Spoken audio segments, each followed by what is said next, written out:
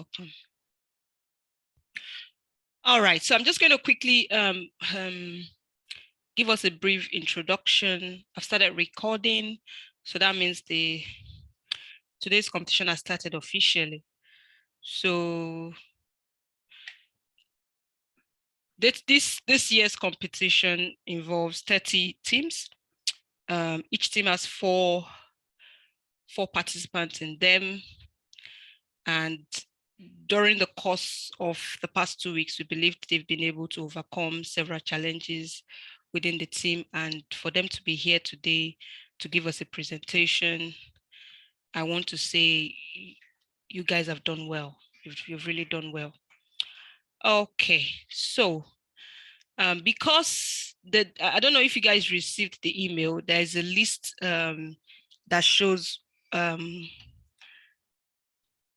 how each team is going to present today, and this was just randomly selected. So teams were randomly selected into different presentation slots. However, a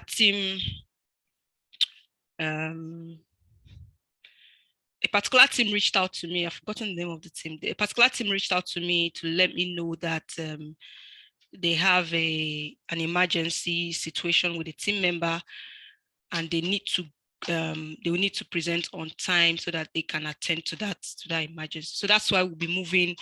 The night presenter would have them present immediately. It's 2 o'clock. We'll have them present their own so that they can attend to their emergency, and then we can continue from there. So everything still stays as normal. It's just that team 9 will be presenting as soon as we clock 2 o'clock, as soon as it's 2 o'clock. Yeah. All right. So we've got Ridwan, one of our mentors here. Let me see.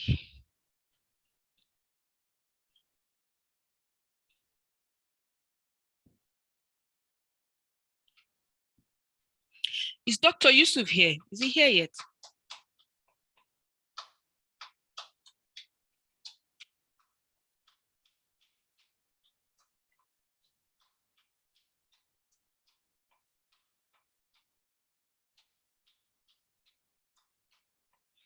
Okay, I'm just going to reach out to Dr. Yusuf, and then just because he was here earlier on.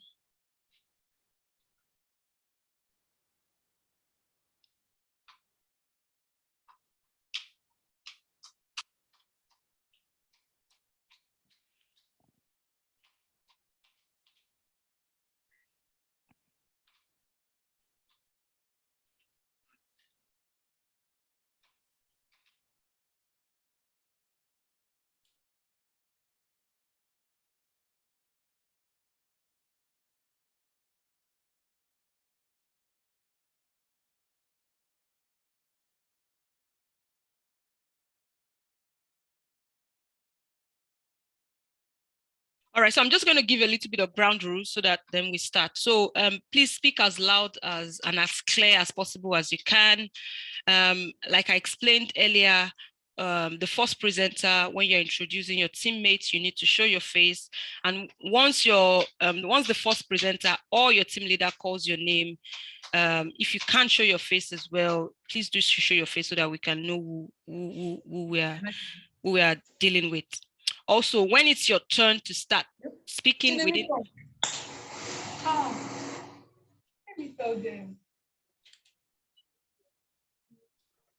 Also, when it's your turn to start presenting within the team, the first couple of minutes, if you can show your face, please. The reason why I'm saying this is that because if I ask you to, if I'm saying that you need to put on your camera all through, it might interfere with the network. That's what I'm saying. At least just try and show your face within the presentation so we can see who we are talking to. Please avoid, like I said earlier, avoid vocabularies, avoid the use of informal words as much as possible. All right, Dr. Dewale, can you please just, if you have anything to add, or should we just kickstart? Hello, good afternoon, everyone. Sorry for the delay. It's actually just exactly 2 o'clock. So just right on time as well, because I was just trying to join in, but for some reason it was proving difficult. But anyways, I'm here. So good afternoon, everyone. And the day has finally come, and I'm very excited for the first week of the presentation. I hope you guys are excited too, rather than nervous. Anyway, Dr. Jumoke has already introduced it, and we've done 2 introductions with respect to what the competition is about, and considering the fact that we have 13 teams presenting today. So I'll just say, I wish all of you all the best, and looking forward to very exciting presentations. And that's it. So just start. Let me just see. I've created a group. Just by the way, I've created a group for the panel for the mentors. So I'm just seeing how many of them are here already. So we can see Mr. Julius is in and Mr. Redwan. And yeah, you can start straight up, and they'll texting them right now, actually. All right. So yeah, can I call out the team leader for team? I think that's Philomena. Is she here? Is Philomena here?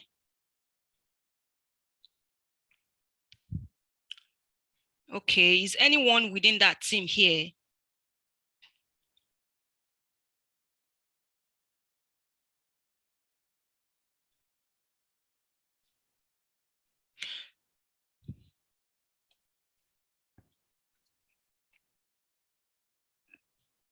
So we have no one within that team here. Okay. All right, that's fine. Team Paragon, are you guys here? Yes, ma'am. Okay. Thank you, guys. Thank you, guys. And the team leader is here as well. Is your team leader here, Team Paragon?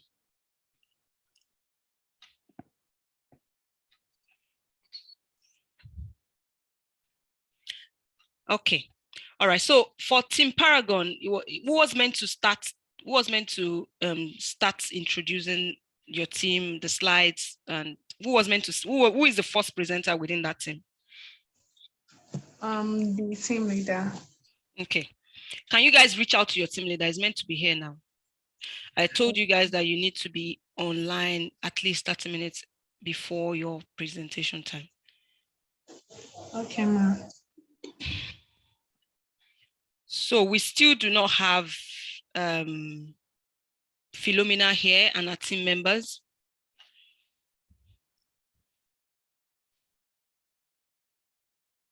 You see, I hope it's not a problem. Yeah, hi, good afternoon. Good afternoon. Okay.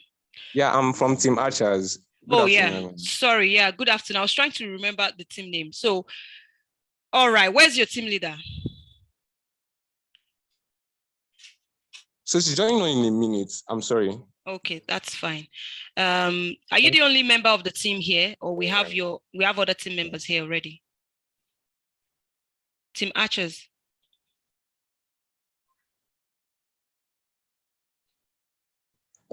Sorry, I'm the only member here, but everyone is joining in now. We're just having our last presentation, our last mock presentation.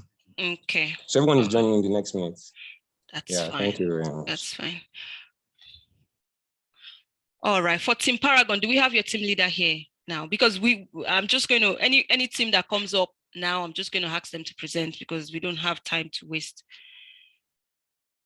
Team Paragon, do we have your team leader here? By the way, sorry, Dr. Adejumake. Yes. So we have 4 mentors online, so we are okay to start. Perfect. So Team Paragon, do you have your team leader here? Not yet, ma. It's joining very soon. Okay. Team Electra, do we have you guys complete in here?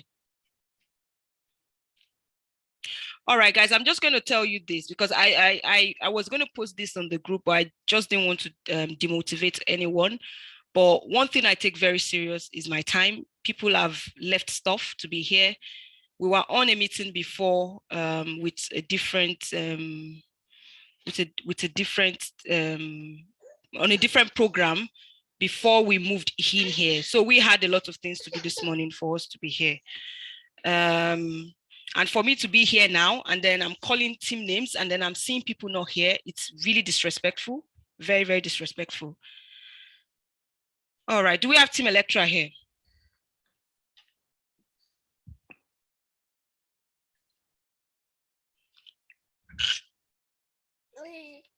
Okay.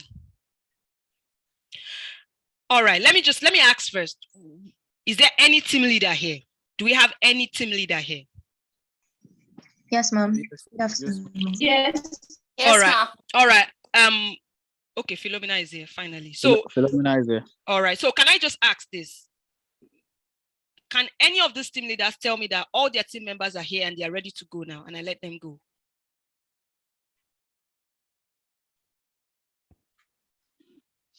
If all your members are here and you're ready to go now, let me know. Yes, ma'am. Philomena, you're ready now? Yes, ma'am. We are all here. All right. I'm really very sorry, but Team Paragon, Team Electra, and Team Archers, I'm sorry, but I'm really, really disappointed in you guys. I'm really, this is not timeliness in any way. This is not timeliness. It's not timeliness. All right. I'm just going to share your slides. Do you want me to share it from my hand, or you're going to do it from your hand? We're going to do it from here. Perfect. We'll do it on our end. All right. So I'm just going to... All right. Try to see if you can share. Oh, perfect. All right, so I'm just going to start timing. Hi. Just sorry, can you see my screen? Yes, we can see your screen. All right, Sorry, cool. quick question. Okay. All right, don't worry. I've gotten my answer. All right. Okay. Okay. All right. So I'm going to just set up my timer up. You guys know it's 15 minutes, and you need to stick to time. If you go more than that, I'm going to have to stop you. Wherever you stop is where I'm going to stop you. And that's because we need to finish this as early as possible. We've wasted time already. So are you guys ready? Yes, we are. All right. Yes, you can start now. All right, good afternoon, everyone. My name is Shokwe Okuno, a 300 level student of accounting at Obafemi Awolowo University in Nigeria. I'm a member of Team Archers. With me and my honorable teammate, Philomena Atan, a recent graduate of economics from the University of Abuja. She doubles as a team leader. So hi, Philomena. Hi, everyone. All right. So also I have Alamin Lawal, a 400 level student of Ahmadu Bello University, Zaria. He studies sociology. Hi, Alamin. Hi, everyone. Good day. All right. Further, I have Queen Mojanatu Atta. She's a 400 level student of psychology from the University of Ghana, Legon. Hi, Queen Mojanatu. Hello, everybody. All right. So for the personal finance round, we're walking everyone through the role of fintech in personal finance. So what are we talking about? We're talking about what financial technology is. We're talking about the structure of the financial technology industry in Nigeria. We're talking about how fintech comes into personal finance. And lastly, we're going to bring in the role of fintech in personal finance.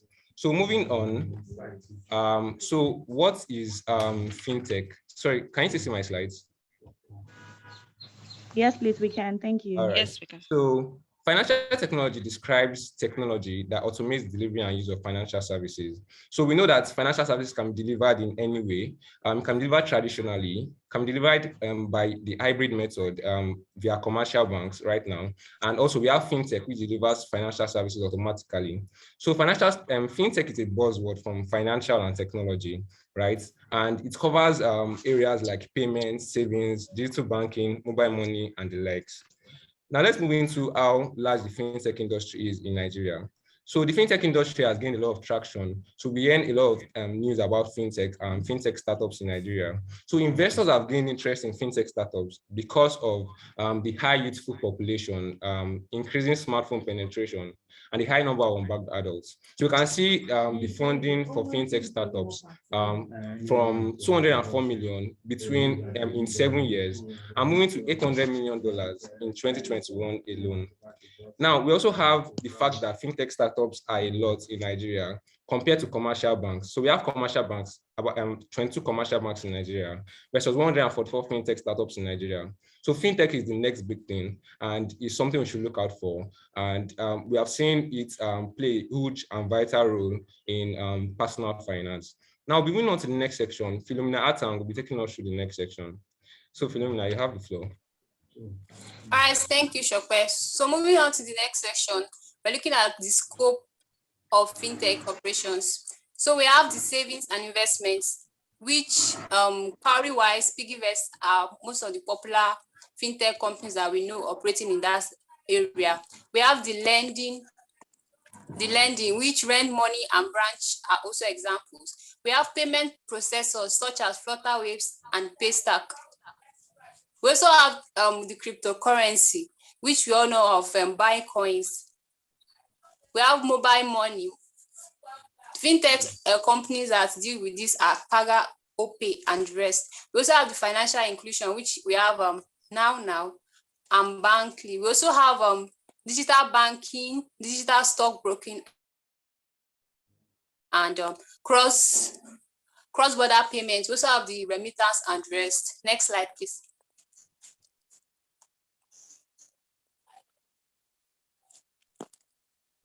Okay, so how does fintech comes into our personal finance? In Nigeria, we have a very low number of people that have access to financial services. We are like 36% of adults that do not have access to financial services, and the CBN is targeting 5% as of 2024. Okay, so how would they achieve this? This can only be achieved through the help of fintech. So to know more on this, Alamin will be taking us the next section. All right, thank you very much, Philomena. As you all know, they've introduced us to the world of fintech, and fintech provide a lot of services that range, one of which is the saving. Shokwe, next slide.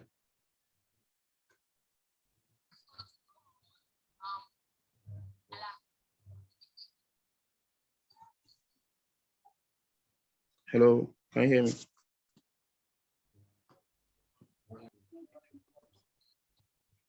So is the glitch with the network? I'm sorry. Yeah. Can you hear me, Alamin? Right. Okay. Yeah, I can. Okay. Thank you very much. As once again, as Philomena has introduced us to the world of fintech, and we all know that fintech provide wide range of services, and one of which is the savings.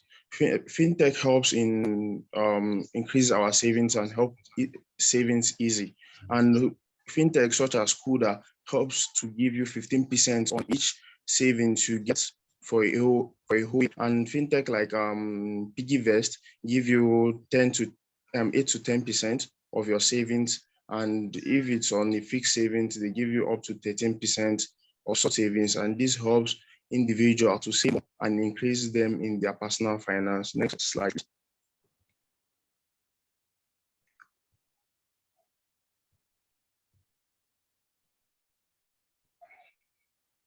Okay.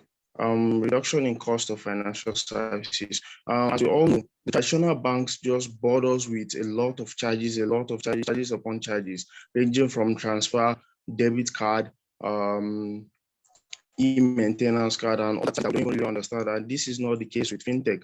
Fintech such as Kuda again give people 25 free transfers, which is not the same in our commercial banks, which will help you save, which will help you earn money, which will bring some cash flow in your account.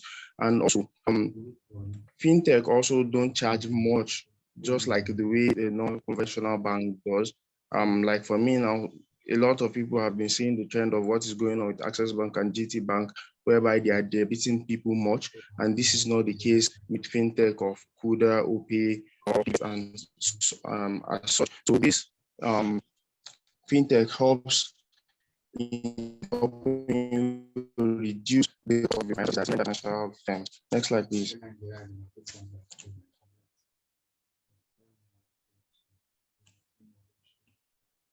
And lastly, on my own, fintech getting loans. You get loans that are very speedy, that require no collateral, no paperwork. All you need to do is just to have a BVN, and you can they even also give payments in such a way that it will be easy for someone to pay. They pay instrumentally, they pay instrumentally, they pay on a payroll basis, and this helps individual to get loan faster and help business people to get loan to finance their business, as it's stress-free. There's no paper, there's no collateral. All you need to do is just download the app, have a BVN, and you're good to go. And these are basic advantage or the things that a startup business needs, or an individual that is earning some salary that needs to go into some certain aspect of his life with some financial needs, which the conventional banks would not provide for them. And these are the advantages and the things that fintech provide. Moja, please presentation, please. Thank you so much, Alamin. Please, I'd like to pose a question to the group. Have you ever wondered why your newly loaded account balance suddenly becomes low without you even remembering what to use your money for? Please, I would like everybody to unmute themselves. If they've been in this situation, just say yay. Yes, actually. Okay, thank you. So that situation can be due to lack of transparent budgeting. What is transparent budgeting? So transparent budgeting is just simply how visible your expenditures are. So with transparent budgeting, you can actually see where your money goes. And this kind of keeps you in check because like you can actually identify where your financial bottlenecks are, or if you're having any progress as in savings. A typical example is a savings and investment platform like Cowrywise, which have like a very, very good interface. So with that, it actually shows you the kind of amount of money you spend on different sectors. And then the nice thing about Cowrywise is that it actually helps you to develop your budget transparency. In addition to that, you can actually use budgeting apps like Digit and Stash to actually help you with your budgeting. Please, the next slide. Okay, cashless economy. So cashless economy is where you can actually pay for goods and services without actually using cash. So these days, people can use their debit card, ATM machine, debit cards, and all of those things for the cashless economy. And look at the statistics: 5.32 billion mobile phone users are in the world. This shows how financial technology has actually grown massively, because people can just actually access, pay for goods and services with just a tap of a button. And look at the current rise of POS in Nigeria. POS, points of sale, does actually help people to prevent carrying cash along. It also helps people to actually manage their expenditure patterns and actually make people to withdraw only the amount of money that they need to withdraw. Now let's look at some of the challenges of fintech and how fintech has been able to mitigate that. Lack of technological know-how. Some people in certain areas do not know how to use certain kind of services. And financial technology has actually caused so much of financial inclusion. For example, they've actually invented the USSD or short code, which can actually help people perform transactions shortly. And look at the issue of fraud. In some countries like Ghana, for example, the government have made it mandatory for people to use their ID cards to make transactions, so they can actually track who is making which transaction and at which time. And look at the bank verification number in Nigeria. Account holders are protected from unauthorized access. In conclusion, it is very important to underscore that fintech contributes to saving cashless economy in a smart and seamless way. Thank you so much. Team Archers. Thank you very much, team. It's 11:23, and that was a perfect timing. This is the kind of thing I like. Thank you so much, guys. I'm not going to give any feedback. I'm just going to call on one of the mentors to just give you a quick feedback while I believe Team Paragon prepares and gets ready for their presentation. All right, the first mentor I would like to call is Ridwan. Ridwan, are you here? Can you just give them a brief feedback on their presentation? But however, before Ridwan comes in, please, guys, all the mentors should please type their feedbacks on the group that we've created. Write the name of the team. This is Team Archers that just finished presenting. Write the name of the team and then just give them feedbacks, because we'll be sending all those feedbacks to them so that they can take those feedback into consideration for their next presentation. All right, Ridwan. Okay, thank you, Dr. Jumi, and thank you, Team Archers, for your presentation. So I think, so first of all, I hope you guys are not nervous, right? I like the way, thank God, it looks like you guys were strategic in, selecting your last speaker, because your last speaker was really good and smooth. But, this is to everyone. Don't just come here, do your thing. Don't be nervous. You're all here to learn at the same time. All right. So moving to the presentation slides were good, right? Maybe because of the time that you were given, you probably couldn't provide more information, but the topic you're supposed to touch on is on the role of fintech in personal finance.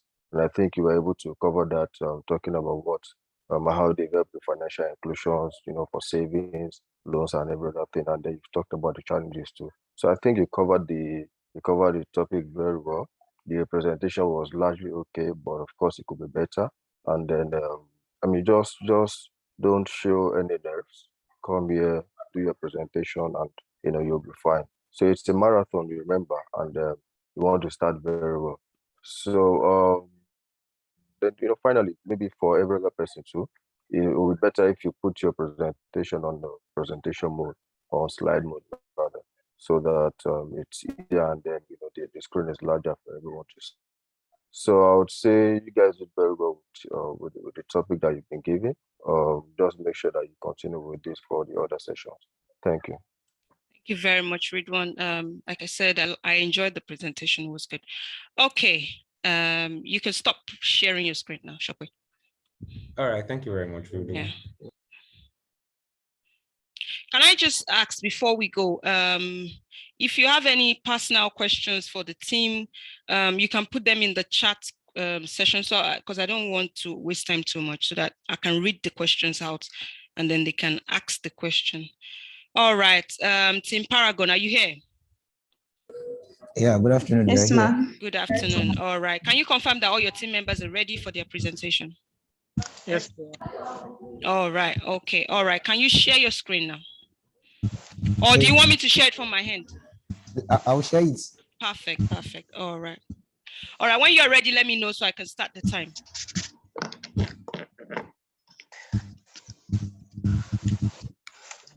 Okay. All right. You can start now.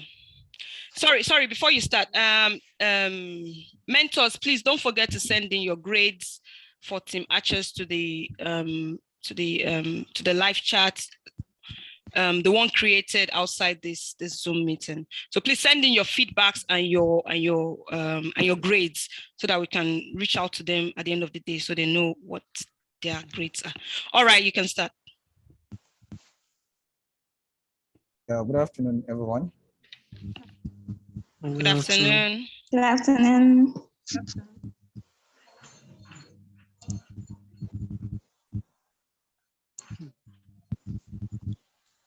So my name is Ibrahim Tabidin, a penultimate student of Department of Economics, Ahmadu Bello University, Zaria.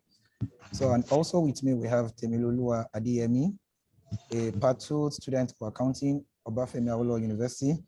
Also, we have Faith Adeniji, 100-level student of accounting, Obafemi Awolowo University. And finally, we have Israel Adebayo, a 100-level student, Department of Pharmacy, University of Lagos. So we'll be presenting to you the personal finance, a shield against SAPA, which means serious anguish in purchasing ability. So here is our background. So we have a short video on personal finance and its relationship with SAPA. So the scope, we have the definition of key terms and all what we have on the screen. So I'll play this video and I want every one of us to watch attentively.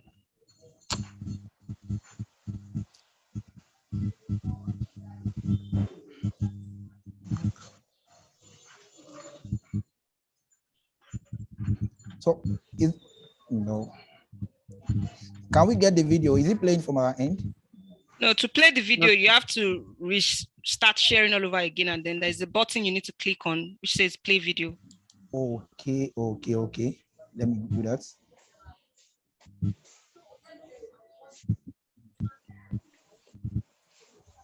So share sound, right? Yes. Okay. So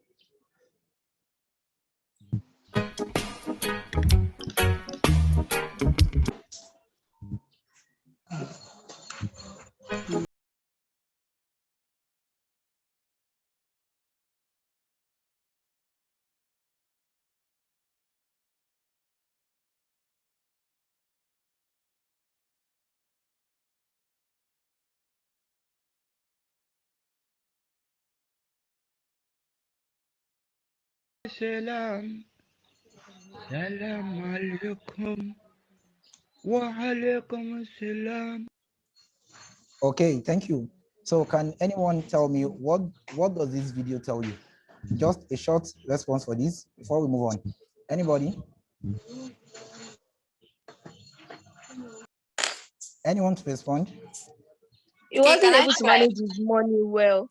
Oh, So he spent all his money from the beginning of the year. Then when it got to a part of the year, he already exhausted his funds. So he doesn't have anything left. oh, okay, thank you very much. So let's move on. So now we're going to the definition of key terms in our topic rather. So we have the word personal finance and we also have the word SACPA. So what does these two terms mean? So follow me as we go into what personal finance is.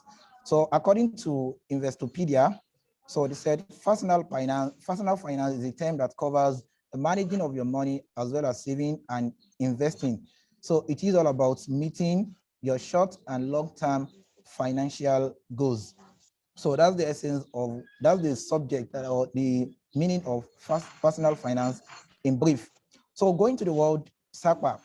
So the SACPA is a well-known slang in Nigeria. And I believe the moment you see the word SACPA, you understand what we actually mean by the word SACPA. But to package the word, we mean SACPA means seriousness, anguish in purchasing ability. So this word is a slang that has been used in Nigeria to describe a state of being broke and extreme poverty.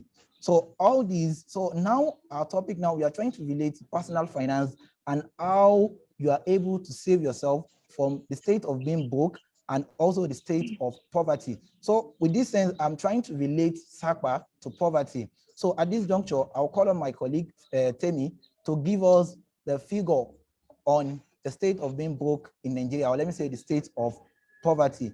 Temi, you have the floor. Thank you, Mr. Ibrahim.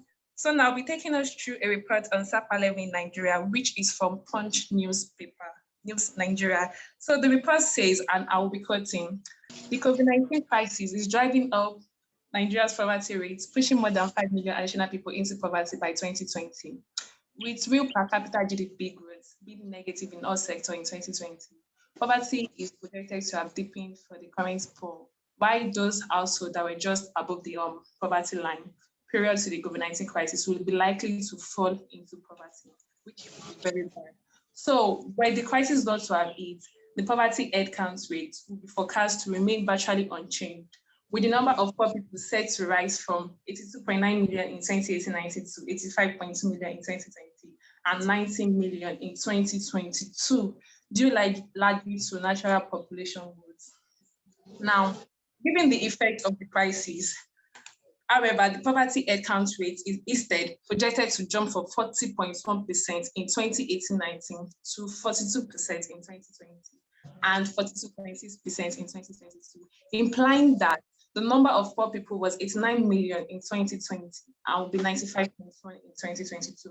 Now, taking the difference between these two scenarios, the crisis alone is projected to have driven an additional 3.8 million Nigerians into poverty in 2020, with an additional 5.1 million living in poverty by 2022. So now, how do we use personal finance as a means to improve the quality of lives in Nigeria?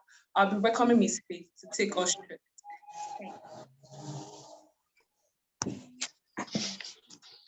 Thanks to Timmy. Good evening and good afternoon, everyone. I'm going to be talking on the elements of personal finance. So what are these elements? These elements are those financial activities that if they are put into place, one is going to be saved from SAPA. So these elements include one, income. This is the starting point for a financial planning process, meaning before one can think of personal finance, one must have a source of income like salaries, wages, bonuses, etc. The second one I have here is spending. This involves the expenses and individual incomes related to buying goods and services or anything that is consumable. Sources of spending include rent, taxes, food stores, etc. For an individual not to have a deficit as a result of spending much money on expenses, that individual must have a good spending habit. It is necessary.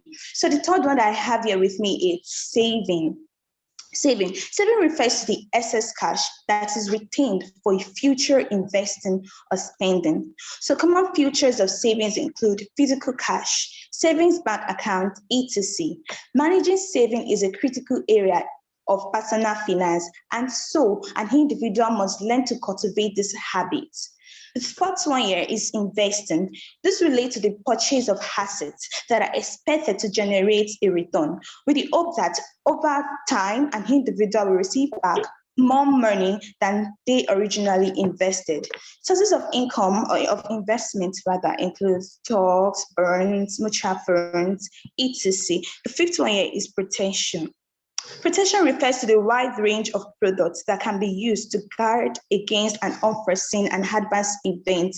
Common protection products include life insurance, health insurance, estate planning, etc. So having a good financial management comes down to having a solid plan and sticking to it.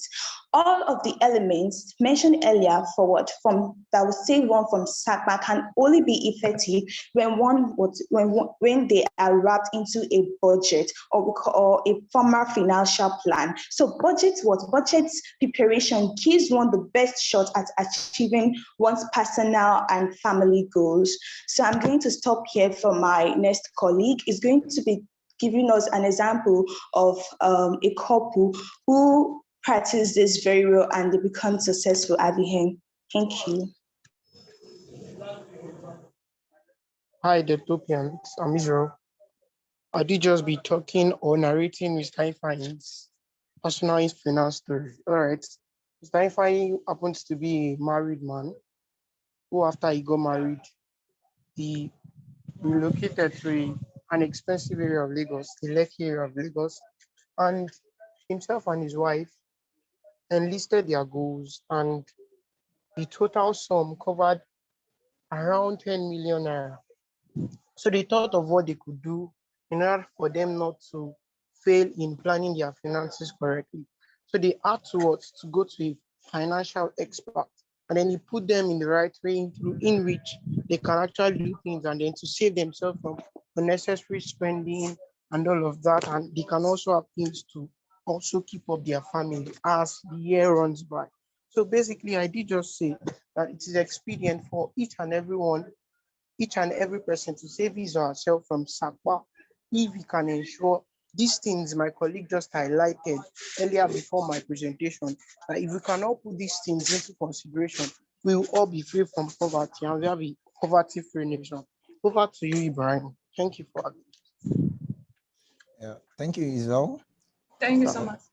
So in conclusion, so we are leaving you with this quotes, which says, good personal finance involves identifying what you want in life, both now and in the future, creating a plan to fund all those things.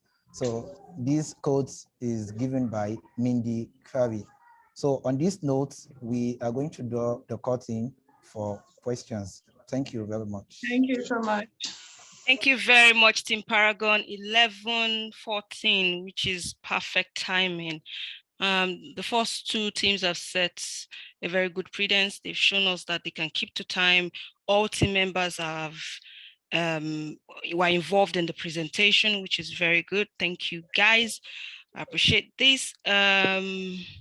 All right, so I'm just going to give room. I'm going to call out a mentor who is just going to give you feedback on that presentation. However, all feedback should be sent, like I said earlier, to Dewale on a direct message. You can send it, if you can't access the WhatsApp group, you can send him directly, Yusuf Awosoya, send him direct grades, or you can actually send him a WhatsApp message as well. All right, I'm going to call Shubi. Shubi, are you there? Can you give this Team Paragon their feedbacks, please?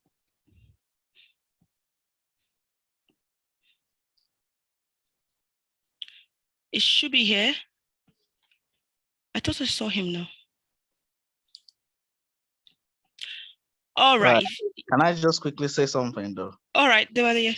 I want to just appreciate the team's efforts, because I could tell that there was immense effort put into this, and I like the fact that the slides were simplistic, but straight to the point, and telling the tale of SACPA, what they really want us to know.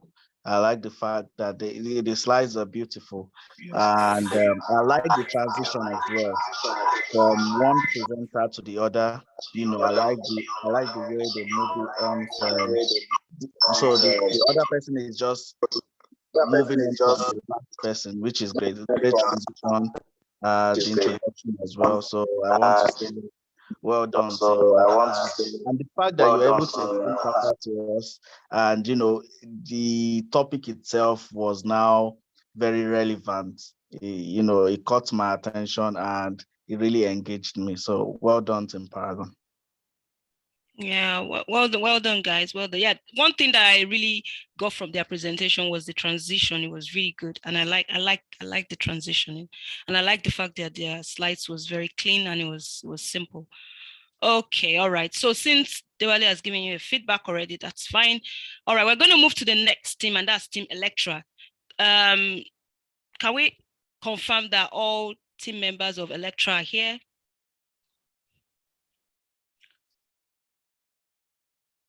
Do we have their team leader here? Yes, I'm here. All right. Can you confirm that all your team members are here as well? Thank you.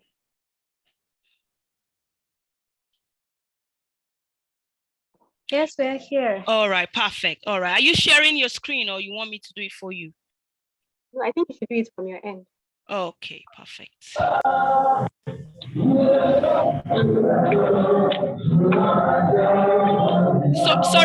So please, if you are not presenting, can you just please if you're not presenting, please do mute your device, please.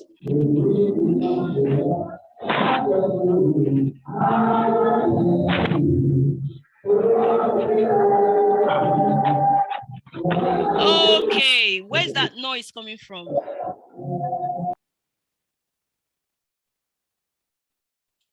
Okay.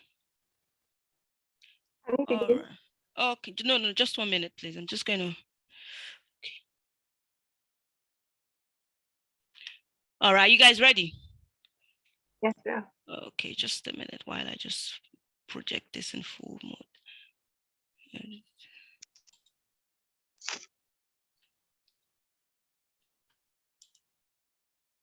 Okay, 1 minute, please.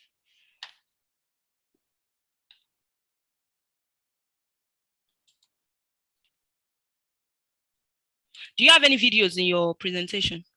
No, there are no videos. Okay.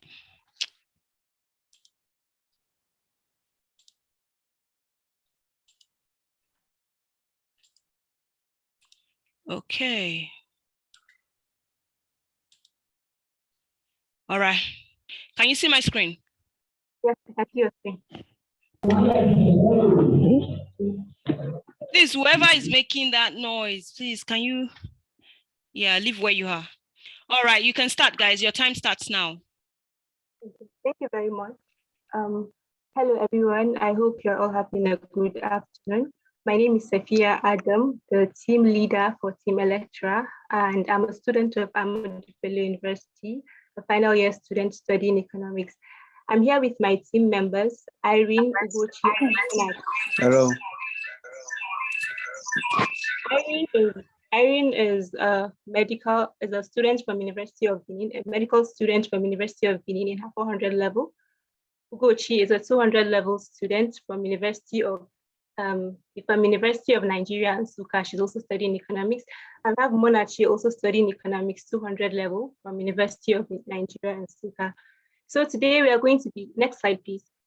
So today we're going to be taking you guys through the relevance of investments and its effects on retirement. Please can you move to the next slide?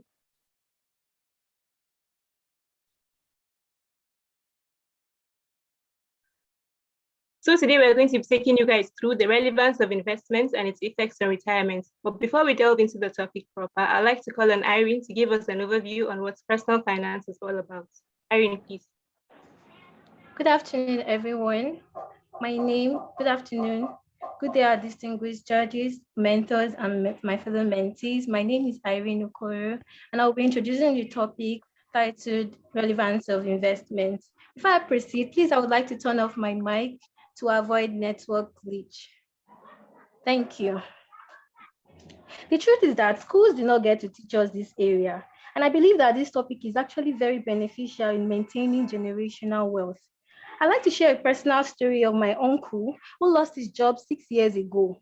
It was difficult for him to actually secure another job with the rate of unemployment and retirement age. He eventually fell sick, and it was kind of difficult for him to actually sponsor his children in education, talk less of even supporting his family.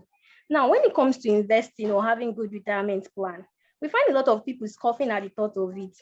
They actually assume that the best time to invest is at the age of 60. But permit me to actually debunk that myth that there is no better time than now. You can never be too young for planning for life after you've retired. By definition, next slide, please. By definition, personal finance is the process of budgeting, savings, and spending resources taking into account of future events.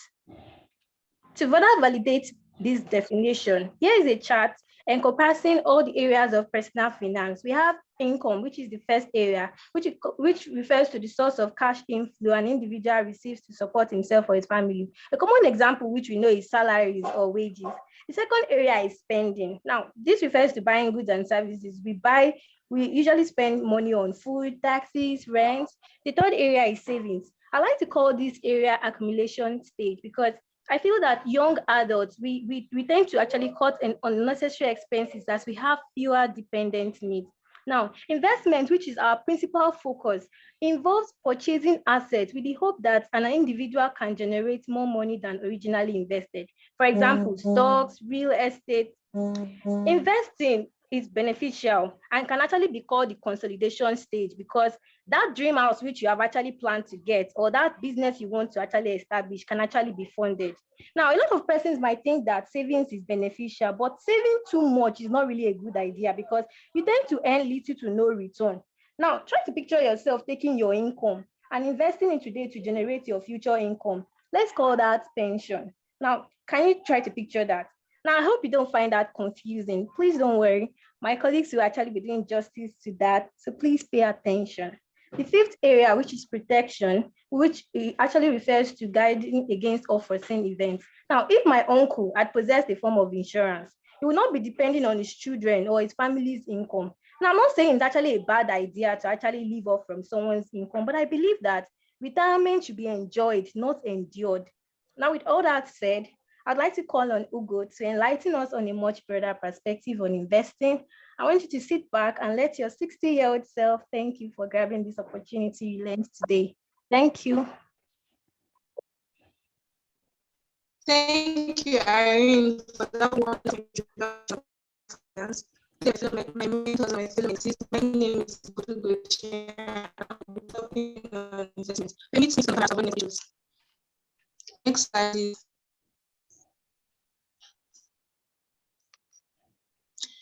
Investment is essentially an asset created with the intention of allowing money to grow. Now, the wealth accumulated from investments can be used to meet shortage in income. My monthly allowance was usually okay because of my demand, so I decided to save up and invest into perfume oil business. Now, the profits I earn, I use them to meet those demands that my income, my monthly allowance can't meet. You could also use the wealth accumulated from investment to purchase other assets, that is, invest in other things, retirement.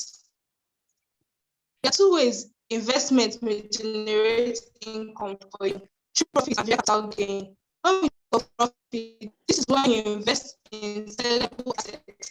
Like I said, I invested in perfume businesses. Now I buy, I sell, and I get profit. When you invest and you earn capital gain, this is a typical example is when you invest in bonds, you get fixed interest at regular interval. Types of investment. There are shares.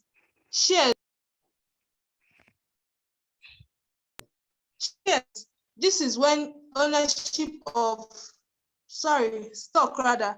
This is ownership of shares of a company. Bond. This is where you lend your money to either corporate institutions or government, and then you're paid fixed interest at regular intervals. Mutual funds.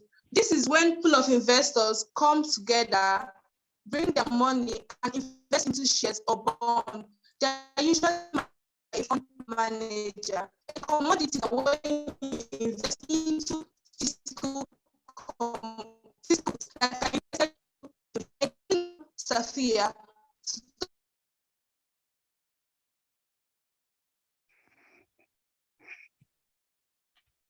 Okay, thank you very much, Ugo. Please, can you move to the slide on retirement?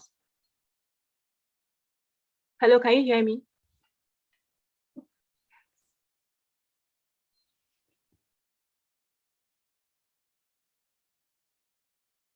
Hello, can anyone hear me? Yes, I can hear you. Please, can you move to the slide on retirement? Yeah, it's on retirement already. Can't you see? I can't see anything. Yeah, I can see now. Yeah. Okay, thank you very much, Ugo, for the brief and succinct insight on what investment is all about. Now that you know what investment is, how are these investments relevant after you retire? And what is retirement? Retirement is the period when a person permanently leaves the workforce. Next slide, please. So according to the Pension Reform Act, the retirement age in Nigeria is 60 or after 35 years of service. So whichever of the two comes first. So a person is 60 years old and he's due to retire. So a person is 60 years old and he might not have spent 35 years of service, but then he's due to retire because he's of age. And the person might not be 60 years old, but is due to retire because he has probably spent his 35 years of service, probably because he joined his career early on. So next slide, please. Now that you know about retirement and retirement ages in Nigeria, how are these investments Ugo talked about relevant after retirement? The first is, next slide, it allows your money work for you. So when you retire, the salaries aren't coming, you're at home sitting. So, and then at the same time, you still have needs, you still have wants, still have necessities, you still have desires. So when you invest, it allows the money to do the work for you as you relax, because the money still comes in as you're at home. The second thing is it ensures financial security. We know that state governments in Nigeria for decades now have been unable to adequately pay their pensions and gratuities to retirees. So once you have your investment, you don't really necessarily have to rely on that. You don't necessarily have to get your hands too dirty. You can just sit back and enjoy, and this will enable you to be financially secure even without getting the pensions and the gratuities. At this juncture, I'll call on Munachi to wrap up by giving us facts and figures surrounding retirement and investments. Okay.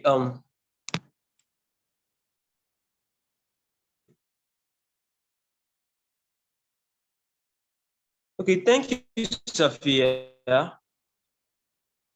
Firstly, let's look at it from the angle of situations. The situations now in Nigeria.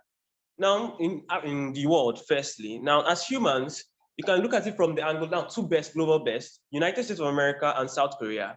Now, in the United States of America, what do we see? We actually see a government which is breaking on the burden, under the burden of taking care of those who are retiring. And what do you see in South Korea? The abandonment of responsibility of taking care of the old. And these are countries which are predominantly known for high moral values. Now, can this happen in Nigeria? Well, the question actually belongs to you. The economic situations of that country can say otherwise. Now, let's look at the story. Next slide, please. Okay, my slide, please. Well, let's look at Nigeria's story. Now, according to the nairametrics, we see that the national coverage stands at 7%. 90% of people in Nigeria are actually out in the cold. Now, we've seen the retirement savings accounts. Mind you, these are accounts, savings accounts that are open to take a person's retirement. Now, according to the business, they only see 99.5 million accounts out of over 80 million people in the workforce. What does it tell you? That is just standing about 10% coverage. That means 90% of people are out in the cold, and this is like the so-called giant of Africa. Now, let's go to the next part. Does it apply to everybody? We're going to use the diplomats and the teachers from two different sides of life. Now, the diplomats, according to the opinion section of the Punch newspaper, lamentation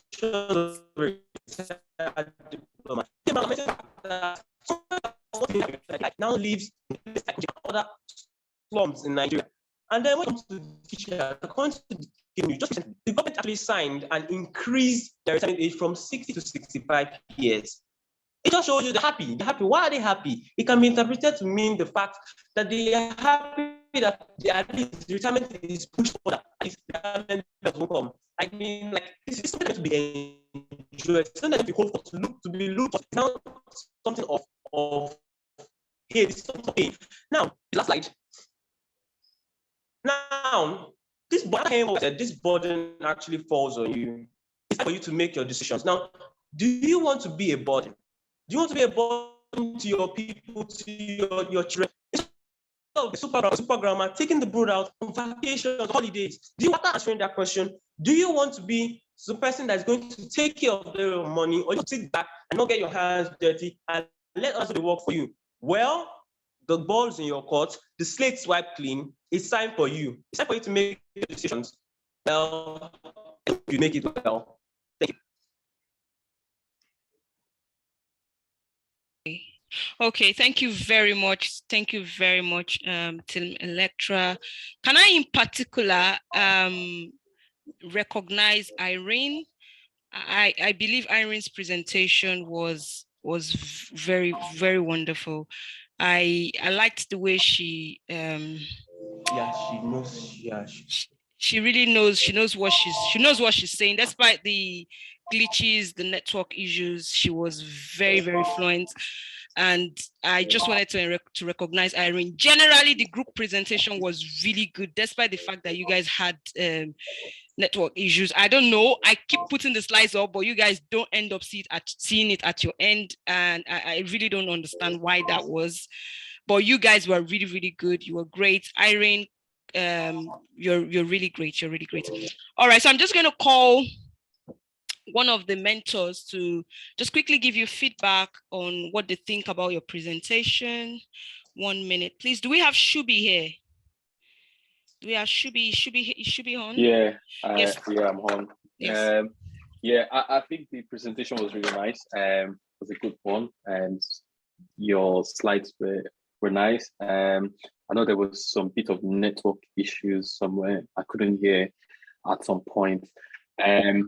I'd say good work. I'd say there was not a lot of maybe audience engagement, but that's fine. I know, this is just the first day, and it can be improved on. But yeah, it was an all-round great presentation, and kudos to the team. All right, thank you very much. Thank you so much, Shubi. All right, the next team is team. What? Sorry, I'm so sorry. I'm trying to find the team names. We have who's the third presenter, please? Pardon me. The Ashers. Oh, Ashers, yeah.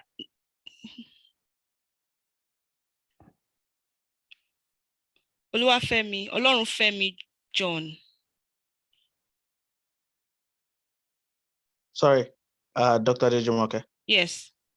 Right. Can I quickly say something? Yes, Can you please. try to, there's a subtitle or something you've had. I've removed it. It wasn't Okay. me. It wasn't me. So, I think it was the team that enabled it because I think they already predicted that they would have network issues. So that's fine.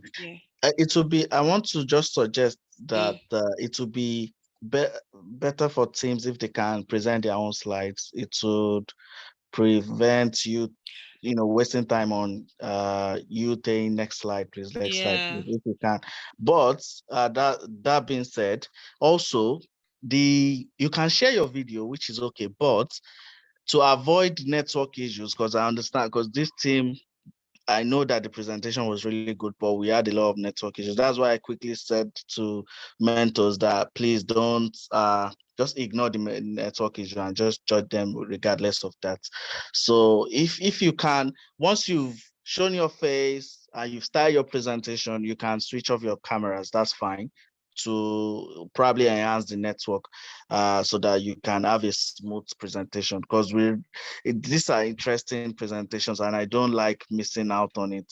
Munachizo, he was trying to engage me, but it was just the network issue. I can see that he's a really good presenter, but it's just that I was struggling to really be into what he was saying. So please, if you can, once you show your face, right, you don't need to still keep your cameras on anymore. As long as you've shown your face and that's it. Yeah, after the introduction, you can turn off your camera so that it can be as smooth as possible.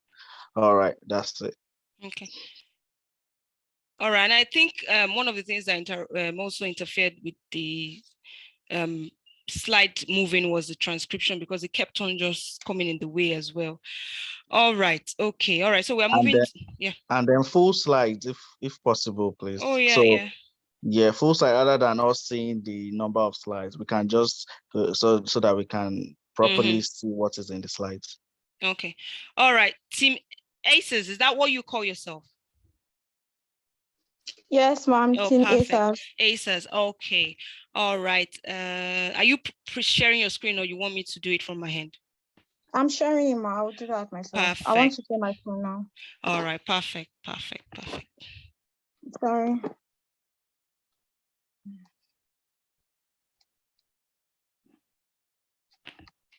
All right, when you are ready, let me know so I start your time. All right, ma'am. All right, you can start now. Hello, everyone. This is just to inform our mentors that I'm going to be switching off my video now because of network connectivity. Thank you. Okpa from Cowrywise, Somto from Piggyvest. The jokes about checking a woman's Cowrywise account to know her true worth, all on the surface level, sound like just normal conversations amongst youth. But on a deeper level, it shows that in recent times, youth have attained a higher level of financial literacy. We are Team ASAS, and my name is Adebi Mpemborenikeji Fatima, a final year law student of Obafemi Awolowo University, and I have with me John Olorunfemi, a 300 level law student of University of Ibadan, Tijani Lawal, a 200 level education, administration, and planning student of Ahmadu Bello University, and Modupe Zubair, a 300 level economics student of Federal University Lokoja. During the course of this presentation, we'll be walking you through how fintech apps like Cowrywise and Piggyvest have become catalysts of financial literacy among the youth. Let's begin. Financial literacy is the ability to understand and effectively use various financial skills, including personal financial management, budgeting, and investment. Notably, it is the foundation of your relationship with money. But a 2015 Nigerian financial survey pegged the financial literacy rate at just 40.1%, which ascertains that most Nigerians are unable to relate to the concept. And this isn't unconnected from the reason most are living below the poverty line. Why this low financial literacy rate? It is because financial concepts that boost financial literacy aren't taught to the citizenry. However, in a world where digitalization is the order of the day, we now have a savior, fintech.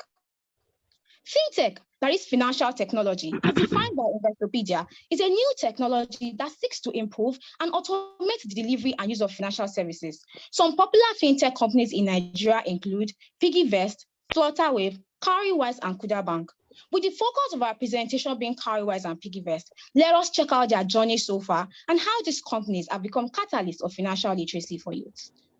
PiggyVest is the first online savings and investment app in West Africa that was launched on the 7th January 2016. Cowrywise, on the other hand, was founded in 2017 as a wealth management platform. With both, users can save, invest, and cater for emergencies. And they are digital platforms whose customer base is the youth who are unserved and underserved by traditional financial service providers. Now, how have they built the financial literacy of the youth? Here are 6 reasons. 1, financial inclusion. World Bank, through one of its reports, has stated that youth are 33% less likely to have a bank account than adults. However, PiggyVest and Cowrywise respectively have Flex Naira and Stash that provides users with account numbers and ability to make transfers. 2, strict saving habits. Considering that almost every day is a rainy day for the youth, both platforms ensure that users cannot access funds until they've saved for a period of time until maturity. 3, youth-friendly platforms. These companies are strategically placed on social media apps like Twitter, Instagram, and Facebook, where they churn out financial content that is always in the faces of the youth. 4, newsletters. They employ the use of newsletters that explain basic financial concepts in simple terms to users, while also advising them on financial decisions to make. 5, role models. Want to get used to do something? Get their favorite artists and influencers to talk about your brand. Cowrywise and PiggyVest employ this tactic. Lastly, measurement of performance. Everyone loves passing in flying colors. These companies offer such option. Yearly, people can access, assess, evaluate, and share their financial performance for the year. Indeed, signing up on these apps helps most youth stay financially literate because they are able to tick boxes of saving, investment, budgeting, and personal financial management, which are all components of financial literacy. And this leads us to the next discourse. John, what does financial literacy encompass? Thank you, Fatima. Financial literacy encompasses 4 broad components, namely learning, saving, personal budgeting, and investing. It is important to understand what financial literacy encompasses because of the need to beat the major challenge every youth in Nigeria faces, unemployment. According to Statistica, unemployment rate in Nigeria is projected to reach 33% this year, ranking higher than what was obtained in the previous year. The knowledge of this fact addresses the need to know exactly what financial literacy encompasses. The first component is learning. This can be achieved by reading books on finance, attending money management seminars, taking online courses, and leveraging on information, among others. There are numerous books on financial literacy, but do not worry. I have curated a list of 3 for you. They are Psychology of Money by Morgan Housel, Atomic Habits by James Clear, and Rich Dad, Poor Dad by Robert Kiyosaki. The second component is saving. Saving involves setting money aside for emergencies or future purposes. An average Nigerian youth realizes an income from one or all of these means, which include salary from work, gifts, allowance from family, or financial aid. In essence, something is realized, even if small. When it comes to saving, being practical and intentional is highly crucial. For instance, cultivating cultures such as using piggy banks, locally known as polo in Yoruba, engaging in thrift savings, or better still, depositing money with banks. Thirdly, investing. Investing relates to the act of acquiring an asset with the hope that it will yield more money in the future. Investing has 2 broad categories, which are ownership investment and lending investment. Ownership investment refers to having assets such as stocks, which means acquiring a portion of a company, setting up businesses, buying lands and properties, investing in precious objects such as gold or collectibles such as artworks. Lending investment, on the other hand, comes in the form of providing a loan. An example of this is fixed income investment, which means loaning out money for a period of agreed time in order to earn interest on them. Here, the investor cannot withdraw his money until the maturity date. Examples include bond and treasury bills, among others. The last component of financial literacy is personal budgeting, which relates to a step-by-step plan created to determine how money is spent. This is important because it enables one to save accordingly, achieve financial stability, and keep track of income. Let's take a look at Tijani's 2021 budget to see how a personal budget looks like. As seen on this diagram, this budget shows Tijani's income, expenses, and his projected and actual incomes. At the end of year 2021, Tijani was able to track a net income of 125,000 naira, which he might not have realized had he not created a budget for the year. So, Modupe, why financial literacy? What are the benefits of being financially literate? Thank you very much, John. You see, a new generation began in 1985. Unlike other generations, we are competitive, we are high-tech people, and we are educative. But you know what? We have a very massive weakness, and that is lack of financial literacy. In the course of this presentation, I would be walking you through the benefits of financial literacy. But before then, I would like us to examine ourselves with this question. Have you ever wondered why many civil servants, professors, accountants, engineers, and many more struggle in their financial life? They spent over 7 years receiving scholastic training, yet they are still not rich. To sum it up, they are financially illiterate. What then are the benefits of financial literacy? Firstly, building sustainable wealth. The only way to sustainable wealth is financial literacy. Any other wealth acquired without financial literacy is going to crash in no time. I know of many Nigerian youths who are depressed every second of being broke. Most of them do minor works, but then they have a major problem, and that is lack of the knowledge on how they can manage and multiply this money. And their only savior is to become financially literate. Secondly, best money decision. Many of us buy things just to show off to people that don't even care about us. For example, things of low priority. A perfect book that illustrates my point here is A Smart Money Woman by R.S.A. Hugo. In fact, this book is a must read for every Nigerian. The importance of managing money is what wealthy people know and practice. Just take a shot on the biography of the top 10 richest people, the likes of Bill Gates, Warren Buffett. You will notice something unique and common among these people, and that is financial literacy. Thirdly, increased life expectancy. People who are financially stable tend to live longer than people who are not. And this is because they don't even have to worry about money. Fourthly, reduction in the possibility of fraud. A financially literate person is certain to be fraud-free. I'm sure we must have heard of MMM, a pure fraud that many Nigerians are falling victim of, and other Ponzi scheme like invest 20,000 and get 80,000 naira in 24 hours. Just 24 hours, how ridiculous. These are proven pure fraud. Take note that educated people also fall into this fraud, and this is why pure education differs from financial education. Lastly, it buffers economic growth. Take, for instance, in Nigeria, we have more than half of the population who are financially illiterate. Tell me what is happening in our country right now. Corruption, robbery, and other negative things, right? Then compare it to a country like US, where more of the population are financially literate. Can we now see the importance of financial literacy? You are an engineer, doctor, accountant, any other profession. I put it to you, without financial literacy, such a person will never get rich. Dear audience, the next speaker from Team ASAS, Lawal Tijani, will proceed to give us some strong recommendations, which I want us to hold dearly. Thank you very much, Modupe. No doubt, the benefit of financial literacy in our society today cannot be undermined. Special thanks to Okwe from Cowrywise, Somto from Piggyvest, Justin from Minton, Team ASAS, and a host of others contributing to this course. My team and I have curated 5 special recommendations that would help everyone in the society stay atop financial illiteracy. 1. Efficient use of fintech apps and services.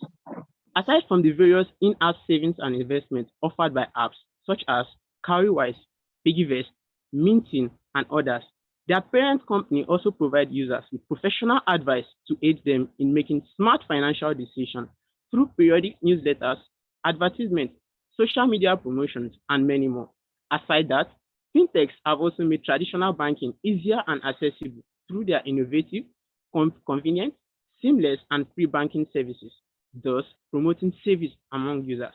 A good example is Kuda Microfinance Bank and others in the league. 2. Membership to Student Finance Club, SFCs. In recent years, Student Finance Clubs have proven being up to their mandate and purpose of creation by ensuring their members are consciously aware of what's going on in the world of finance as a whole.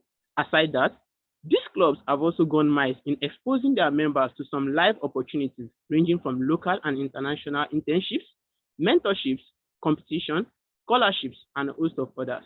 In other words, SSCs have immensely contributed to the success and achievement of many students. 3. Getting a portfolio manager. According to CFA Institute, portfolio managers are investment decision makers. They devise and implement investment strategies and processes to meet clients' goals and constraints, construct and manage portfolios, make decisions on what and when to buy and sell investments. Let me remind you that some portfolio managers work with individuals and families, while others focus their attention on institutional or corporate investors. For the fourth on the list, learn smart budgeting skills. Just as John had rightly said, budgeting is a measure deliberately taken to keep one's income and expenses under strict control. It helps in prudent spending and assists in getting rid of unnecessary buyings. It entails drawing a plan of one's finance for a period of time, maybe for a day, week, month, year, depending on one's desire. To make things easy, I'm pleased to inform you that there are a number of apps on Google Play and the App Store that have been designed to ease our budgeting needs. You may like to try Monify. Thank you. Number 5, good debt management mechanisms. Debt is another aspect of finance that cannot be undermined. It can be taken to acquire assets such as cars, building of houses, purchase of financial assets such as bonds, stocks, and every other asset of economic value to an individual. However, as individual, you are advised not to take loans for the purchase of items that won't be of good economic benefit. For example, taking a loan to buy designer clothes, shoes, bags, and other sources of liability. In conclusion, make no mistake that we've become ambassadors of Kariwas and Piggyvest, but we know that the youth are the future of Nigeria and our economy. Therefore, call us youth ambassadors because we stand for a Nigeria where youth are financially literate, as this is the beginning of breaking the chains of poverty. Have you guys finished? Yes. In fact, to be honest, I'm sorry. I'm trying to recover from that presentation. Oh my goodness, like, oh my God. And if I start saying this team's history here, okay, I'm not going to say anything. I'm going to call Julius to give them a feedback. And that's because Julius is part of their history. So Julius will be in the best position to give them a feedback. Julius, are you here? I'm here, Dr. Julie. I'm happy that this team is doing well. Seriously. I'm so happy that they could bring all their differences together to bring about positive vibes. I could feel the energy, I could feel the passion, I could feel everything in their slides. Very, very, very, very on point. However, you need to work on your audience engagement. You guys are so good. You have the same emblem all through your display pictures. You're on point, but you need to engage your audience. There are times whereby you ask some rhetorics. You're supposed to give a minute or two for those rhetorics to sink in, even if you're not asking us to talk. And there are times you need to give the audience that flow, that time to just reflect on some of the information, many information you have passed in. There's a lot of information you have passed in here. So you need to slow down that pace a bit so that we can get what you're doing. All that being said, I'm happy for you guys. You did well. You did well. Well done, guys. Okay, 19 minutes. That's 14 minutes, 19 seconds, which is still on time. You guys did well. In particular, I want to acknowledge Mudupe and Fatima. They are strong pitch presenters. Generally, all the team did well. Okay, so we have Team Alpha coming up next. Team Alpha, are you ready for me? Yes, ma'am. Good afternoon, ma'am. Good afternoon, guys. Are you sharing your slides? No, you could just help us with that. Okay, Thank that's you, ma'am. fine. That's fine. All right, 1 minute, please.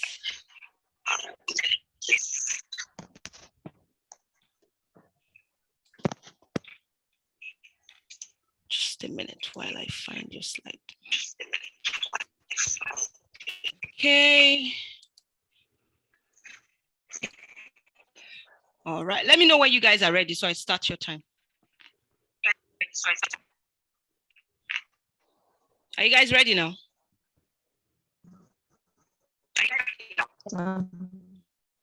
Team Alpha, are you ready?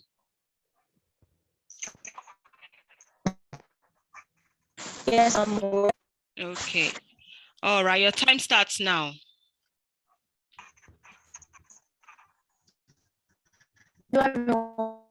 Sony on the University of Abuja and my teammate is Abajamusa. They are students at the University at the Amado area. With these and bachelor and master and undergraduate student international studies. Blessing off. With these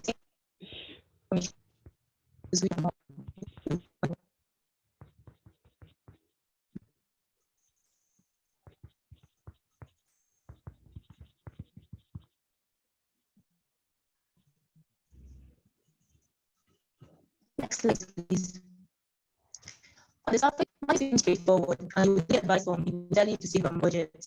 But in fact, and why the theories and branches of finance, which normally start from budgeting, arising after earnings, we need to look at the point of behaviors of those in possession of it. Next slide, please.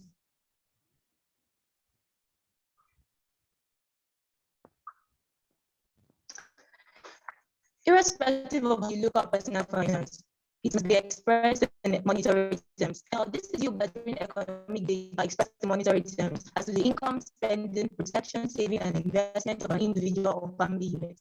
It's a financial management done by them in order to budget, save, and spend monetary resources after taking into consideration various financial risks and events. Now, when we're talking about behavior, we are saying that there is a connection between the way people behave and situations that cause them to behave in manner.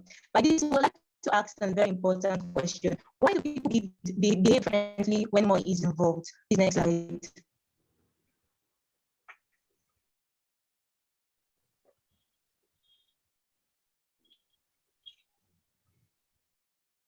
Okay, did you ask a question? Because I don't think people heard that.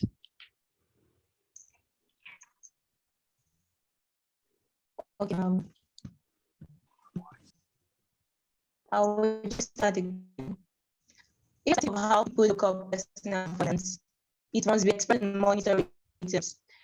This you got in economic data expressed in monetary terms.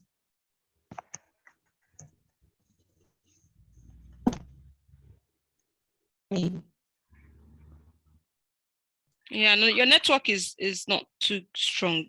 Probably you will need to continue, or someone else with a stronger network. And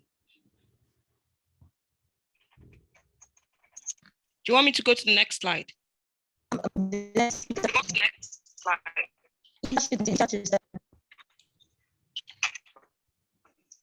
take over. Thank you. Slide 5, please. Thank you. Slide 5, please.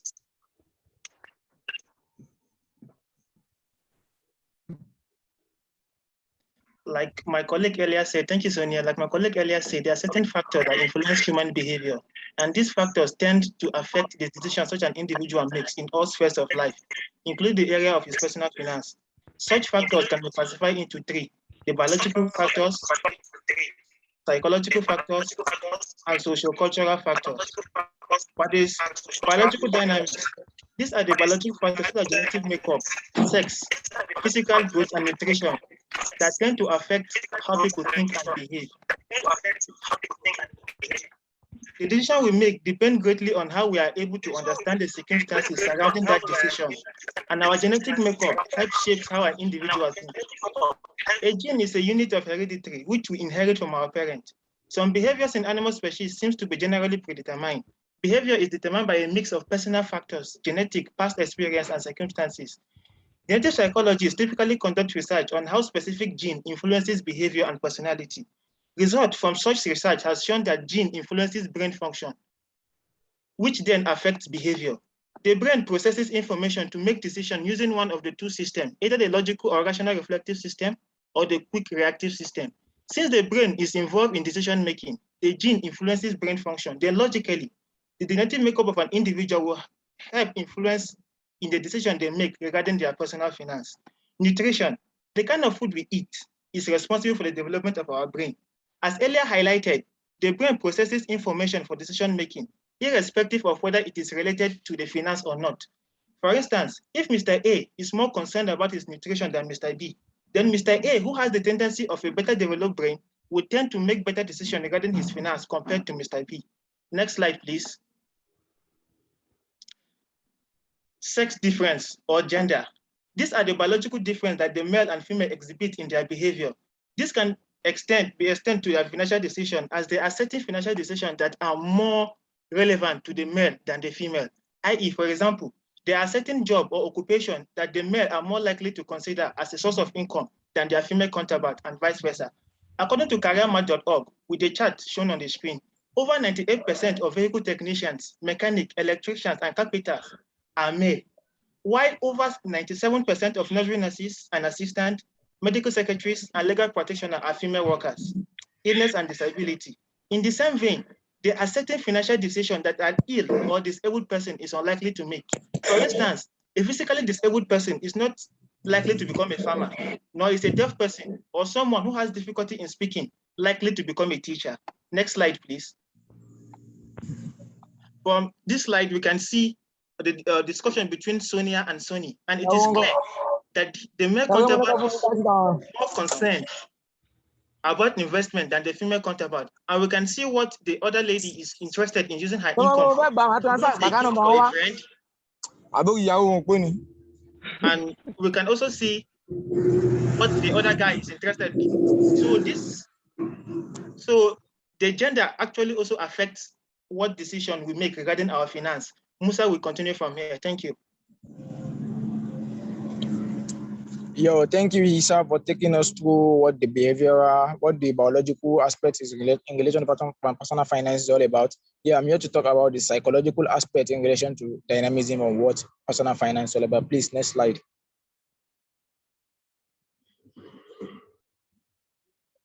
Next slide, please.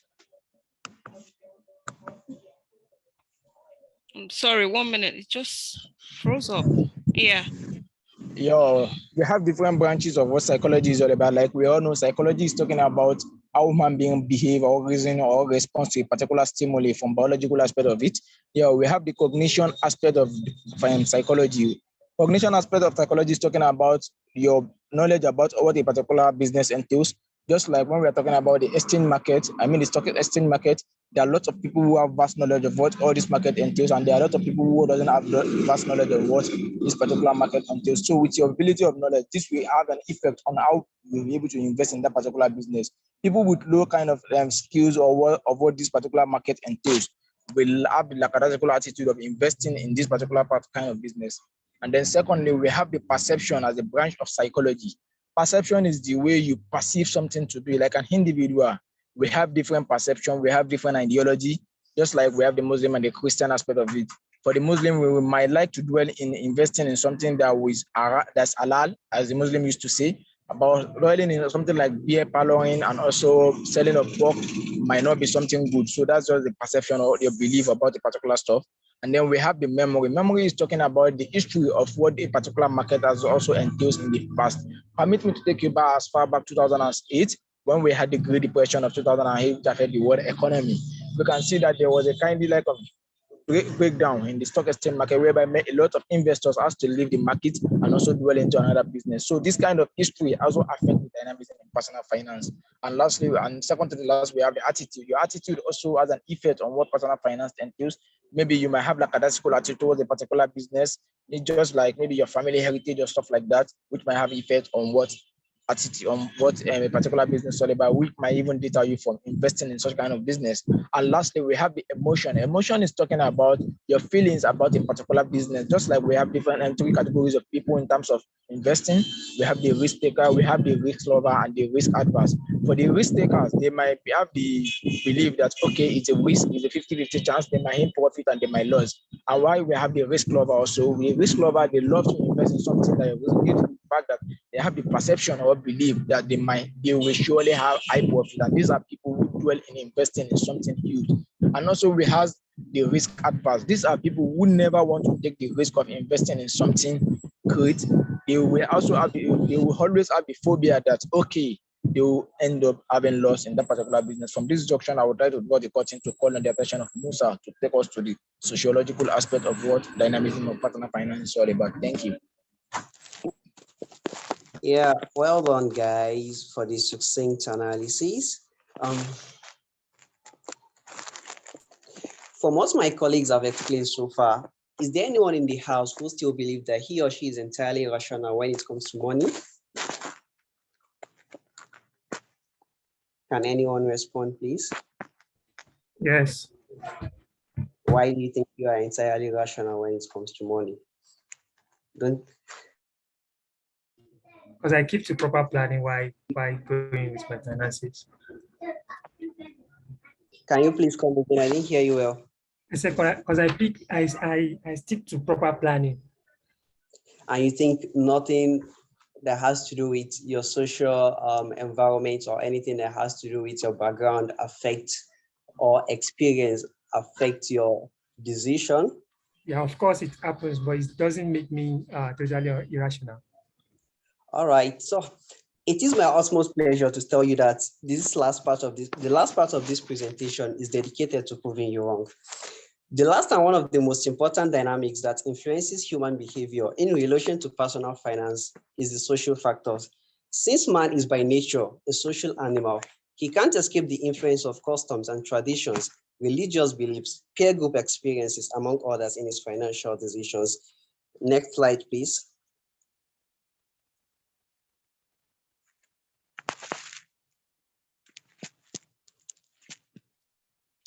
The next slide.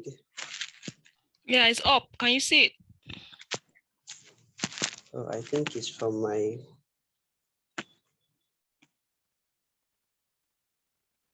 No, it's.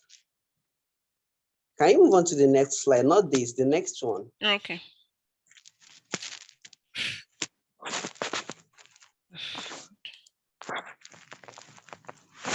Still not reflecting from my end. Is it showing now? Yeah, it's showing now. Yeah, I guess some of you may be wondering how your religious beliefs or tradition influences your personal finances. You need not worry, I'm going to tell you that now. In terms of religion, you will all agree with me that a Muslim is unlikely to invest his or her hard-earned money in a business that has to do with usury, just as a Christian would rather donate his money as church offering than invest in a brothel business. Now, let's look at it from the customary perspective. No doubt, a Hausa man would prefer to use his surplus earning to marry extra wives, in contrast with an Igbo man who wouldn't think twice before investing it in a bar market. The same variation goes to other social factors. Next slide, please.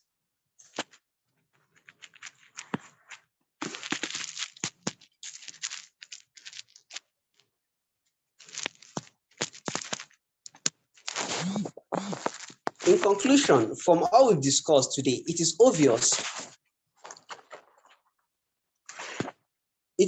that having a knowledge of the dynamics of human behaviors in relation to personal finance will definitely help you understand why people behave the way they do when it comes to managing or making financial decisions.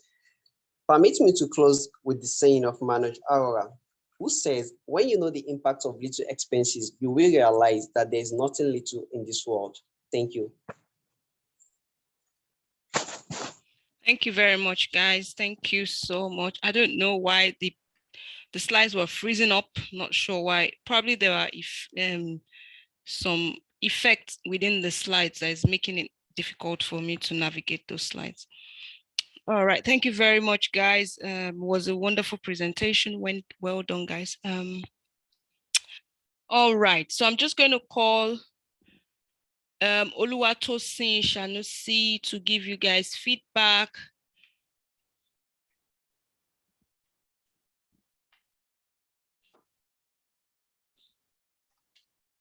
Are you online, please? Oluwatosin Shanusi. Okay, if she's not online. All right, Dr. Yusuf, can you give Team Alpha their feedback, please? Right. Good presentation, and I like the slides. I like the information, and the fact that you were able to carry me along from the beginning. And I knew what you guys were working towards, and at the end of the day, you were probably able to prove me right, or prove Abib wrong. And that was actually what we discussed this morning at the other session that we had, which was really about behavioral finance. So to see it again being presented here, well done, guys. It's just again, I think it was really about the network issues as well that I really had issues with. But the content was great, delivery was great, especially at the end with Musa. It was great, and the slides were great. So well done, guys. But obviously, you guys can still work. There's still room for adjustment, for improvement rather.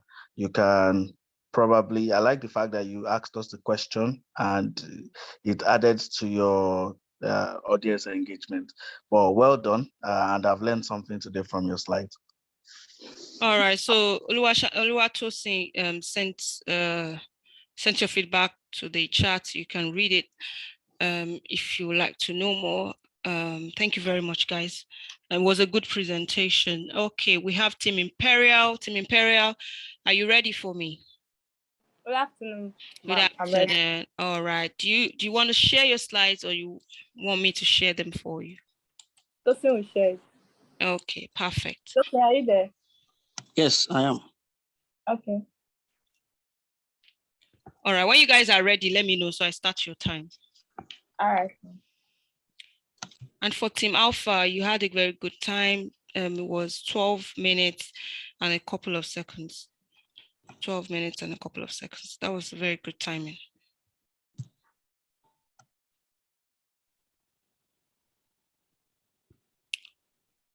Tosin.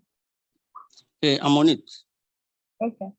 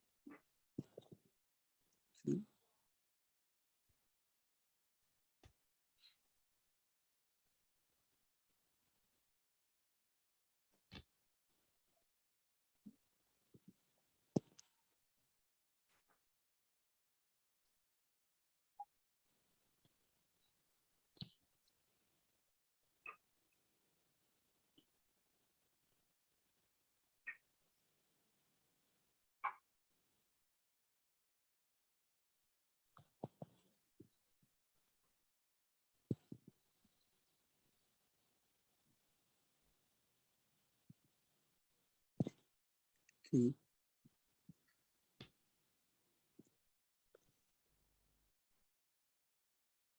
I think she should help us with it. I don't know why it's not working over here. All right, just 1 minute, please. I'm just gonna bring it up.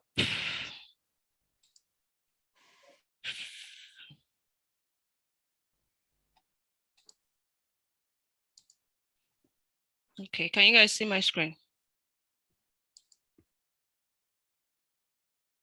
Yes, we can. Perfect. All right. All right, I'm going to start your time now. Start.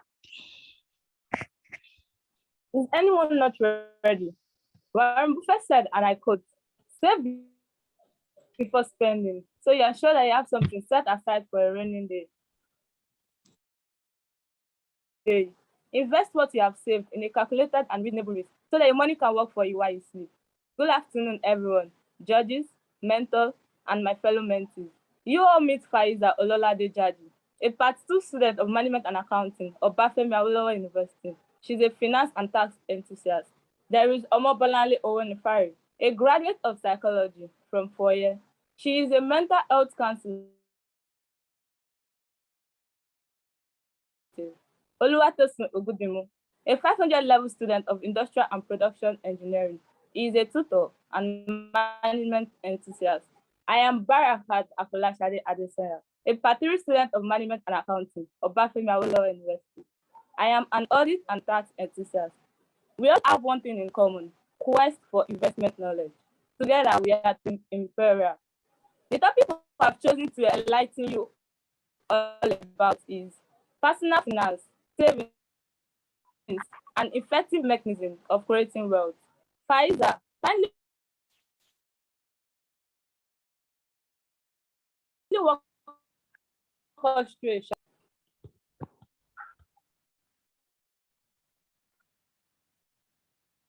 Good afternoon, everyone. I'm Faiza Jaji, and I'll be taking us back a bit. If you all recall that image in the middle that has a save on top, yeah, I'm very sure 80% of us kept that thing. Yeah, I did. And I know those that kept it are also shaking their head or probably affirming it in their minds. Yes, we all kept that color. And at the end of every year or month, we are so eager to break it. When you want to put money inside, you find it so difficult, but to break it is very, very easy. So breaking it, we all share with glee, showing off our money to everybody, and of course, looking forward to what that money will buy. So our parents usually get us things, probably tangible things like clothes, shoes, and for financial literacy, and also successful in doing that.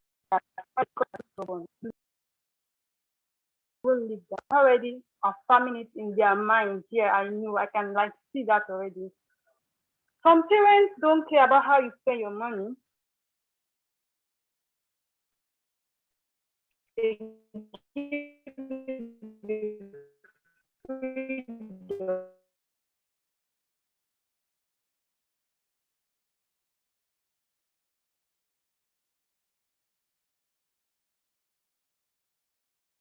And of course, you spend it as well.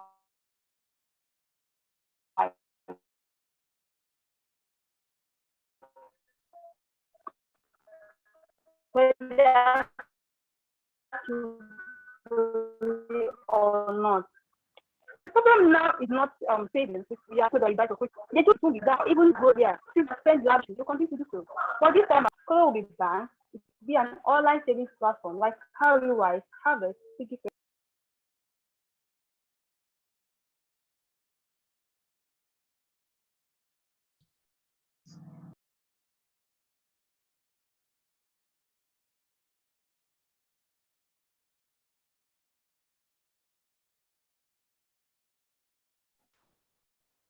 What is personal finance?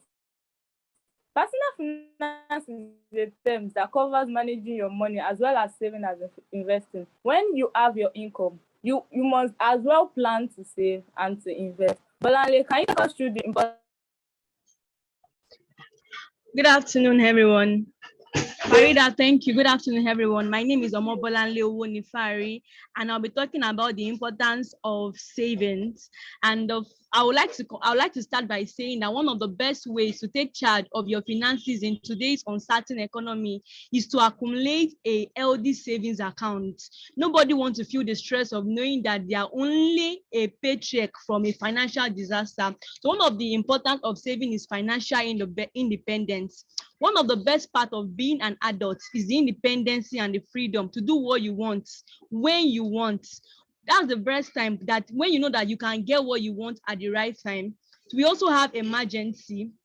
Emergency is an inevitable that throughout life, there will be some emergency from a family members that requires you to support. Seriously, money is the last thing you need to do, worrying about in any emergency. So we can do ourselves a favor and save up an emergency fund like piggy vest. For example, when I was actually saving, I have a account with Cowrywise and I have a different account for saving an emergency, because most times an emergency can come up and you didn't plan for it. So if you just keep on taking from your savings, you might end up not having a saving at all. So it's very, very important for us to save ahead for emergency. We also have living debt-free. Living debt-free, a debt-free lifestyle makes it easier to save. When you actually when you actually have a lifestyle of not borrowing money around, you end up saving, because most people, if they collect their salary every month, they end up paying debt. So it's very, very important for us to know that if we want to have the deliberate action to save, we need to live a debt-free life. We also have investment. Investment is another important factor of saving. Investment is the dedication of an asset to attain an increase in value over a period of time. It's very, very important for us to save, so that the more we invest, the more we know that we are actually going to save more, because investment actually helps us. It leads to more money when we invest, because investment requires the sacrifice of some present assets such as time, money, or effort. We also have big purchases. Big purchases is the last importance of savings. Big purchases are to freak us out. Example of big purchases is like if you are planning to get a house, if you are planning to get a do wedding and education, we need to save. We need to have plans for that. So I'll move to basics of finances. Number one, we have income. Income is the money received, especially on a regular basis for work or through investments. We also have budgets. Budget is an estimate of income and an expenditure for a set period of time. We also have spending. Spending means money to pay for goods and services or so as to benefit someone or something. Lastly, we have saving. Saving is an economy or a reduction in money, time, or another resources. Then we also have investing. Investing means putting money into financial scheme or shares in order for you to have your expectation to lead to more profits. That's what investment is all about. So lastly, I'll be talking about key principles, what you need to know. Number one, these are the key principles we need to know. Never owe debts. There are many people that I am big purchase like wedding. Many people borrow for weddings, and wedding is just a day, while marriage is a lifetime. Many people invest in wedding ceremony just to feel among, and they end up paying debts till a very long period of time. They even end up not going for honeymoon. So it's very, very important for us to know we should never owe debts. Number two, knowledge is power. Many people don't know. They lack knowledge of investment. People don't know what to in. That's why most of us end up being scammed. I know of a friend that was scammed more than 2 times. She didn't learn from her first mistake because she did not have the knowledge. It's very, very good for us to have knowledge of what we are going to do before investing. If it's agriculture you want to invest on, if it's even if you want to invest in bank shares, it's very, very important for you to know. Number 3, life happens. There are a lot of things that happen in life that you are not actually aware of. There are people that end up like they lose their job at the particular period of time. They're not expecting it, but when life happens, things actually got them that way. So if you don't have a saving, you end up borrowing money. So it's very, very, very important for us to plan, for us to save ahead, so that in case emergency or life happens, we'll be able to sustain ourselves. We also have number 4, budget to spend less, save more, and invest wisely. It's very, very important for you to actually spend budget, that you spend less, you save more, and you invest wisely. Those things will help you so that you will be intentional about your saving. Lastly, we have time value of money.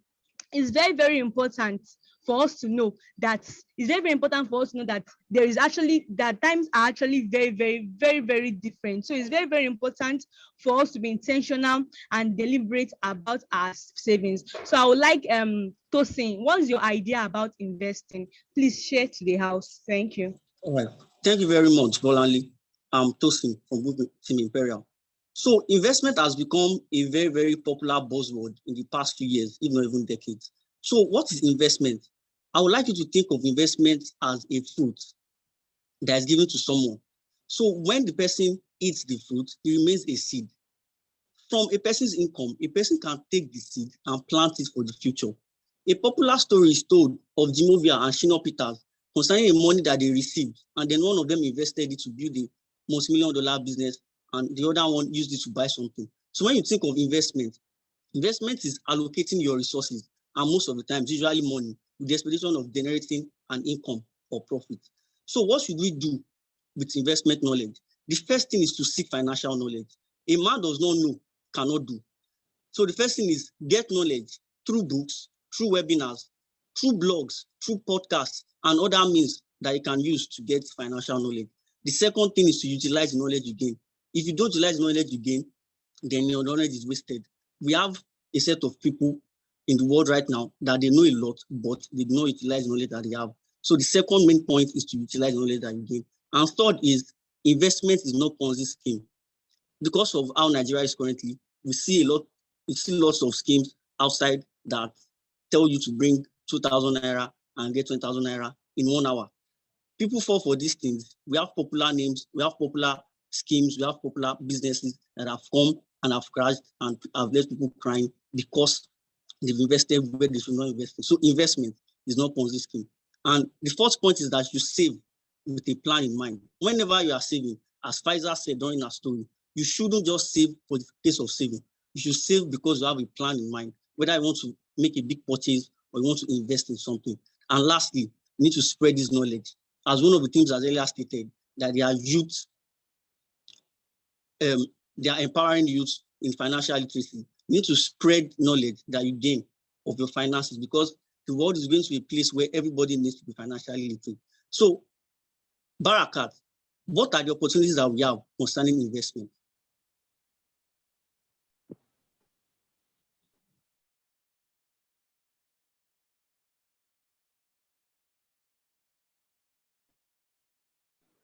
Ben,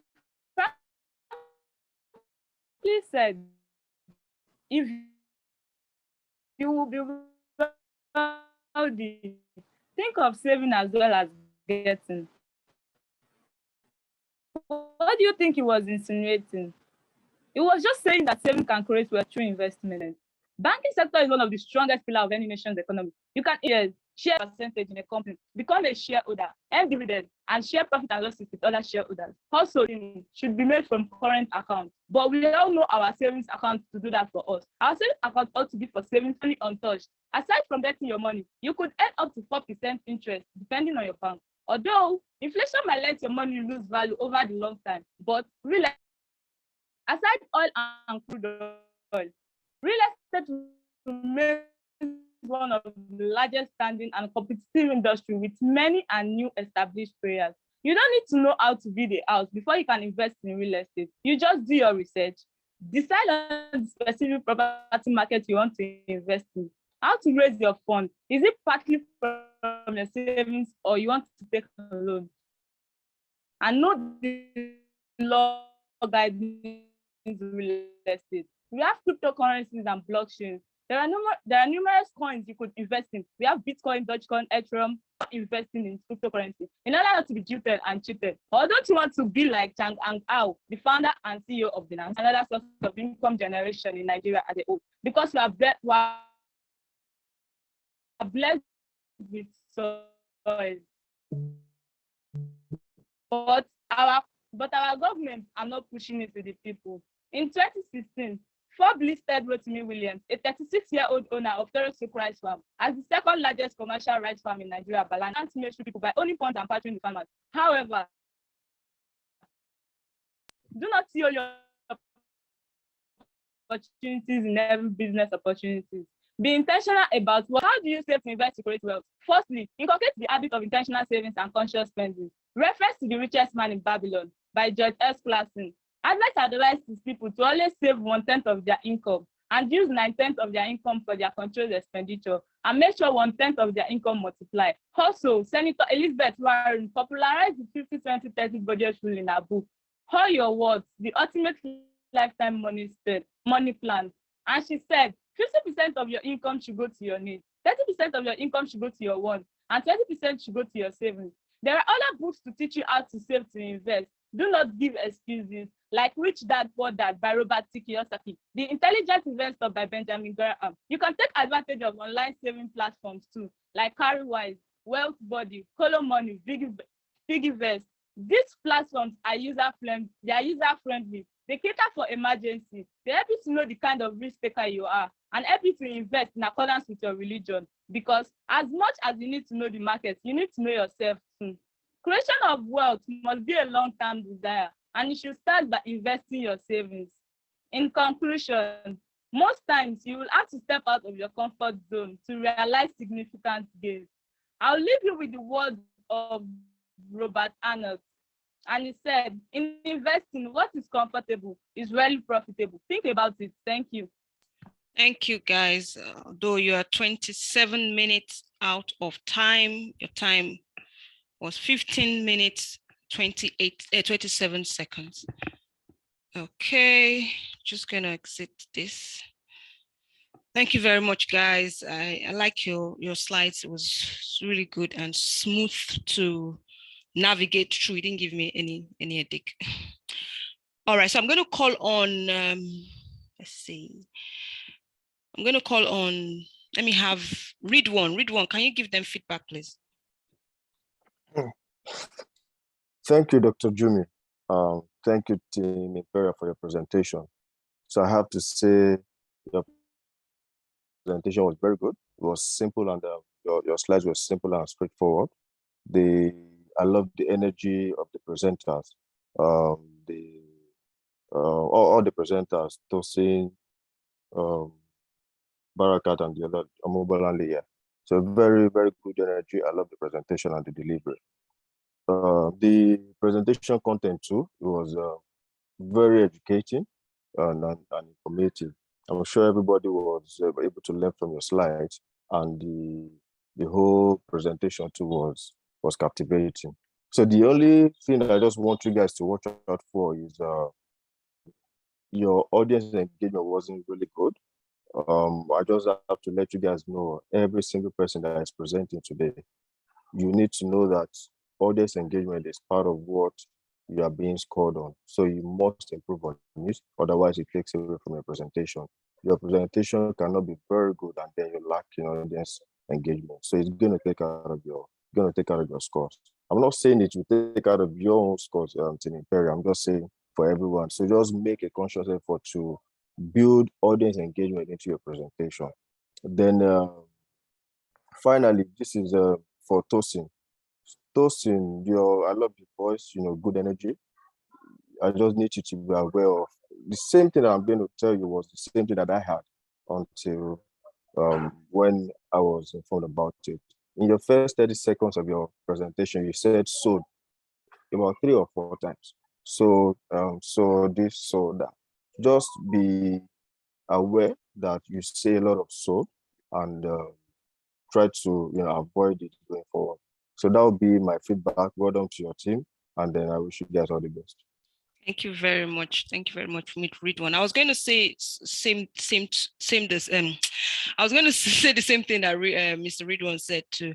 You see, you could have, if you guys narrow down your topic very well and just go straight to the message you really want to pass, you could have less slides with more urgent audience engagement in your slides. So it's not about the number of slides you have. It's more about, it could just be a couple of slides, a few slides, and then they eat the point, and then people enjoy it more.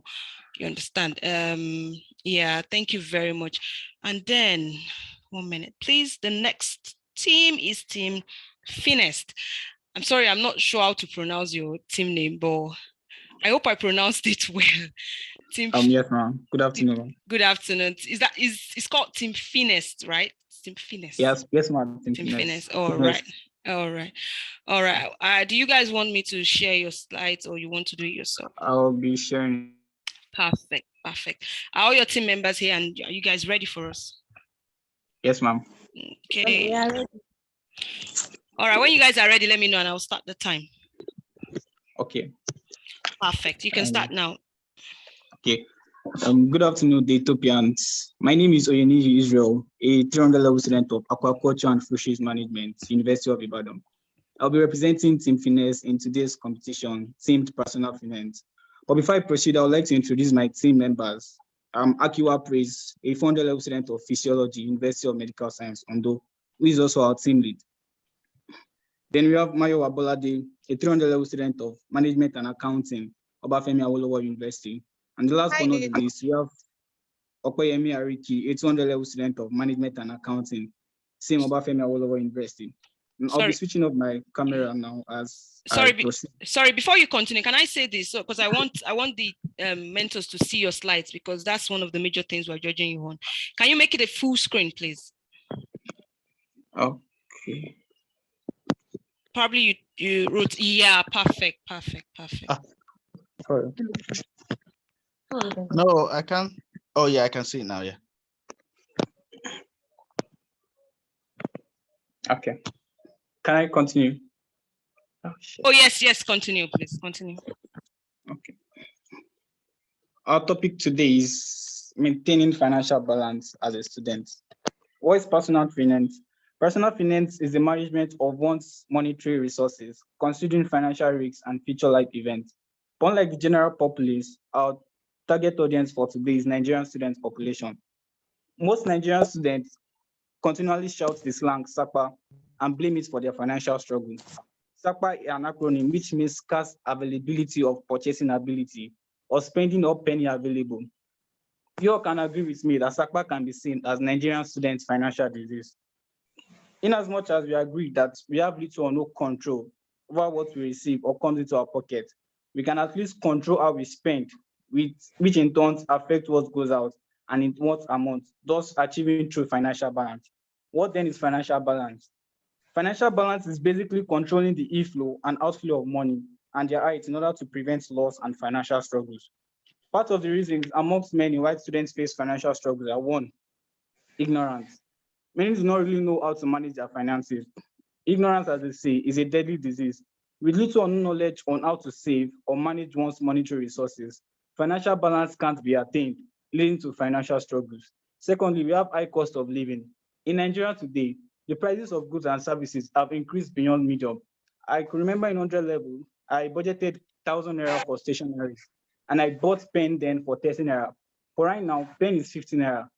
Pen is just the little among other goods that we purchase.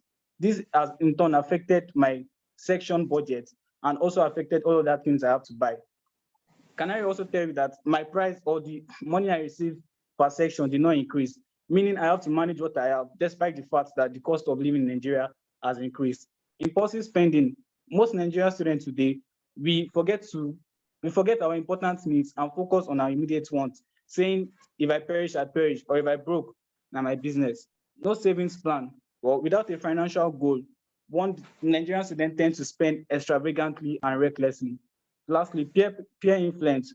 Peer influence has caused a lot of students to be in endless debt cycle or be in deep financial struggles. For example, if something works with friends that use iPhone X and uses a Techno phone, for something to be generally accepted by his friend and wants to get an iPhone, something who receives very little from home decides to borrow to get the phone. Something finds in itself in in an endless debt cycle. He begins to borrow to pay off his debts, and because he receives very little from home, he begins to struggle on how to feed and on how to pay his debts. With this, amongst many other reasons, are why Nigerian students face a lot of financial struggle. And to back up our claim, Finance took a financial survey across Nigerian universities like UI, OAU, and UNIMED, and several other universities. And in this chart here on my left hand, discovered that over 70% of Nigerian students receives above 10 to 20,000 naira monthly. And on the right hand side, we could also see that over 80% agree that the amount they receive from home is not enough from them. And one out of 10 students that receive this at home, 1 out of 10 students, we discovered that 1 out of 10 students receive less than 10,000 naira or nothing at all. So how then did they survive? Looking at the next chart, we discovered that we asked them if they save. If, of course, I receive very little or nothing at home, what do you want me to save? Of course, I can only save my life. That's the thing. But looking at it, they either save for an immediate consumption or for a financial goal. The next chart shows that most Nigerian students agree with us that they borrow. Looking at the left-hand side, the rate of borrowing of Nigerian students is very, very high. They borrow to survive, to consume, and for an immediate financial goal. And we can see that it's actually not their fault, but then because they receive not little or nothing at home, but for survival, they have to borrow and they find themselves struggling financially.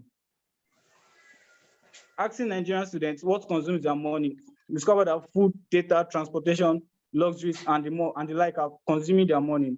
As Nigerian students, we need food. Of course, we have to eat. Food has helped, or food we aid. Food has helped or has aided students to perform better or has aided their academic performances. Data, according to Imperial, is life. As we're all here today attending this Daytopia competition, we are all using data to attend this Zoom meeting. So without data, we won't be here. So definitely, we are all spending on data. And I remember I said earlier that I received 10,000 naira from home monthly. And of course, it was increased later, but then it was not enough for me. So on my right-hand side, we asked if having an additional income will help solve their financial problem. Well, most of them agreed. But using myself as an example, there was an increase in my financial income, but yet there was no way I could maintain financial balance. So, and how the last question, or asking most Nigerian students from our survey, we discovered that most of them actually want to be financially free. But how can they be financially free? They can only be financially free by maintaining financial balance or stability. And to bring us to the light of this, I hand over to my teammate, Okoyemi, who will show us how to maintain financial balance. Thank you. Thank you. Thank you, Israel. Moving on to attain and maintain financial balance as a student. Early financial education. Many were not lucky enough to be educated at a young age about their finances. Hence, they were not able to take control of their finances at the early stage. And to save us and to prevent future financial damage, the only way out is to get an early financial education. Financial education is the consciousness, the awareness, the understanding, and the knowledge of your income, your savings, your spending, and your investments. Setting the right priorities. What are your priorities as a student? Is getting a skincare product more important than having a savings plan? Those things that can come later should be the last on your list as students. You shouldn't spend just to feel among or to feel pompous within your friends. Set the right priorities. And every time you spend, ask yourself this question: will this bring me to my desired net worth? All this will help you to set the right priorities.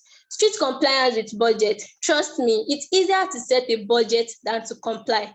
A budget is simply telling your money where to go to instead of wondering where your money went to. A budget helps you to be accountable and to be aware of your income and your expenses. This helps you to prevent impulsive buying. Developing a healthy saving culture. Many do not see a reason to save. Why? Because they receive little from home. Out of the little you receive, you can also save the little out of the little. Yes. Tony Elumelu, in his interview, he talked about how his father's advice influenced his life positively. His father said, if you cannot save when you earn $1, you cannot save even if you earn $1 billion. And that is true. Let's do a little analysis here. Often when we receive income or allowances from home, we tend to spend before we save. That is so wrong. Your income minus your savings should be equal to your expenses and not the other way around. That is the principle of paying yourself first. You should be able to save out of the income before you start to make a budget to spend on your expenses. Having a financial plan and goal. Presently, a financial plan should be realistic enough for you to fulfill your goal.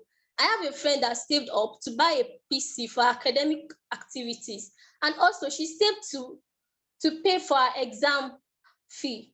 And having a financial plan, it helps you to be on track. You can save just to pay for your tuition or to even start a mini business that will help you to earn more later. Individual investment, it is even now easier.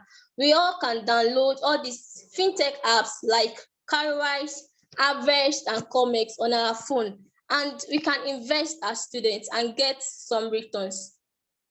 Note this: you have to know your risk appetite and the rate of returns of any investment before you dive into it to avoid getting scammed. Have an emergency plan. To avoid inconsistency in your savings, it's best to have an emergency plan. Uncertain circumstances might arise, and for you to be able to smash those financial goals which you have set for yourself, you should have an emergency plan for all these uncertain situations. Having done this, what are the expected results? You have a financial balance, you have financial freedom, it ends your debt cycle, and you have a secured financial future. and long financial stability. From our survey, it shows that many students receive 10,000 to 20,000. Some even receive lesser than this. Some are dropouts today, and some have challenges with their finances. Some are embarrassed by their friends, having borrowed without returning. From the report, it shows that many students want to attain financial freedom. How then do they attain this and to have a debt-free life? It all comes down to maintaining a financial balance as a student, the ability to take control of your finances at a young stage. Everyone passes through financial struggles, both the rich and the poor. However, financial balance is within everyone's reach. I end with this quote: financial balance isn't the acquisition of stuff. It's learning to live on less than you make so you can give back and have money to invest, by Dave Ramsell. Thank you very much. Thank you very much, guys. But can I ask a question? That's the first time I wanted to ask. Did every team member present? No, ma'am. No, everyone is here. Please, why is that? Why do we have some people not saying anything in the team? They helped in gathering resources and preparing the presentation slide, ma'am. Okay, the agreement was that at least they have to say something. We have to know that they are involved. How do we know if they are involved? How do we even access their presentation skills? There is a criteria for the best presenter. How do we even grade them if they are not saying anything within the presentation? All right, so the other thing I wanted to ask is that, was this a primary data? Like, did you guys collect the data yourself? Yes, ma'am. Oh, wow. Yes. To be honest, when I first saw your slides, that was the first thing that came to my mind, and that's kudos to you guys for doing this. Like, and thank you, I think, and this is not to say anything, but I like when people do research, when they gather data and they bring in, raw evidence to prove to us that they know what they are saying, which is really, really good, very good. All right, I'm going to call on Dr. Dewale to give you feedback, please.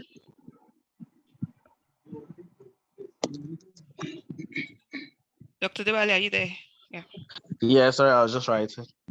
Right. I was just going to talk about that as well, because I noticed that this looks like something that they gathered.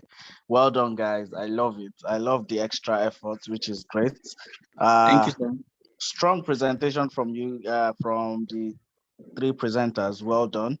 I loved the presentation. I love the slides as well. Straight to the point. It's just Dr. Adejumoke has mentioned as well. If you've gone through the competition rules, you know that every member of the team has to present, which shows teamwork and spirit. So, but aside that, I love your presentation. Well done. Thank you, sir. To be honest, I think I think we should pardon them because they've actually done a lot of work. And I feel like those that actually went to the field to collect the data must have done a lot of work for them. Dr. Adejumoke, no. That will be up to the panel. To the panel. Okay, all right. All right, but for me, I really think you guys have done a very, very good job. And when we have that meeting, I'll root for you guys. Thank you, ma'am. All right. Thank you very much, guys.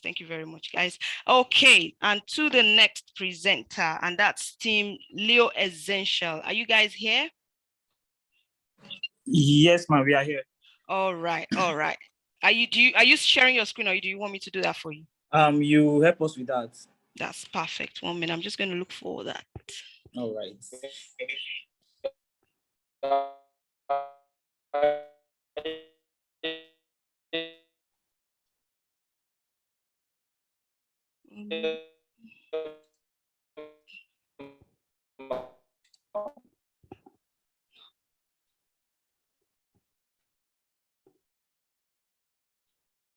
Just a minute, please. I'm trying to. Oh, yeah, now I remember. Forgotten that you guys didn't use.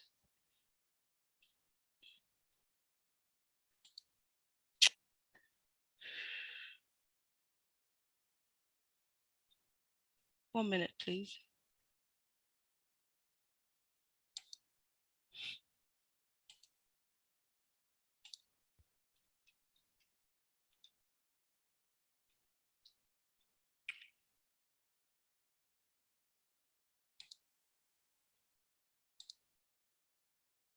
Just a minute, please.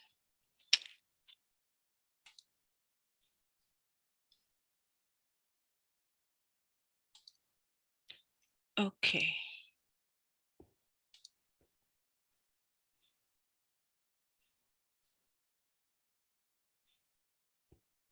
All right, when you guys are ready, let me know. Can you guys hear me? Yes. All right. All right. All right. I'm just going to start your time now. All right. Hello, ma. Please, we can't see it very well. It's not showing fully. Okay, 1 minute, please. Because it's a PDF file. So is it better now? Not okay. I think this would be better. Yeah. This would be better. Okay.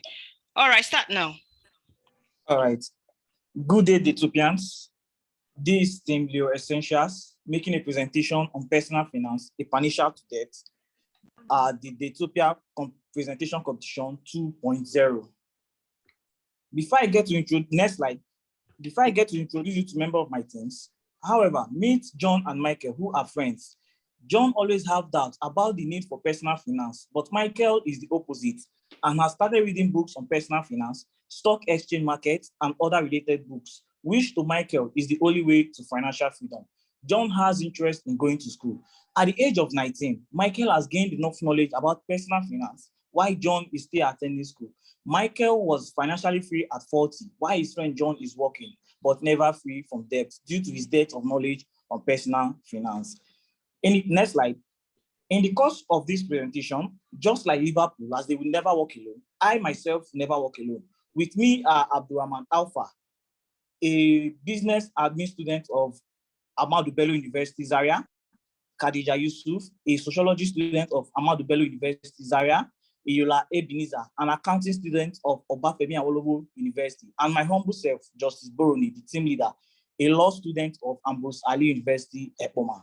The team Leo Essential derived its name from the uniqueness of the way the king of the jungle take his prey. A team that makes use of the uniqueness in working towards a set goals, a team that has a blend of 3 alpha lions and a queen lioness. Just like a lion, we shall stand to conquer on the basis of policy and uniqueness. We shall blossom upon the world a need they did not know they had. We are Team Leo Essentials, home of conquerors. This will be the next slide. This will be the content of our presentation. So at this juncture, I will call on Abdurrahman Alpha to take us on what is personal finance and what is debt. Abdurrahman Alpha. Yeah, good afternoon, everyone. Next slide, please. So I'll be taking you around personal finance. So personal finance is a time that covers managing your money as well as savings and investment.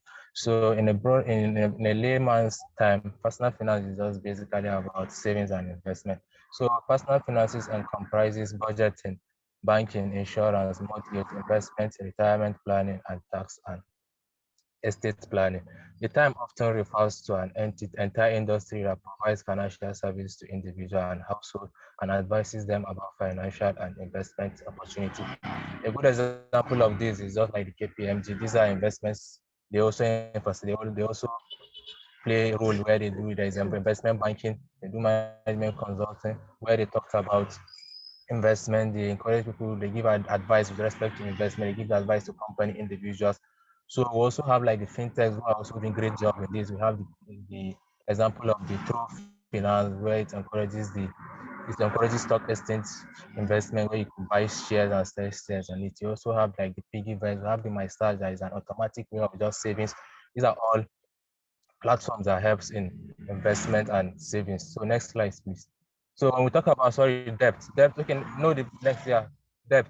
So debt is something usually money borrowed by one party from another. So debt is something that is usually not evitable, so long as debt you are borrowing for an important thing. So I just want to ask my audience now, we had an issue with respect to Elon Musk where he wanted acquiring Twitter. Yes, he's acquiring Twitter, not even wanted, but I want to ask, there was a controversy. Do you think Elon Musk has that money to buy Twitter, or he has to go and borrow? Please, anyone in the audience that can answer? Yes, he has the money through borrowing, as as Tesla as collateral. You could use Tesla as collateral to borrow money. Yes, I think you got that from the news also, because one of the things I heard, it was like he doesn't have that money in hand, so he had to go and borrow. You see, but this is a good investment for him, because in the long run you'll be able to pay this back. You'll be able to pay back this loan with you'll be able to pay back. So a debt arrangement gives the borrowing party, the permissions to borrow money under a condition that it will be paid back later, usually with interest. So wherever Elon Musk is borrowing money from today, you have to pay back with interest in subsequent time. Also, Nigeria is also a part. Nigeria also do borrow money from international bodies, even from local banks, where definitely there's always interest attached. So my next presenter will be taking you around more in depth about debt and the causes of debt. Yeah, thank you.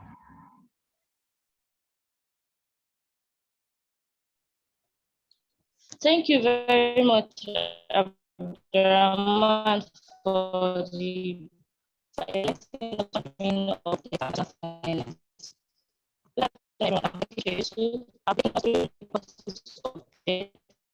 We have few of them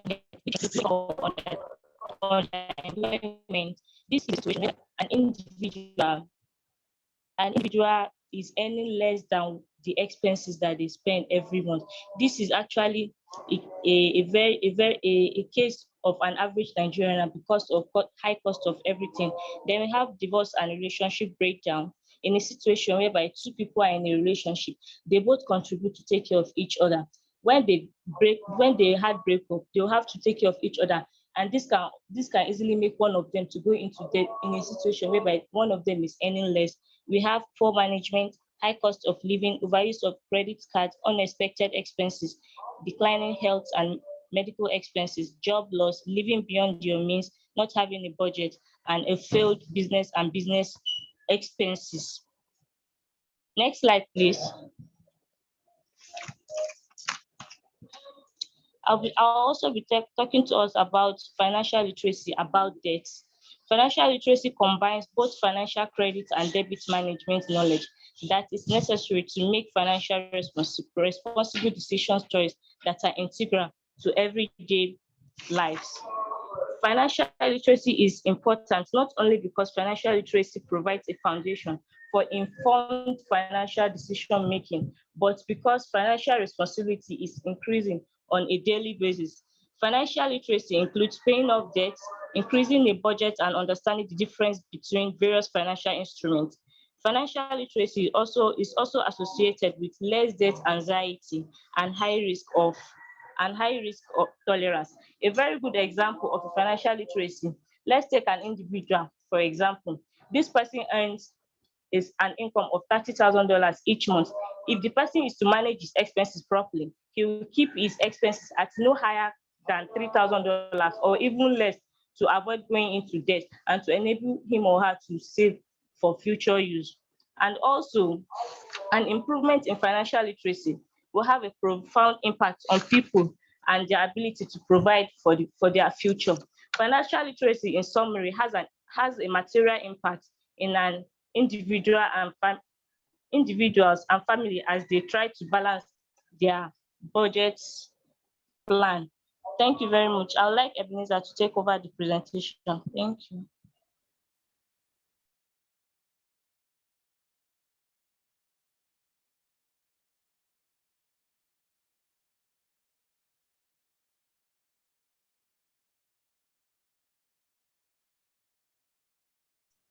Okay, is Ebenezer here?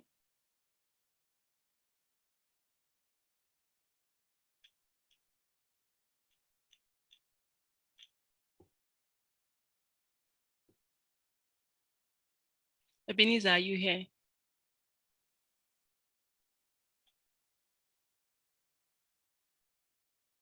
All right. I think he's unavoidably not here, or probably he's having network issues. So I think we'll stand in for him. Please, Khadija, please continue.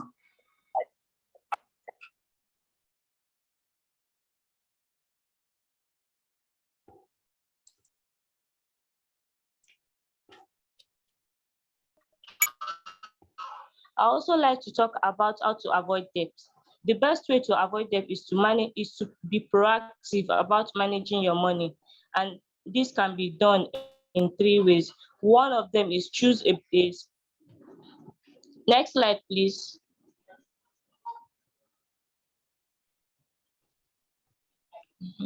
The very first one of them is choose a spending plan, build an emergency fund, investing early, especially when you have to. In a situation whereby an individual need to avoid it, you choose a spending plan that is suitable for you and the kind of income that you earn. And the second one is build an emergency fund. This has to do with saving. When you save a lot of money from your income, which you earn every month, this gives you means to save for emergency fund. Then we also have consequences of not investing early. When an individual fails to invest early at the right time, the following consequences may occur: unfavorable budget plan as a result of inflation, returns, and next slide, please.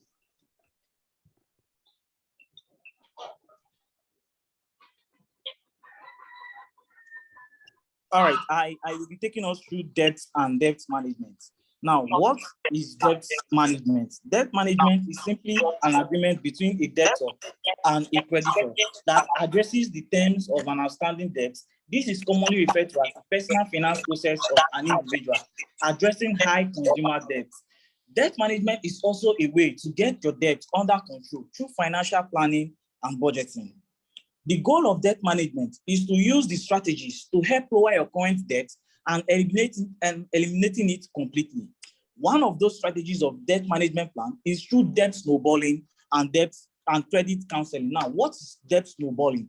Debt snowball method is a do-it-yourself debt reduction strategy, whereby one who owns one or more than one account pays off the account, starting with the smallest balances first, while paying the minimum payment on the larger debt later on. Why a credit counselor help you come up with a plan to repay your debt and also negotiate a plan with your creditor.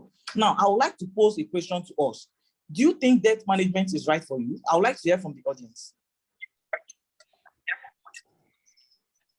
Yes, it is. All right, thank you for your brilliant answer. Of course, debt management is right for everyone. Debt management can be a helpful tool for releasing debt, but it isn't a magic bullet. This is one thing we all must take note of. For a debt management plan to work, you have to be intentional and committed towards it for it to relieve you of your debt. Next slide, please. Now, on debt management strategy, I will leave us with the brilliant words of Pablo Picasso when he said, "Our goals can only be reached through a vehicle of a plan in which we must fervently believe and upon which we must vigorously act. There is no other route to success," said Pablo Picasso. However, in managing your debt, when it comes to managing money, saving and planning for the future, the following are necessary. These are strategies that have proven over time to work. Number one, work out what debt you have and what's the total. Also, compare what you earn, owe, and spend. I know as an average Nigerian, yes, I quite understand. As an average Nigerian, we all want to sit and be taken care of. We all want to chop life, the chop life down. But however, my candid advice to you is for you to choose vacation over vacation. And I will say it again, choose vacation over vacation. Now, apart from identifying exactly what you owe, it may also help to check how much money you've got coming in, how much cash is required for the essentials, and where the rest of your cash might be going. Also, pay your debts on time. Time management and debt management often go hand in hand, as paying things when they are due can often help you to avoid things such as late fees and interest charges. Also, have a backup plan. Expecting the unexpected always goes a long way when it comes to your finances. Always have a contingency plan. Others include making extra payments, consolidating your loans into one, paying the full amount and outstanding rather than minimum owing, and also shop around for a better deal. Next slide. Conclusively, I'll also leave us with the words of Jim Quick when he said, "Knowledge is power." You hear it all the time, but knowledge is not power. It's only potential power. It only becomes power when we apply it and use it. Somebody who reads the book and doesn't apply it, they are at no advantage over someone who is illiterate. None of it works unless you work. We have to do our part. If knowing is half the battle, action is the second half of the battle. Just like I said earlier on, for your debt management plan to You have to be intentional and committed to it so that it could relieve you of your debt. And now I will refer us again back to the Paragon story we gave when John, who decided to go to school, then failed to gain knowledge on personal finance. Now he went into debt. He has not been able to recover from such debt. But assuming he has taken the need for personal finance serious, trust me, he will have enough knowledge on how to manage his debt so as to be relieved of from those debts. And this will be the end of our presentation. Thank you for listening. I hope there are feedbacks and questions. Thank you. Thank you very much, Team Leo Essential. The only thing I wanted to say is with regards to, is it Khadijat? Yeah, I could literally see her read from the slides. In fact, when she wasn't reading from the slides, she was reading from a book, and I could hear her turn the book around. You should only have pointers. If you know your slides well, you know what you're presenting, you shouldn't need to read from the screen. You shouldn't even have to write a whole note to read from. So those are one of the things that you, because I'm sure that if it was an in-person presentation, you know, you won't be able to take a book in there. Yeah. All right, read one. Do you want to give them your feedback, please? No, another mentor can give the feedback, but after the feedback, I will give you a general feedback for everyone. Okay, okay. All right. Adetayo, can you give Team Leo Essential their feedback? Thank you, Dr. Jumoke. I think, as I've said in my mentor group, the two presenters in between, apart from the leader and the last presenter, they were a bit casual. I'm sorry if it's that blunt, but they are too casual. They didn't give the same energy as much as the team leader and the last presenter. I'm sorry I've not been able to pick your name very well, but you should know the two persons that presented in the middle and the last presenter. So we need to work on that. Aside that, if you can see your fellow contestants, what they have done with their slide, it shows that they've watched all what Daytopia had sent to their media page on how slides should be done. That shows that you need to do your own work. I won't give you a pointer. Just go and do your own work. Your slides, well, it needs improvement. So generally you have content, but you still need to work on some other areas. Thank you. Thank you very much. So Ridwan, you wanted to say something? Yes, so generally, what I just wanted to advise all presenters to do is, I understand that in your team, you have divided the slides into different sections for different people. But on the day of presentation, you can have network challenges, right? Just the same way we had someone that couldn't present for the team. So what I just want to encourage everybody to do is, yes, you have divided the slides, but make sure that you know everything in those slides. In case someone is not available to present, someone else can present in their absence, because we cannot keep us waiting for someone that is not on the call or someone that has a network challenge. It will take out of your time and then it might affect your scores too. So just make sure that you know everything in your slides. If someone is not around, then another person can fill in for the person. So that's the feedback. Thank you very much, Ridwan. Much appreciated. All right, quickly, we're going to go to Team Pace Setter. Are you guys ready? Team Pace Setter. Yes, we are. Thank you. Are you sharing your slides or you want me to share? Yes, we'll be sharing our slides. Perfect, perfect. All right, let me know when you guys are ready so I start your time. Okay.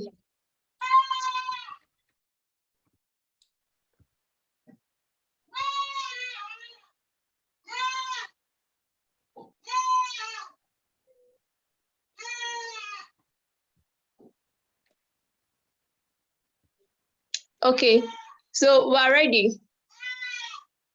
All right, your time starts now. Can I start now? Yes, please. Yes. Okay.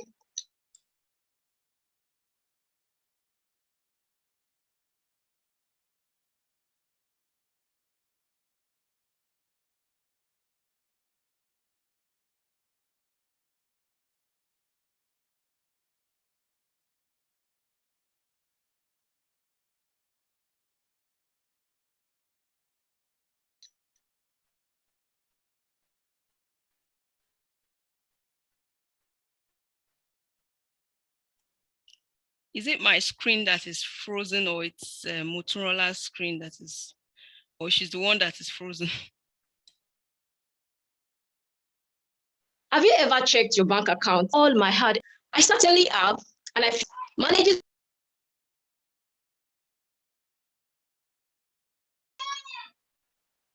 Or how often do you really know how much you have left in your bank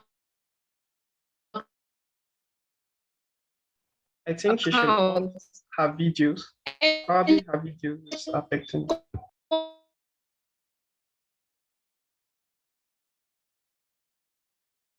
Concerning savings, the interest under your bed, Rolla, currently studying economics at the University of Lagos, as well as the team lead for the page setters. My colleagues are Lukman Yusuf, a penultimate student of the Department of Insurance at Ahmadu Bello University, Zaria. Great Inamani, a final year student of the Department of Economics at University of Nigeria, Nsukka, as well as Muhammad Gimba, who is also studying economics at Ahmadu Bello University, Zaria. As the page setters, we know the gravity of financial peace in everyone's life and are set to discuss what conventional education could not provide, but has converted a lot of people into economic slaves. Financial literacy as a means to achieving financial peace and stability. According to gflec.org, only 33% of adults worldwide are financially literate. This means that around 3.5 billion adults globally, most of them in developing economies, lack basic knowledge of how to manage their finance. This is the case of Mike Tyson, who despite making $300 million, I mean $300 million in revenue as a professional boxer, filed for bankruptcy in 2003.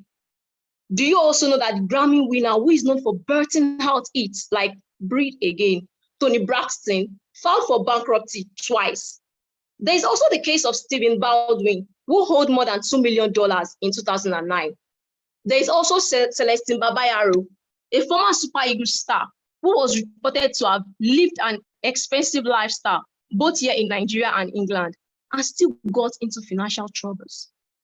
Mike Tyson, even after making wealth of about $300 million during the initial active years, still couldn't pay a lot of his debt. Stephen Baldwin's spending seems to consistently outpace his earnings, and his situation is known as having financial deficiency syndrome, a condition where financial indicators such as income are far below expenditure. Tony Braxton got into financial troubles because he couldn't manage his wealth properly. Looking at this finance, we can easily conclude that they all lack financial peace and stability, despite earning much. Therefore, building wealth or securing your financial future is not a function of how much you earn or don't earn, but a function of your understanding of cash flow and opportunities around you. Personal finance has become different, and it's only logical that we need a new, more modern approach to managing one's finances in this age of tech and entertainment. I mean, if I wanted to buy a life-size T-Rex statue, I could just do that in a few minutes on my phone without even opening my bank account.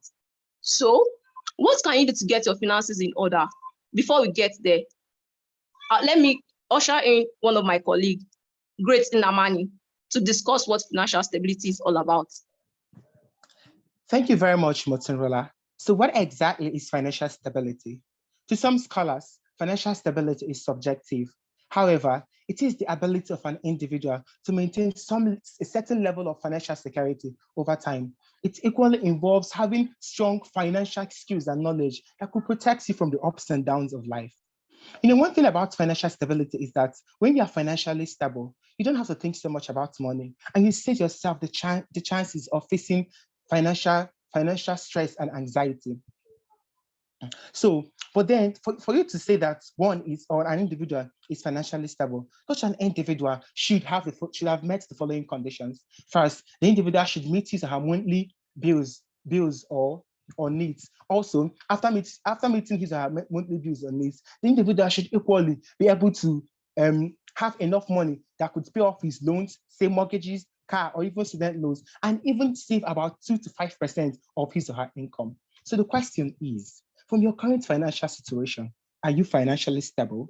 Well, if your answer is no, then you should consider the following factors, which could be responsible for depriving you of a financial stability and peace.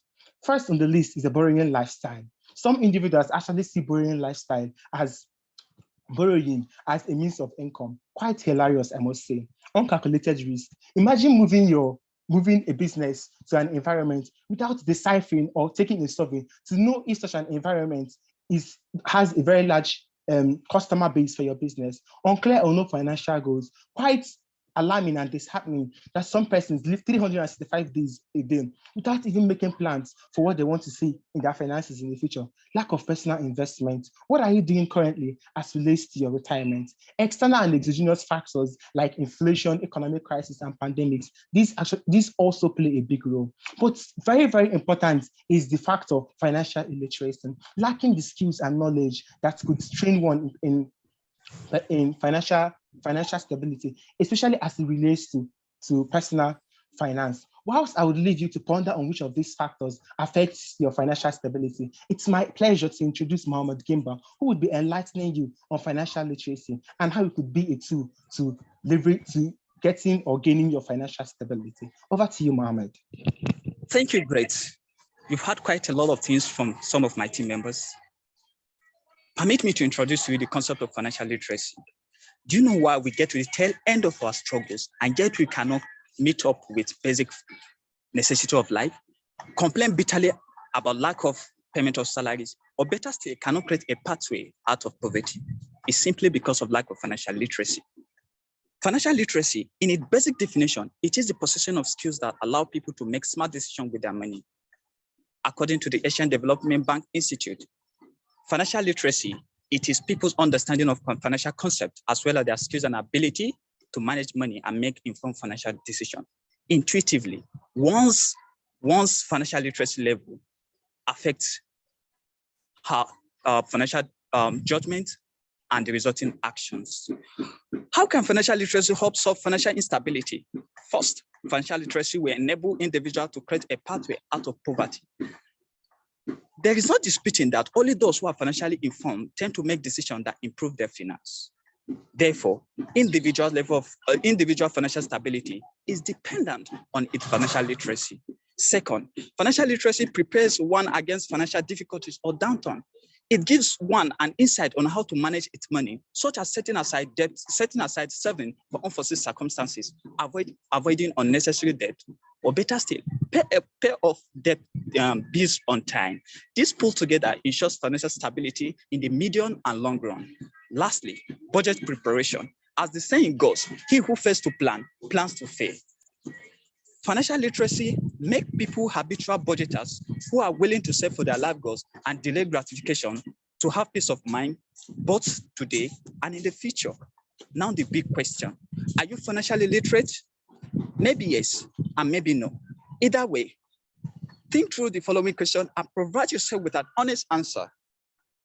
Do you know how to create a monthly budget that includes all of your basic expenses? Are you currently debt-free, or are you taking active steps to reduce debt? Do you know how much money you spend to cover living expenses over 3 to 6 months? How will the tax improve the way we work? Do you have an emergency fund in place that would allow you to get through sudden large life events like layoff without having to borrow money? And lastly, do you have an understanding of how compound interest allow invested money to grow over time? As you ponder over these questions and provide an honest answer for yourself, permit me to introduce one of my colleagues, Lukman, why he demystified the consequences of financial illiteracy. Thank you. All right. Thank you very much, Gimba. Due to my network instability, I will not be switching on my camera. So I'll be continuing from where Gimba stopped, and I'll take us into a dive into the consequences of financial illiteracy.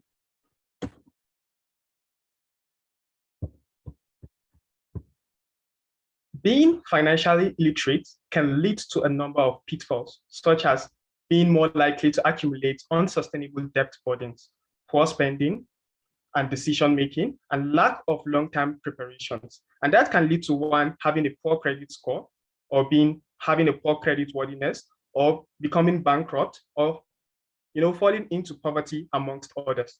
However, However, it is possible to improve your financial literacy irrespective of whether you take a course online or you listen to this wonderful presentation that Tim Pacesetters is giving, or probably you have no economic knowledge at all.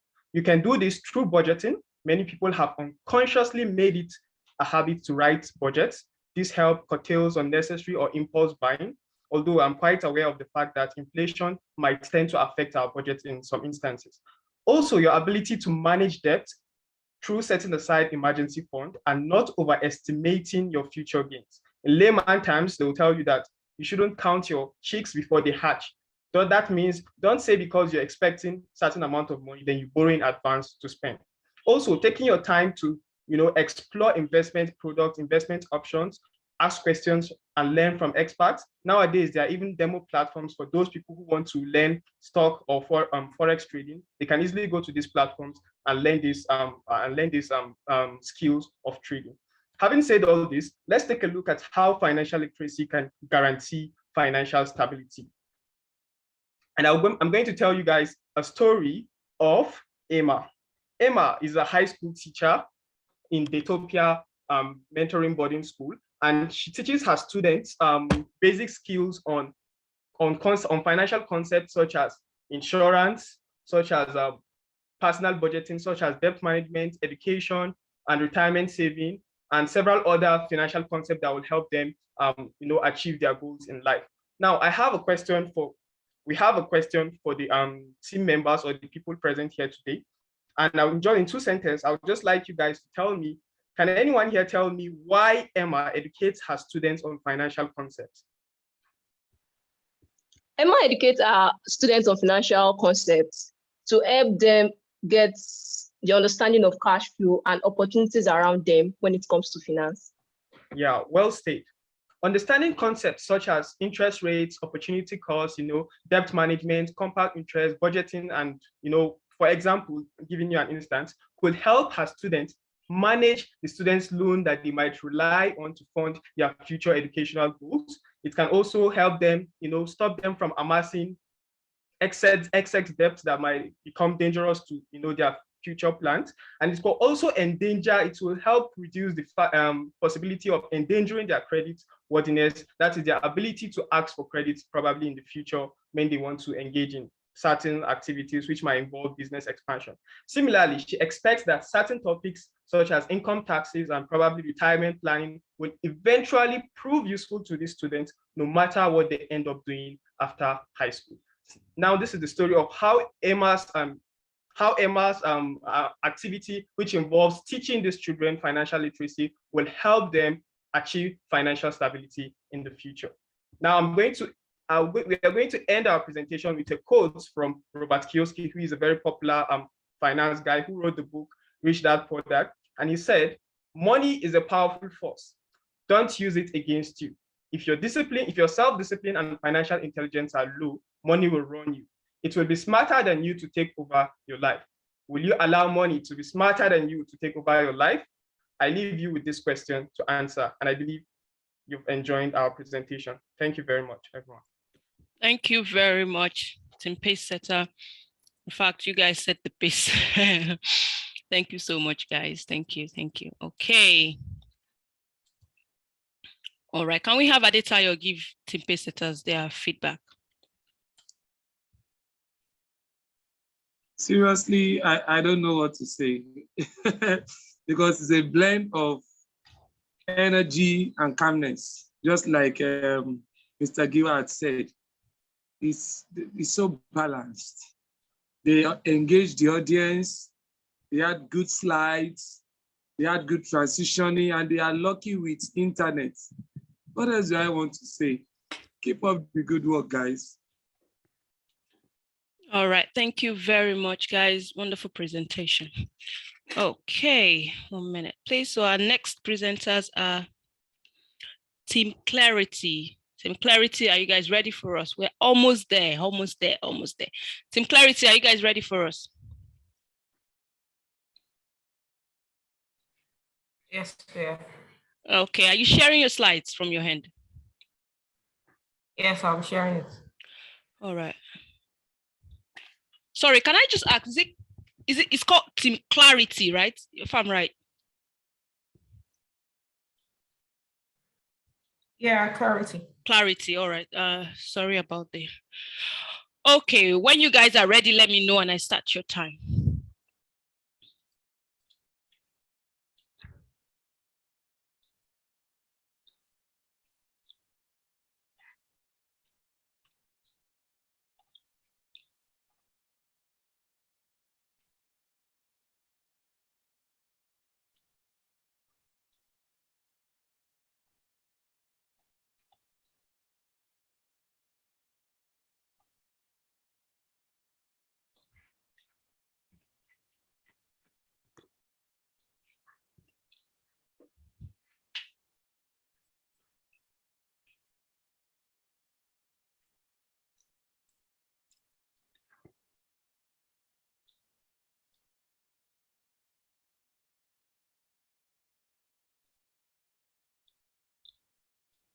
Are you guys ready, Team Clarity?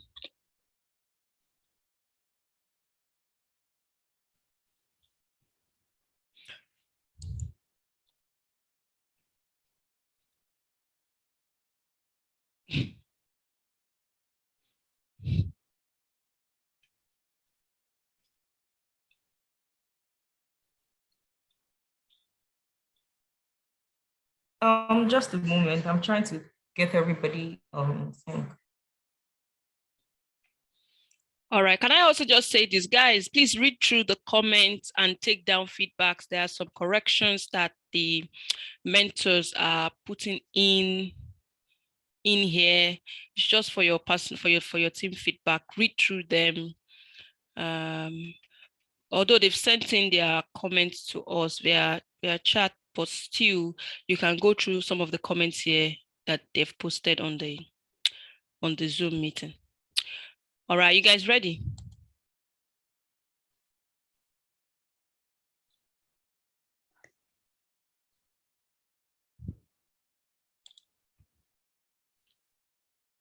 Is there anything you're waiting for?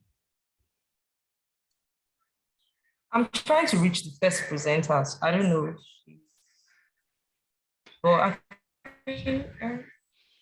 All right. While you're doing that, can we go to the next presenter, because I don't want to waste any time, and then we'll come back to you. That'll be fine. All right. Team Unicorn, are you here?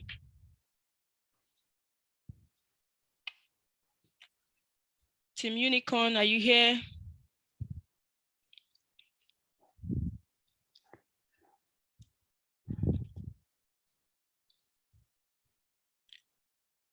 Do we have any representative from Team Unicorn here? Hello, ma'am. Yes. Ma, we're here. All right. Are you guys ready for us? Ma, will be ready shortly. I want to confirm my members are online. What is that? Olafemi, please, can you join the meeting? All right. Like I said, and I think I told all the team leaders this, your team members need to be here at least 30 minutes before time, ready to go after the next thing. That's why I said 30 minutes, so that they can also listen to the team before you present, and it gives them a little bit of confidence before they start their own presentation. You are feeling this? So do we have all your team members here now?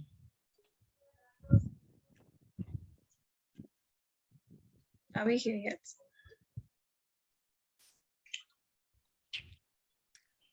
You guys are wasting my time. Yes, we are Team Unicorn. Yeah, we are here. Yes, ma, we're available. All right. Start your presentation now, please.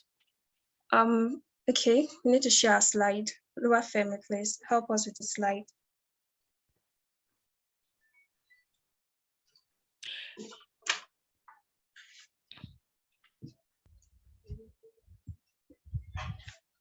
The first slide, please.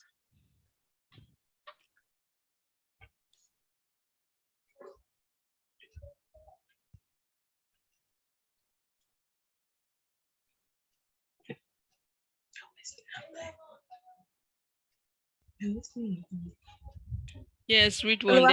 They have to give us $1 billion presentation for this waste of time. We're so sorry.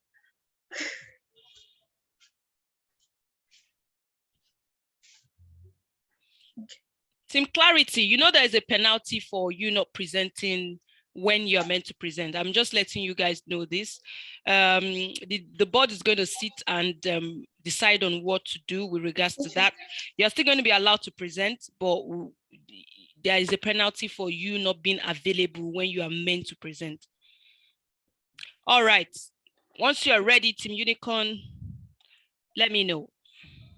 We're ready, ma'am. All right, start.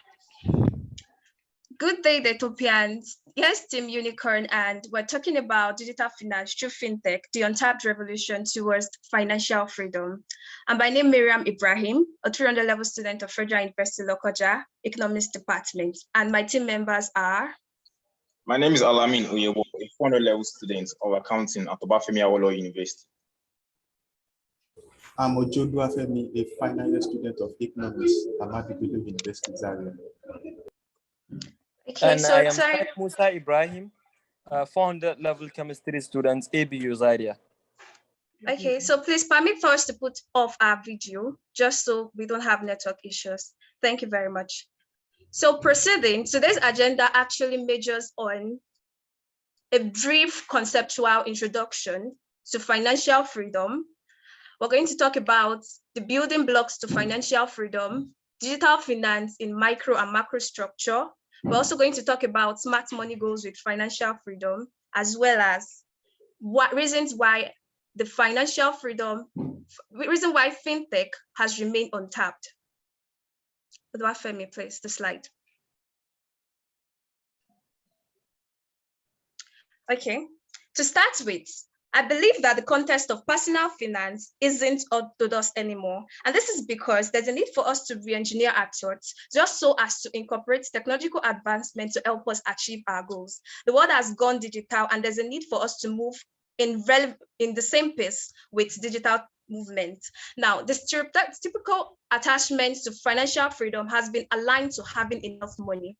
But I put it to you that this misconception has redirected the paths of individuals towards living in a rat race rather than unlocking the unseen treasures. So what does financial freedom resonate to you? Well, it simply means acquiring the most treasured possession of human, and this is time. Time is indeed money. People face psychological, social, cultural, and neurological trauma when they don't meet their financial goals, and because of this, they are unable to compete effectively in the society. Now, I put it to you that financial freedom is a precursor to self-actualization, and this is because you need to command time and money for you to achieve your self-actualization efficiently. The next slide, please. Now, I'm going to talk about reasons why I feel like financial freedom, why people don't actually reach their financial freedom objective.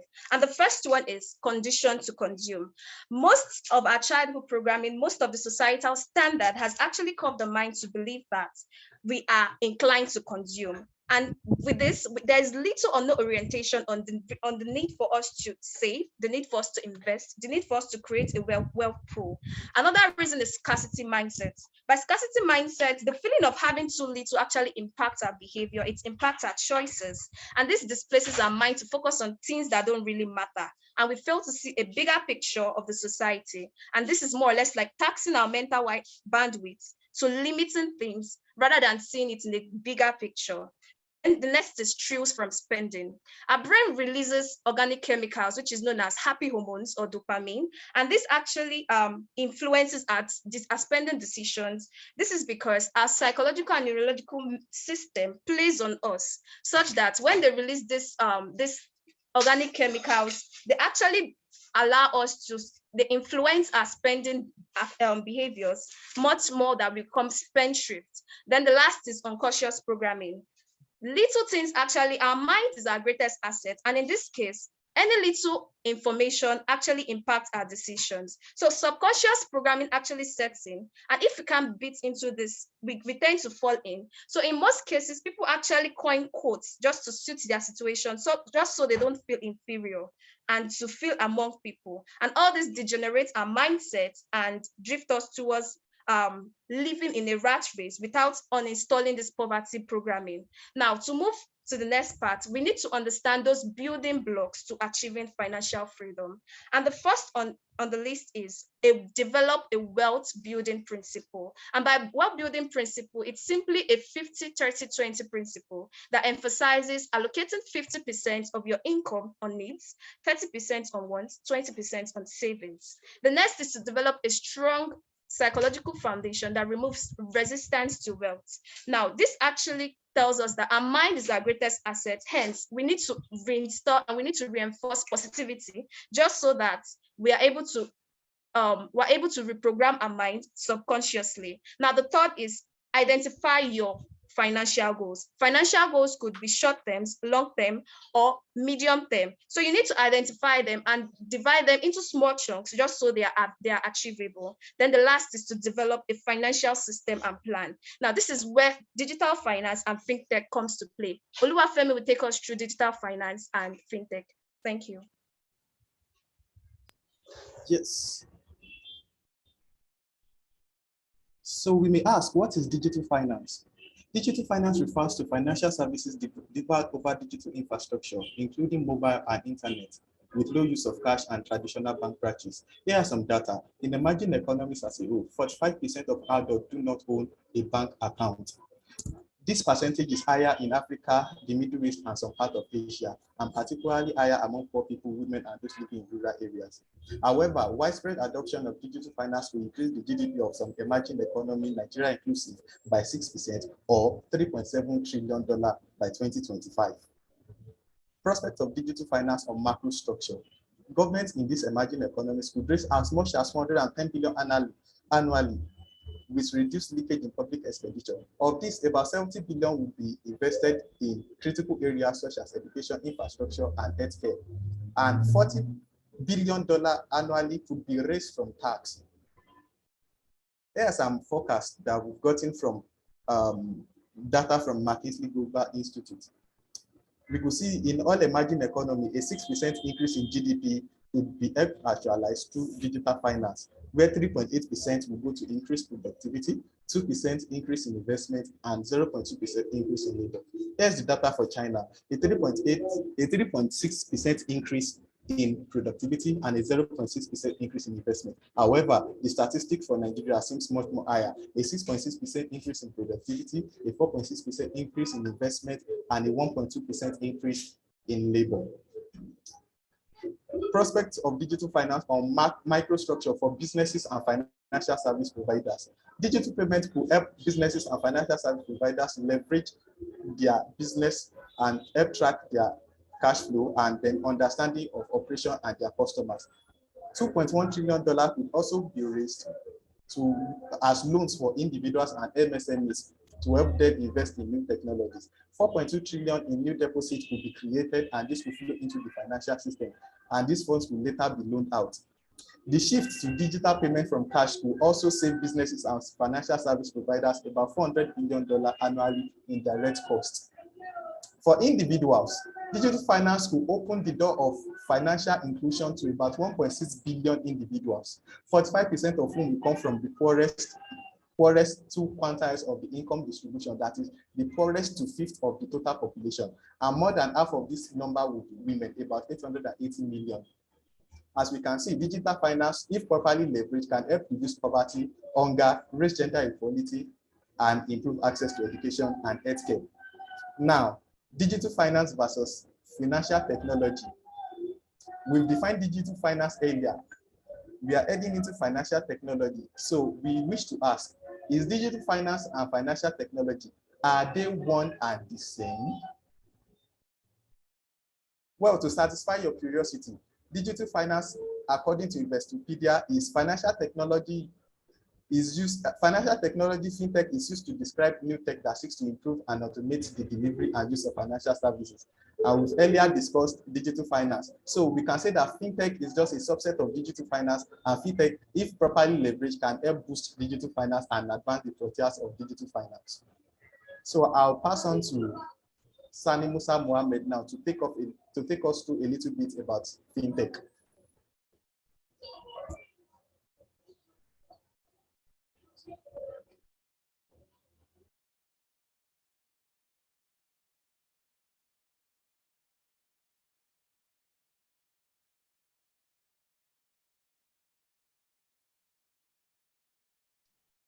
Okay, where's Sunny?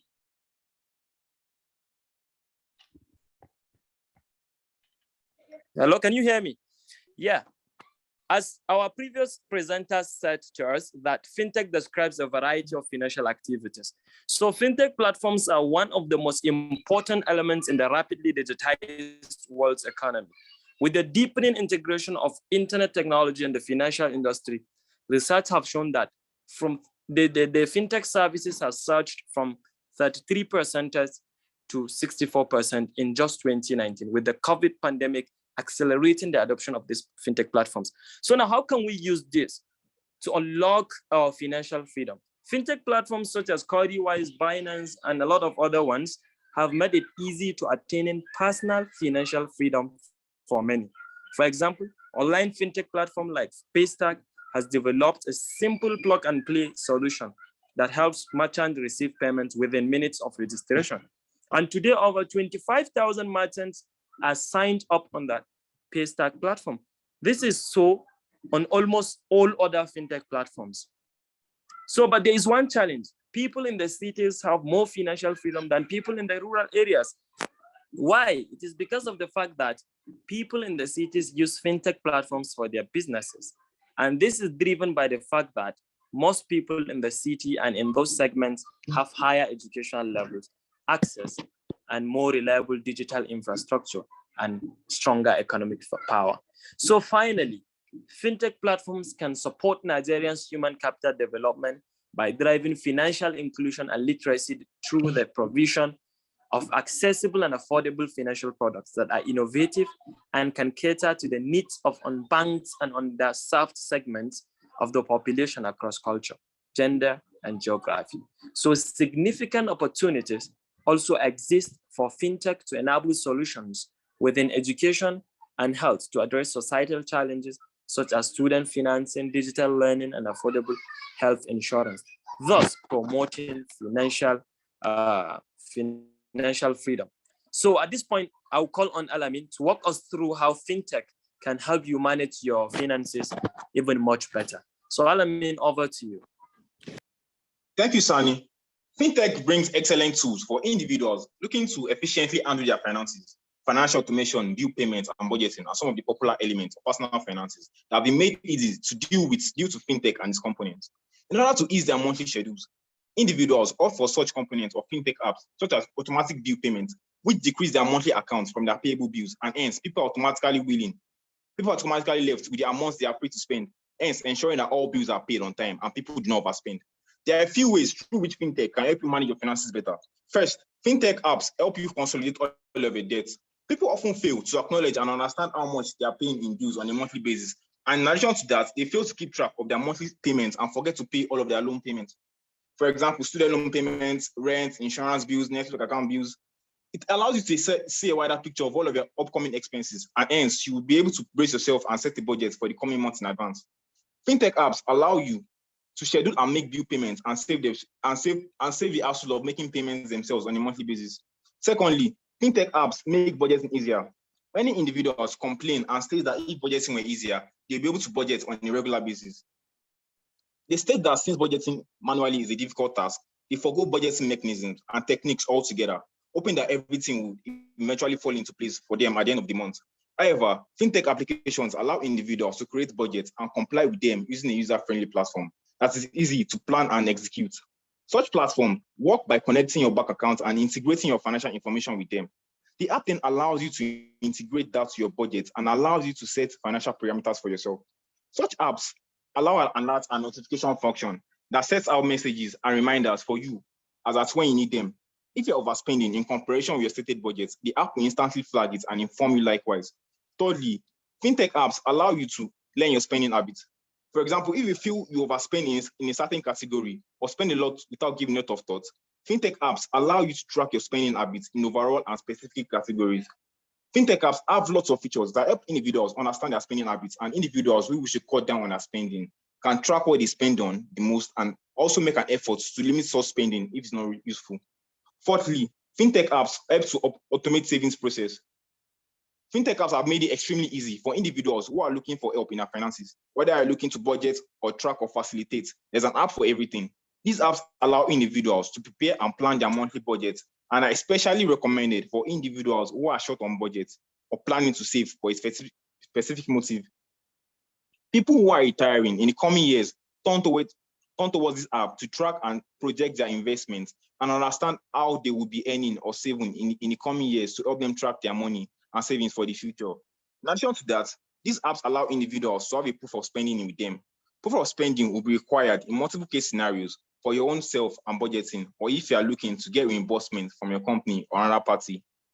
Fintech apps allow you to have proof of spending and do not compel you to manage and keep a record of your receipts and spending habits. Miriam, can you walk us through how the untapped potential to unlocking financial freedom?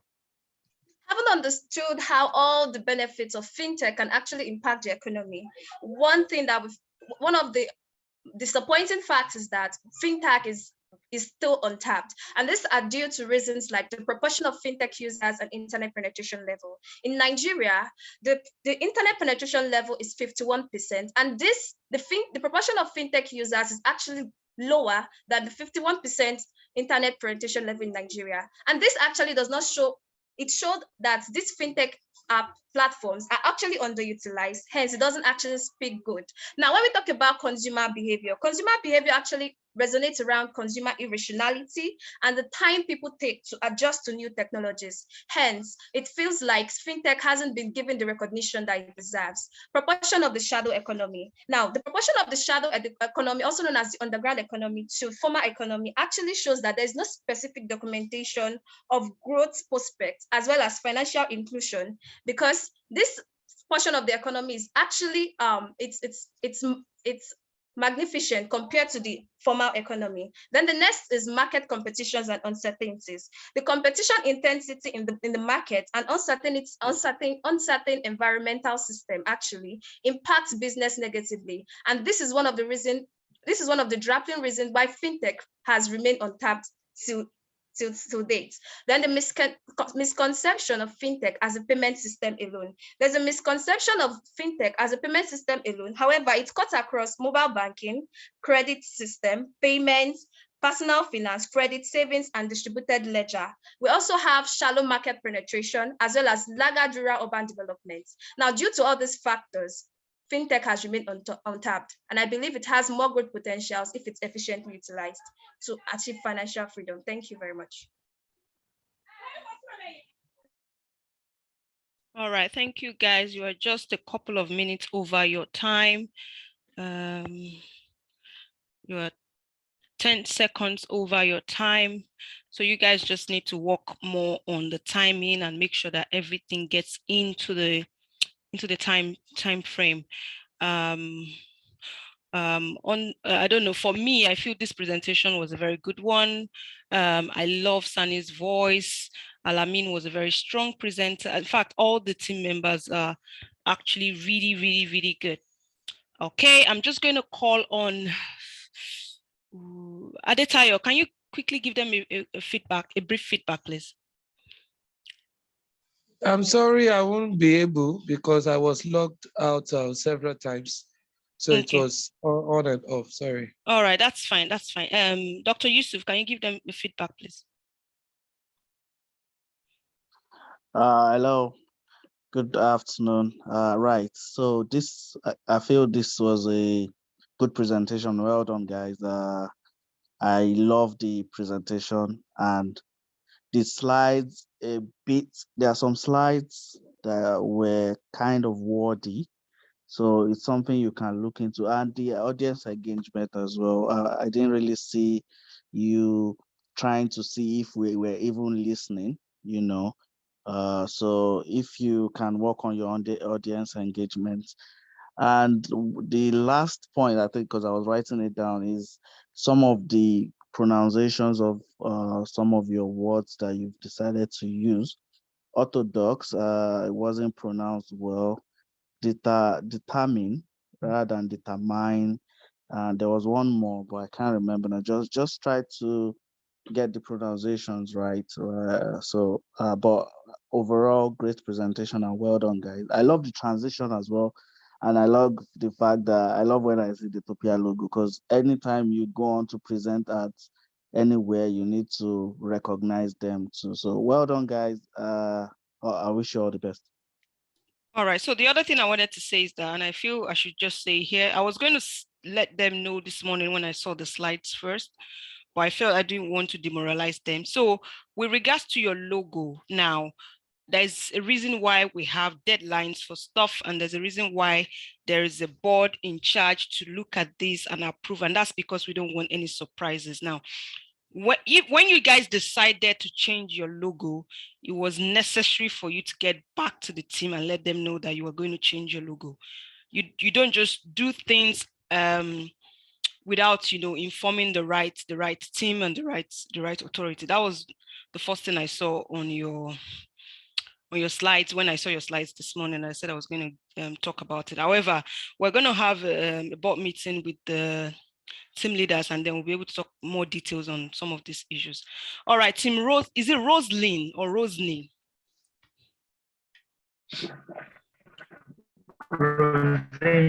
Rosane. Okay, Rosane. Rosane.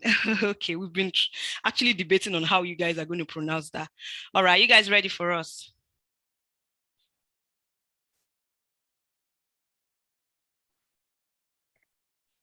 Is Team Rosane ready for us?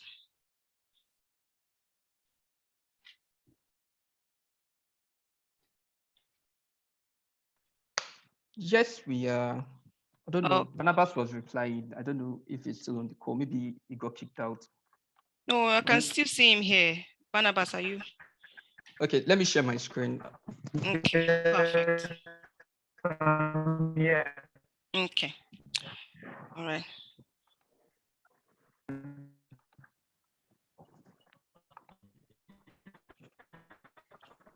Okay, please, I'd like to confirm you can see my screen. Yes, we can see your screen. Okay, thank you very much. Barnabas, over to you.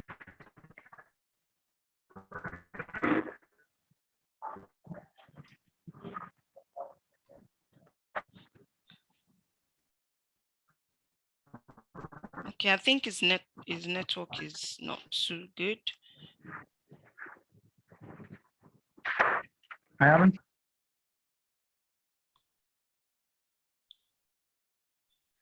Okay, Farouk, would you like to take over? Because it seems like Barnabas is not still trying to sort out this. Okay, let me take over from Barnabas. Okay. So we're ready now. Okay. Hi, everyone. Good evening. This is Rosine, and our topic today on personal finance will be the Homeowner's Insurance Guide, a beginner's overview. So let me quickly introduce to you our team members.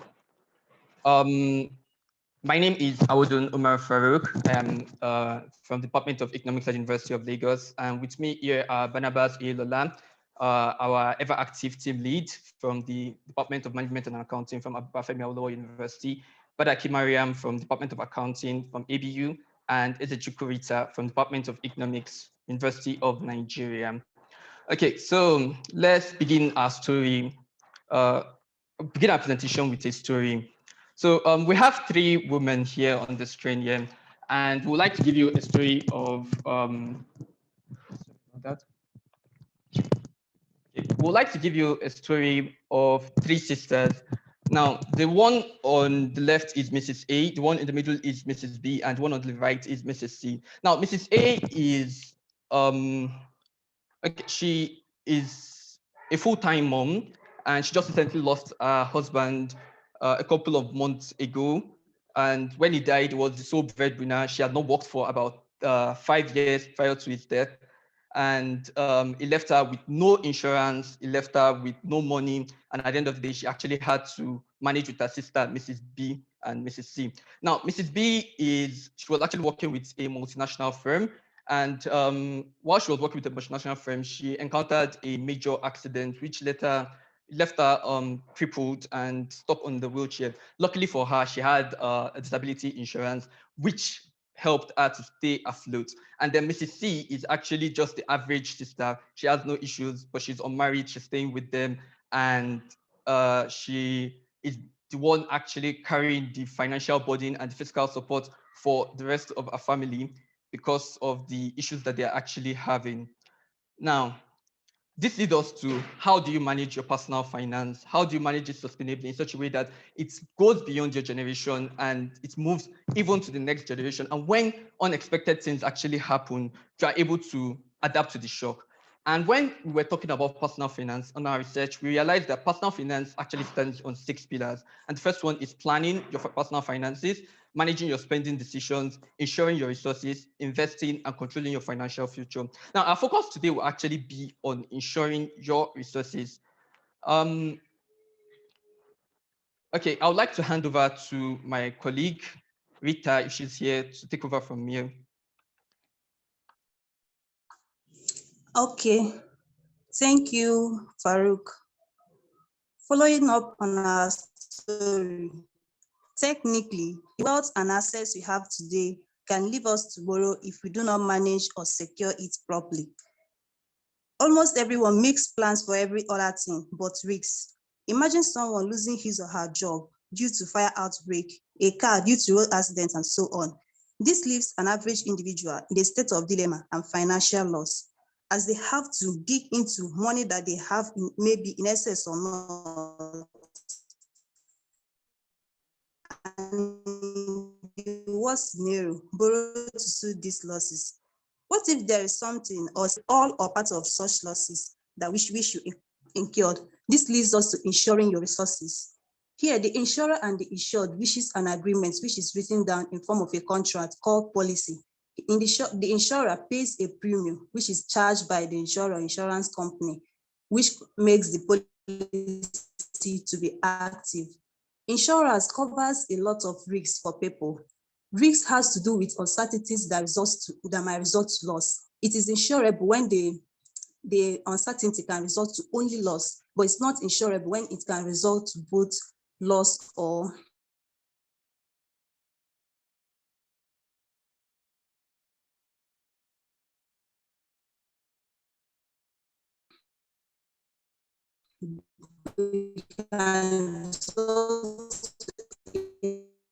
loss or gain.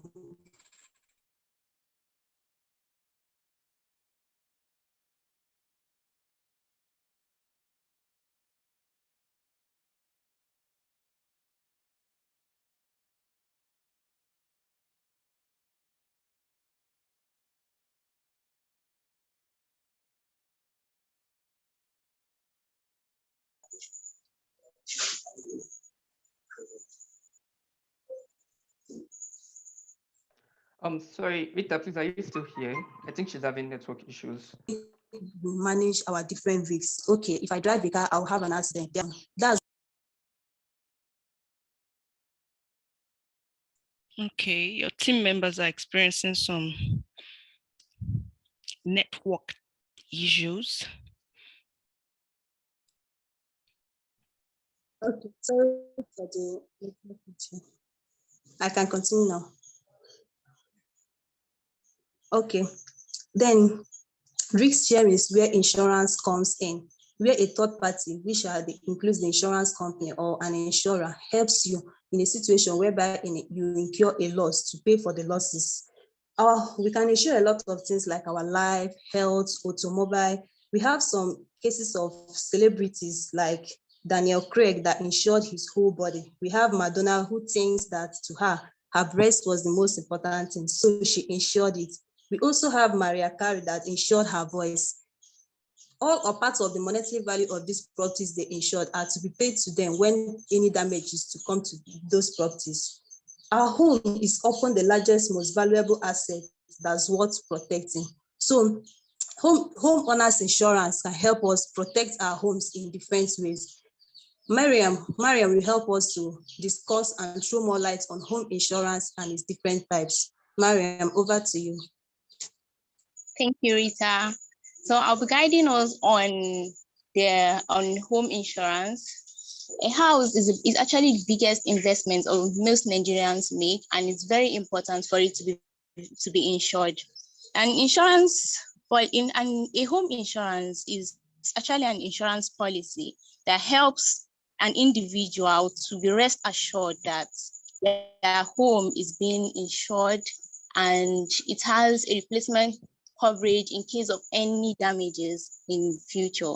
So I'll guide you all to the types of insurance policies. We have basically 8 types of insurance policies, but now in use, there are basically 5 types of insurance policy that are mostly in use.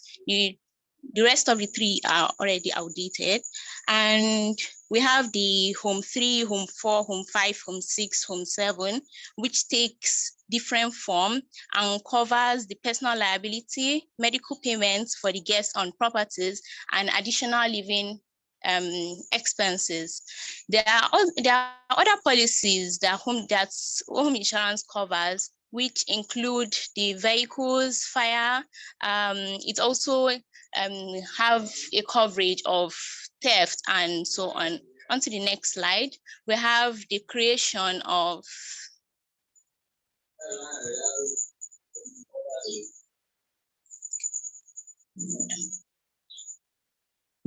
can you hear me? Yes, we can. Yes, we can hear you.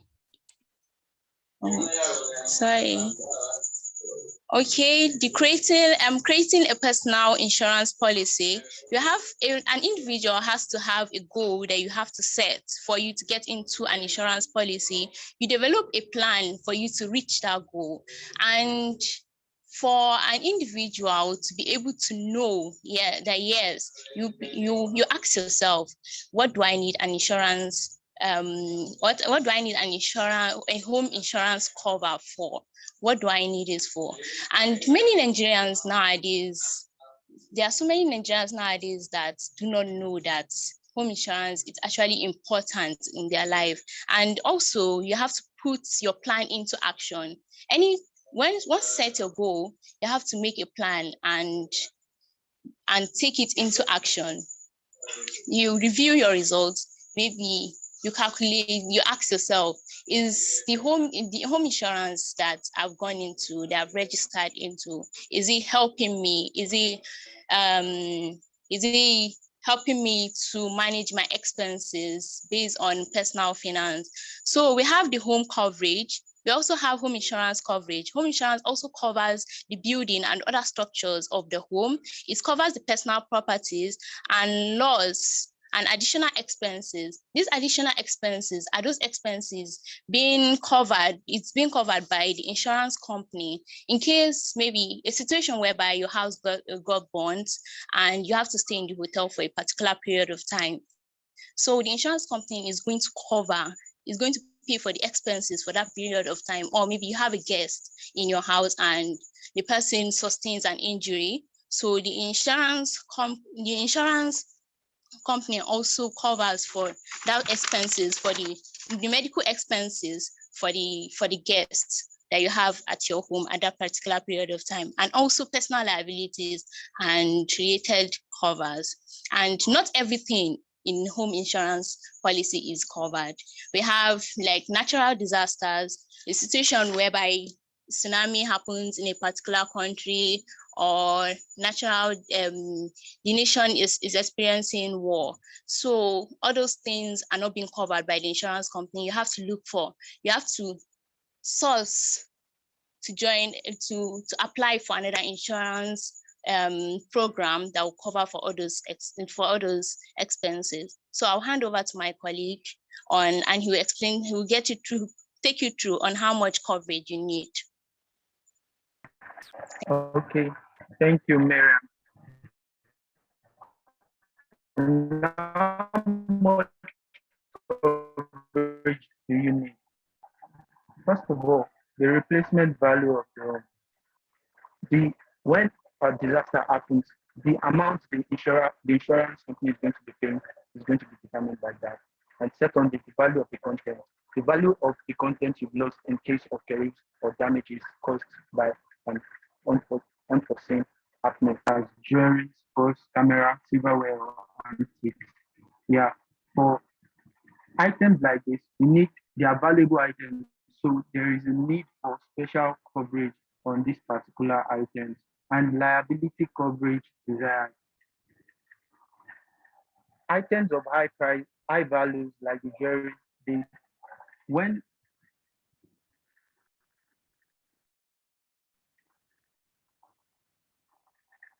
so I'll move to the factors that affect home insurance. First of all is the location of the home. A person living in Lekki, the cost of insuring his house will be different from someone living in the village. So the location of the home is very important. The type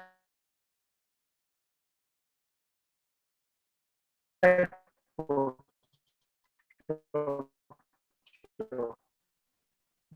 the cost of the insurance bungalow will be different from the cost of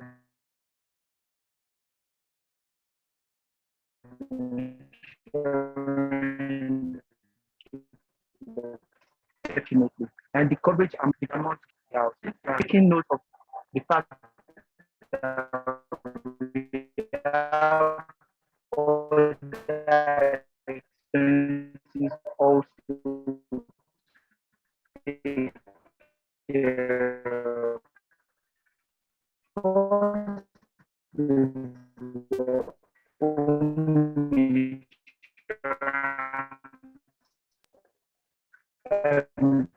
Company differences. They have to make research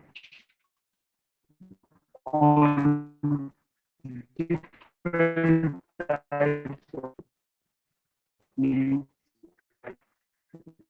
how well the insurance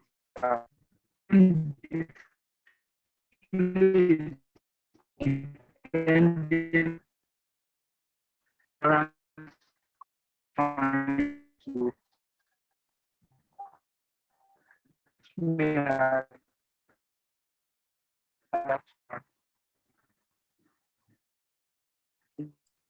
All right, would the team leader take over because your time is almost up and Okay, let me take over.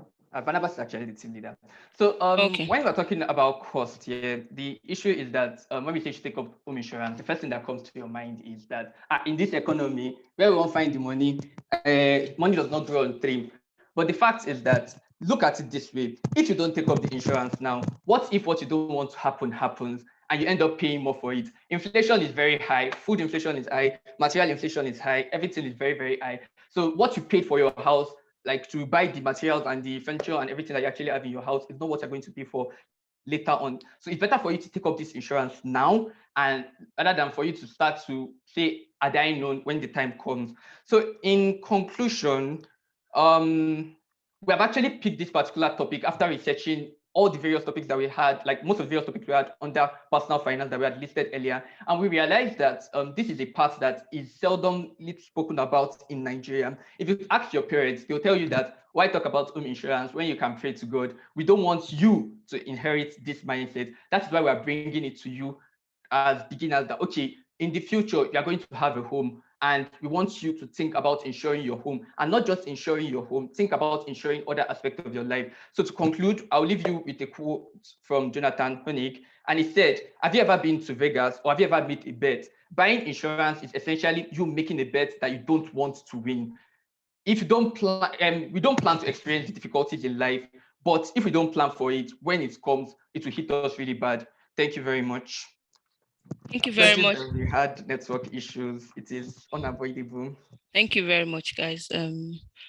Like Dr. Yusuf said, we've asked mentors to not judge you based on the network issues. So yeah, however, try as much as possible to, stay in a good place where you can have good reception, because as well, it helps, increase your score, and also it helps us really see who the strong presenter is in the team as well, who the strongest presenter is in the team as well. All right, you can stop sharing your screen now. All right, so can I just ask read one, can you give them a feedback, please? All right, thank you, Dr. Jimoke. And then well done, team Rosine. Rosine, right? Yeah. Yes. Okay. Yeah. No, So Rosine, not Rosine. Rosine. Okay. Rosine. What does that mean? It is gotten from the Greek word "sophrosini," and it's meant to indicate the balance that we actually have in the team. We are well balanced in our team, based on religion, based on gender. So it just felt like a good name for us. Okay, okay. Well done with your balance. Well, going straight to your slides, you have very good slides. And yeah, before I go straight to the other comments, so I see that you understand the importance of everybody in the team understanding the content of the slides, because you see that at the point the network was affecting the other speaker, and then you had to come in to conclude. And I have to commend you for concluding very well, even though that was not your part of the presentation. So it just shows that you're prepared for it, and I hope every other person can take a cue from you, because sometimes you cannot predict what will happen with your network, but when you're prepared for the presentation, you can just take anybody's presentation and then it will help the team. So well done with that, Farouk. And then I have to say you have a very good voice as well. So the topic itself, I love where you guys came from, insurance. I think that was very different and unique. It's something that we don't discuss a lot in ABBA. Something we don't talk about a lot in this class. So it was good for you to talk about the importance of insurance and why everybody needs to be involved in it. So your slides were good. Presentation was very, very good to a large extent.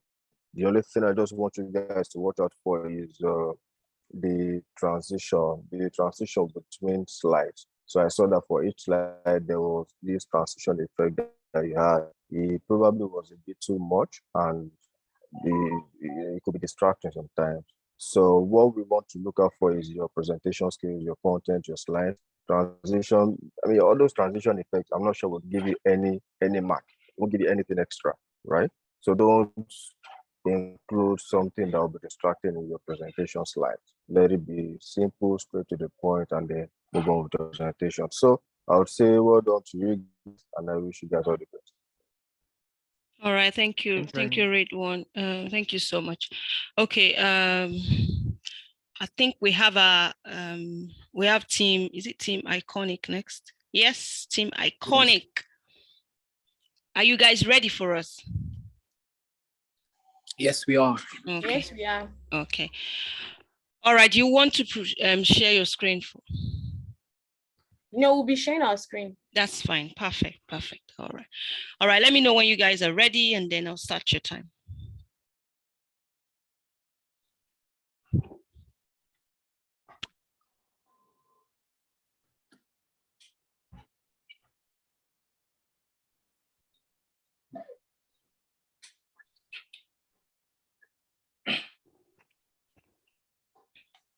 We're ready. We're No, we are not ready, please. I'm still trying to share this screen.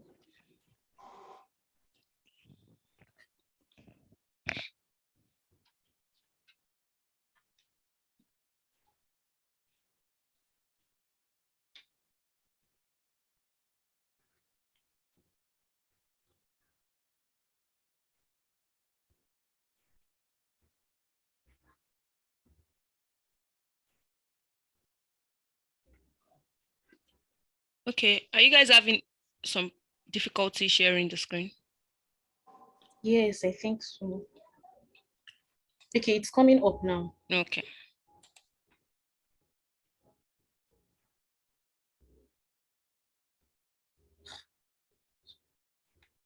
Okay, we're ready. Okay. Although we're not seeing the slides yet. You're not seeing the slide? No. Or is it just me? I think it's everyone.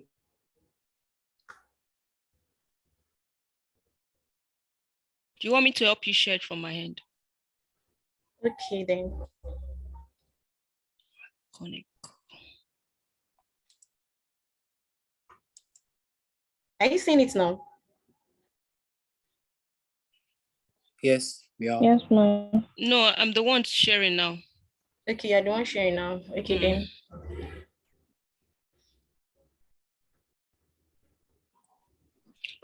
All right, do you guys want to start now? Yeah, yes. Yep. Oh yeah, start. Good afternoon, everyone. My name is Ajay Joshua, a 300 level student of Bowen University, and I'm the team lead for the Iconic Group. And today with me is Ogundele Olatomiwa, a student of Obafemi Awolowo University, studying management and accounting.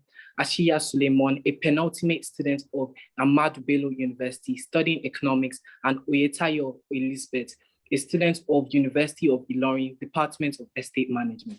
Today, we're going to be talking on the topic exiting the debt trap and in the team personal finance. Thank you, Joshua, for that introduction. So now in the book, The Smart Money Woman by Arese Ugu, which tackles debt, spending, and the consumerist culture of the African middle class, the fear and the misconceptions that surround money and the lack of it, we, the Iconic team, is going to be presenting to you what personal finance is under the topic, exiting the debt trap. In the next few slides, we're going to be showing you how Zuri, an African woman, was able to exit the debt trap. But before then, we'll be defining what personal finance is, the meaning of debt trap, the causes of debt trap, and how to avoid debt trap. Over to you, Joshua. Now, personal finance is gotten from two integrated words, personal and finance. Now, personal finance is a term that covers managing your money as well as savings and investment. It is the financial management which an individual or family unit performs to budget, save, spend, and save monetary resources over time, taking into account various risks and future life events. Now, what is a debt trap? Now, a debt trap is a situation where the amount you owe gets out of control. It means that one owes various institutions or people, which feels never ending. As we all know, sometimes loans are good and taken into financial advantage, but in this situation, loans are not for the benefit of the individuals. Thank you. Now, there are some common causes of debt trap.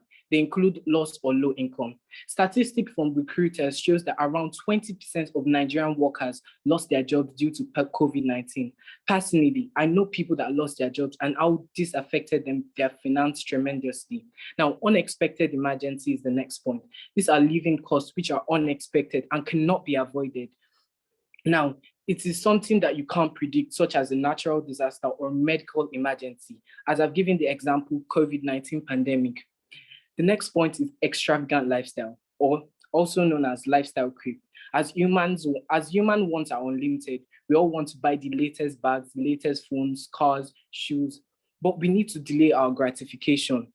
Now, bad budgeting, the idea, this is closely linked to other points. Now, I'll give you a 20-80 rule or the 40-60 rule. The idea is that you save 20 or 40% of your income, allowing whatever you want with 60 or 80 remaining percent.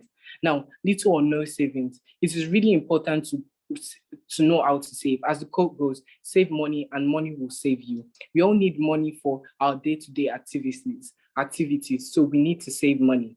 Now, spending future money. This occurs when you use money that isn't yet yours for future or for individual use. Thank you. According to Josh Billings, debt is like any other trap, easy enough to get into, but hard enough to get out of. Hello, everyone. I'll be talking on how debt traps can be avoided. Analyze the situation you are in, that is, identify the situation. We should note that meticulous review of our current situation could actually be the answer to our debt problems. So we should stop avoiding the problem. We should face it and then think of ways to solve it.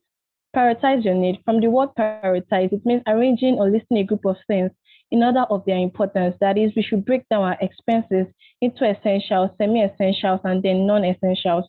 Consider debt consolidation. This allows us to take a single loan to pay off our different loans. Because at this point, I would assume you've borrowed from here and there.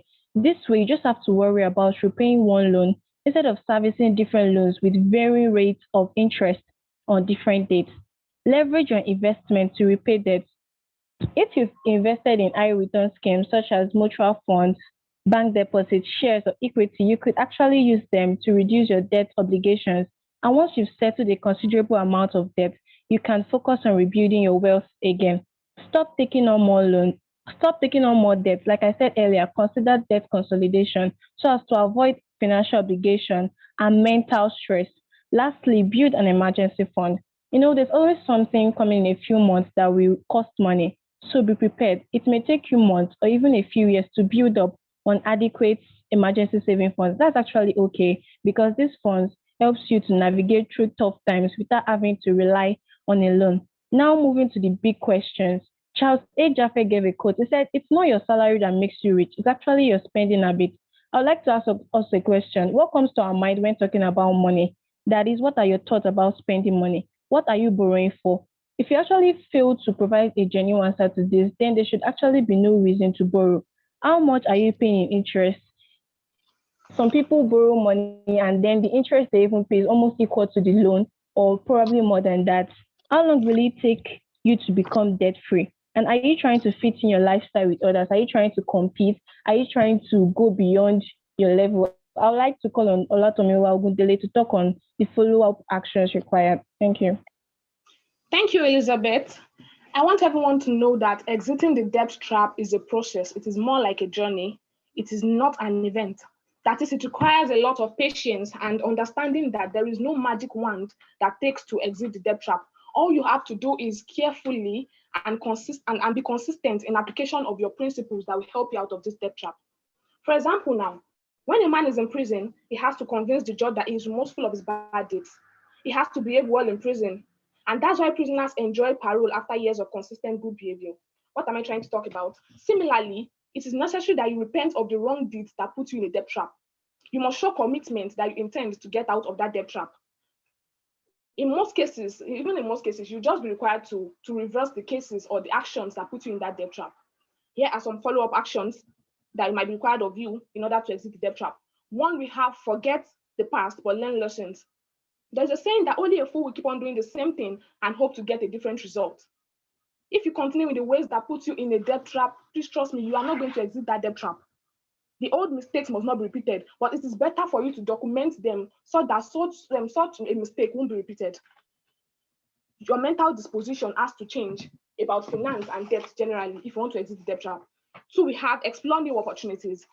When you've reset your mind to put the past behind you, this is the time for you to understand what your area of strength is. And trust me, everyone, you have an area of strength. You have something that gives you unique advantage. So that is the point where you have to identify and you have to focus on what that advantage and what that strength is so that you can generate cash flows immediately to exit the debt trap. Three, we have engage your creditors. When your debt records are in a bad shape, the best thing you can do for yourself is not to run away. We see when you are running away, you're trying to create a picture of yourself, not trying to pay back that debt. And it speaks a lot about your character and integrity. So what you have to do when you're in a debt trap is that just engage your creditors. Prepare or present all material facts that is needed by them to understand what your situation is. And by so doing, it will relieve you of some financial embarrassment. Next one is release redundant assets. Like I told my team members that I can't believe that someone has, you have a wig of 150,000 human hair hanged in your room and you have a lot of bills to pay. You releasing such wig won't actually take care of your old debt. It might not take care of the old debt, but you have to know that if you want to begin your journey to financial freedom, you have to release things that are of less importance to you at that point. The next one, we have be wary of new debts. You see, when you're in a debt crisis, you have to avoid taking up a new debt. It becomes so overwhelming that you won't even be in you won't be in a perfect state of mind and in a mental, good emotional state to tackle such debt crisis. So it is better for you to avoid it as much as possible. But if you find it difficult to avoid, if it is a case of necessity, a life or death situation, make sure that the terms and conditions are friendly and flexible enough. Please, let's hold on to that. It is very important. The next one is humble yourself. There is a general principle or law that is really not taught in the business schools, is the word humility. It's a natural law. The law says that before you ascend, you have to descend. That is, when you're already in the debt trap, you have to first accept reality that, okay, you're in a mess. Then to exit that mess, you have to humble yourself a lot. This is not the time for you to be raising shoulders that, okay, we are the one here. No, you're not the one there. You're in a mess. So you have to cut down your expenses and focus on the future. Begin your journey to financial freedom. The last one is never give up. You see, when you're in this situation, a lot comes to your mind, like you have suicide, you have divorce, like none of those things will help you. Giving up is not an option. It will never be an option. The option is to stay positive, focus, understand what your strength is, and apply all principles that, like for example now, the things we've enunciated in our slides, Apply them, be consistent and focused. Trust me, you exit debt trap. Asiya, take us through the smart money woman. Thank you. Thank you. Now that you have been enlightened about the meaning, causes, and how you can avoid debt trap, we will now be taking you fastly into a perfect example of an African woman that was in a debt trap from the book, The Smart Money Woman by Arisa Ugu. We chose this book because it practically illustrates one of the root causes of debt trap in Africa, especially among the African women in Nigeria, which is their extravagant lifestyle. Remember, Liz talked about that. Next slide, please. Zuri is an African girl who on the outside looks like she's financially successful, but goes through a series of mishaps that help her realize that she's not just broke, but she needs to make a better financial decision. Zuri's version of being broke didn't come from not having a job or being a low-income earner. It came from being bad with money. She had been working for good 8 years and had no asset to show for her hard work, just a meager amount of cash in the bank, no land, no stock, nothing of value to fall back on when things got back and disastrous, and she was in a mental distress. Actually, being in the debt trap does not necessarily mean you're losing your primary source of income, but you definitely won't be able to maintain the lifestyle that you have become accustomed to because you have no assets to rely on. Next slide, please. Zuri woke up one morning after listening to a track from MI's new album. She had a hope, even though she didn't have a clear plan to pay off her debts and find financial stability. She could figure out eventually. She earned about 600,000 naira a month, which frankly was a lot of money. So where was it all going? What was she spending on? She made a list of all her debts. The total came to a sum of 1.2 million naira. Then she prioritized the debts according to their urgency and sold off her expensive items like shoes, bags, expensive wigs, and ashwebi to clear up some of her debts. She humbled herself and cut down her expenses. Zuri now sticks to a low budget lifestyle while consciously cutting out those irrelevant expenses. Over to you, Lisa. So it is important to know that you have to articulate the kind of vision you want for your life. Like the most successful people out there, they are the ones that have articulated what they want for their lives. And success is deeply rooted, yes, it's deeply rooted in having a solid plan that is tailored towards what you want. And now in conclusion, clearly we can now see that there are many exit points out of a recalcitrant debt. You need to achieve financial security by building and preserving personal wealth. You must take practical steps. Yes, your steps must be practical. You might not just by the words of your mouth. You have to be practical on a consistent basis and enable you live a debt-free life on a sustainable basis. And I recommend you to finish well and finish strong. The end of anything is more important than the beginning. And if you follow the principles that we've enunciated in our slides, I assure you that one day on a day, you will smile and you'll be debt-free. Remember, it is a journey. It is a process. You have to take steps. Thank you so much for having us. We remain the iconic. Thank you very much, guys. Thank you so much, guys. Thank you very much. All right, Adetayo, can you quickly give them a feedback, please? All right. I enjoyed this presentation a lot. I like the fact that you use narrative technique to illustrate how to get out of debt trap through that story. I like your slide. And I can say that there are a lot of presenters in this group. In fact, the four of you, you're good presenters. Kudos. I like your practicability, but you still need to work more on your audibility. You have done so well. Try to be more audible, be present. Let them feel that voice. You have it in you, so just bring it out the more. I know this is the first presentation and it can be a bit dicey, but you guys have done well. Incredible. Thank you. Thank you very much, Adetayo. Quickly, I'm just going to call on the last presenter. And I think that's Team Clarity, right? Yes, it is. All right. Yes, ma'am. All right. So are you guys ready? Do you want me to share your slides or you are sharing it yourself? Okay, No, perfect. Blessing is doing that. All right. All right, let me know when you're ready so I can start your time. Okay, we are ready. All right, start. Good evening, Daytopia's mentors and mentees. My name is Mrs. Sayamide, a student of Obafemi Awolowo University, Management and Accounting Department. I'm the team leader of Team Clarity, and my teammates are Oludele Olawumi Blessing, a student of Landmark University, electrical engineering student, and Eze Chiamaka Favor, Nigeria University, Nzuka, a student of Economics Department, and Adefolu Sumaya, a student of University of Lagos State and Australia student. We are here to talk about a topic titled Financial Literacy, the something for nothing mentality, using young adults in Nigerian University as a case study. To get us familiar with the terms, I'd like to give some definition of our key points. Financial education is the process of skills and knowledge that allows an individual to make informed and effective decisions with all their financial resources. It is also called financial literacy. This is the ability of the individual to gain more information on how to manage their resources. Then we have personal finance. Personal finance is the financial management which an individual or a family unit perform to budget, save, and spend monetary resources over time, taking in action various financial risks and future life events. Now, something for nothing, which is new to all of us, is also similar to the get rich quick syndrome. It is a situation whereby a person desires to get reward for literally providing nothing. So this is a situation whereby a person wants to get something in return, but not providing something tangible to give. Now, how do we know someone that is financially literate? Let's check the characteristics of someone who is financially literate. They have their income organized, they set up for emergency saving, and they monitor their spending. All these characteristics does not define a Nigeria student currently. This defines an old man in Nigeria who understands the value of money and knows how to generate it. How then do we tell that a person is financially illiterate? A person that is financially illiterate is always in need of money, always calculating.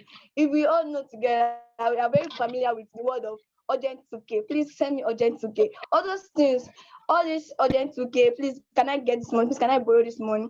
All these characteristics define majority of Nigeria students currently now in Nigeria. I would like to call up my teammate Blessing to take us to the next stage.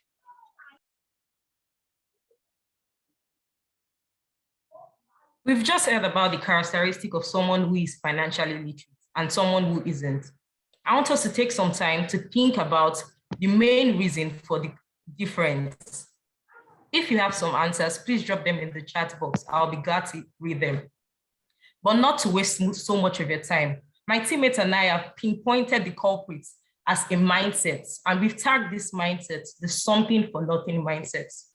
Understandably, most youths in Nigeria are used to being handed things without working for them. And I know if every one of us can think deeply enough, we can remember a situation where someone came to pay us a visit when we were much younger, and when they were going, they left us with some money. So it is easy to carry out this mindset even into our adult lives, our adult financial lives, where you don't see any reason for financial literacy. You don't see any reason why I need to work hard to get the money I'm used to receiving. And this obviously isn't how the world works. So you see a lot of Nigerian youths being frustrated, dubious people looking for free money. And I think the second picture on this slide does a lot of justice to how most Nigerian youths feel. They feel frustrated trying to get money. We narrowed down our study, the scope of our study, to the Nigerian youths because we figured out that the older generation, after trying this mentality, figure out that the world doesn't work that way. You never receive anything of value without first giving out value. We said most of the older population because we know there are some older people that still haven't figured this out. I'll hand over to Sumaya to take on from here.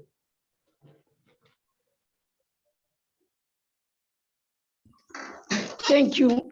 Yes, I'm talking about the side effect of something for nothing mentality on Nigerian undergraduate students. First of which is increase in fraudulent activities and cybercrime. Many Nigerian undergraduate students are no longer interested in engaging in side hustles for them to make ends. Rather, they're interested in engaging in acts that will give them huge amount of money within a short time period. They internet acts like Yahoo, gambling, and other cyber crimes for them to amass wealth within short time period. There's also lack of interest in pursuing a legitimate career path. Many Nigerian undergraduate students no longer fancy taking up white collar jobs because they are not getting the money that their peers who are engaged in what are making. So rather, they are interested in engaging in dubious activities that will give them kind of money they desire. Another point is engagement in ritual kidnapping and other diabolic acts. It's no longer news. Hearing many Nigerian undergraduate students and rituals, kidnapping, and other acts. Them making money. All the name of them getting the next, all the name of them buying best, which their peers are buying. It is published in NigeriaGist.com 2019 of the case of the students who ran mad after he mortgage. That case was published in posting on August 13 of a Uniport student who abducted, raped, and killed his 8-year-old niece just for him to make money via ritual.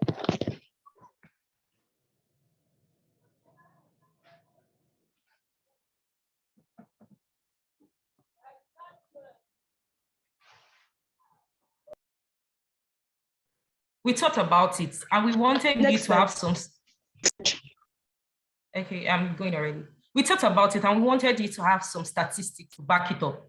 But we figured if we just put out the average rate of kidnapping, it won't do much justice because this is a situation that everybody is talking about. The various ways that Nigerian youths are trying to get money without offering substantial value. So instead, we screenshotted some of the headlines all over the blogs on the internet. And one is the alarming rise of money rituals among youths in Nigeria and the incredible stories of cyber crimes among Nigerian youths. And just some short clips from the articles we saw. It says, never before have the quest to get rich by all means been so magnified among Nigerian youths than it is now. To satisfy their need for getting money, youths today are fully invested their time in learning and practicing internet fraud, popularly called Yahoo. I know of a friend that told me that by just 2 or just 3, most of the boys in our side stop school and their parents get them laptops so they can blow, as it is fondly called. In one of these incidents that was written about, it was reported that a Yahoo boy simply identified as Osas, who had recently returned to Nigeria from Ghana, killed his girlfriend, Elo, for ritual purposes. I'm sure if every one of us here can think a little bit, we will remember some recent occurrence of this. So I think this is a better attempt than any bar chart or statistic because we are all familiar with this. Over to you, Amaka.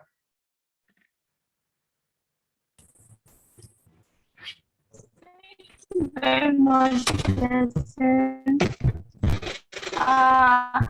Can you hear me? Yes, we can. Go on. Can anyone hear me? Yes, we can, Amaka. Yes, we can. Hello?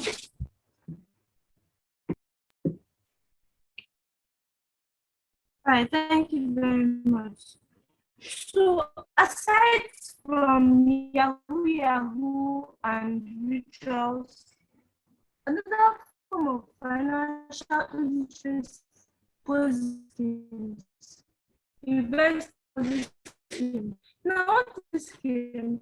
It is an investment for this investor with funds collected new. So it's majority of who invest in these schemes are youth. That is what traditional.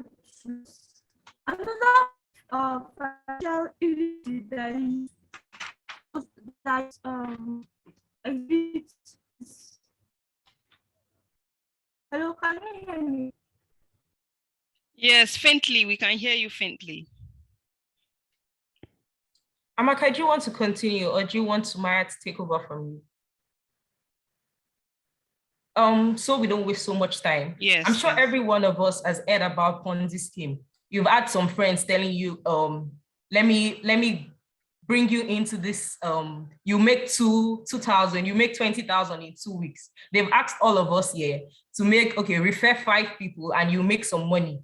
All this is a form of investment, but only investment made by financially illiterate people, because they are not offering any value, but they think that they will get a return by pushing the imminent doom, using the earlier people's money to pay the later people's money to pay the earlier people.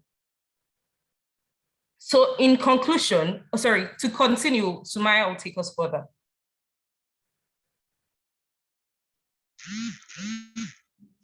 We've discussed the side. Can you hear me, please? Yes, we can. Yes, we can. Okay. We've discussed the side effect of the get rich quick syndrome, or the nothing for nothing mentality. And what we see as the solution to this mindset is offering value to get reward in return.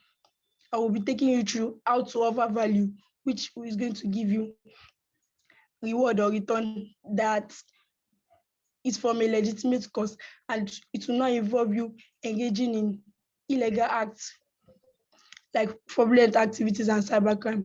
So some of the ways to offer value are: 1, impacting people with your knowledge. Depending on knowledge you've acquired over time, could be that you're skilled at taking people mass English, or maybe you're good at training people. You can just start the role of a tutor at any school, or possibly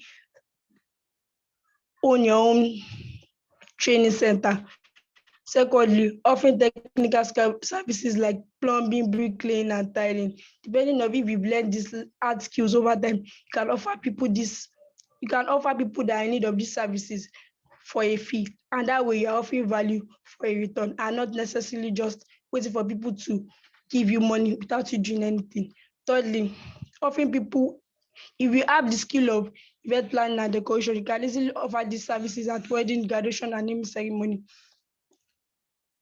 Fourthly, if you can speak well, engage people, and converse very well, you can start the role of man of ceremony for events and other parties. Fifth, you can make your money work for you by loaning people, by giving out loan. That way you'll be earning interest, and that way you are offering value for a return. So I'll call on next slide, Blessing. Blessing will be taking us through the next slide. Blessing, are you there? Just to round this up, we've said a lot, and we want you to take some points back home. So we've targeted this point as the single most important driving factor in bringing about positive change in our society. Nigerian students, rather than look for get-rich-quick schemes, should rather pursue financial education and have better lives. And we're inviting you to join the League of Nigerian students with predictable financial lives. And why are we saying predictable? Because an earlier speaker from Team Finesse Israel said that you can't control the amount of money that is coming to you, but we beg to differ. You can control that. It's predictable. If you increase your value, you're going to indefinitely increase your reward. If you increase the amount of ceremonies you go for as an MC, you get more money. So you're controlling that. So join us, the League of Nigerian Students, with predictable, honest, and sustainable financial lives. Thank you. Thank you very much, Team Clarity. Thank you, Clarity. Thank you so much. Well done, Blessing. I really like the fact that you covered up for your team members. You know your slides, and to be honest, you're such a phenomenal presenter. Thank you so much, Blessing. Okay, we've come to the end of the presentation for today. Blessing, can you exit the full screen, please? Yes, and can I just say this, a big thank you to all the presenters. Thank you, thank you, thank you. You guys have done well. You have done really well. All right, for Team Clarity, can we have read one? Do you want to give them feedback, please? All right. Thank you very much. I love the presentation, and it was clear that these guys, they did their homework, use of statistics, use of headlines, and they were able to communicate the message. We understand what is going on, and I see the way they communicated the message was clear and it resonated in everybody's mind. So the presentation slides were good. The way the team transitioned, of course, wasn't so good because of the network, but they have a very good team leader in Blessing that was able to cover up for all those flaws. So I think the presentation was good. The content was nice. It was engaging. It was relatable, and it was very practical. So I wish you guys all the best. Your presentation was good, and I hope subsequent ones will be better than this.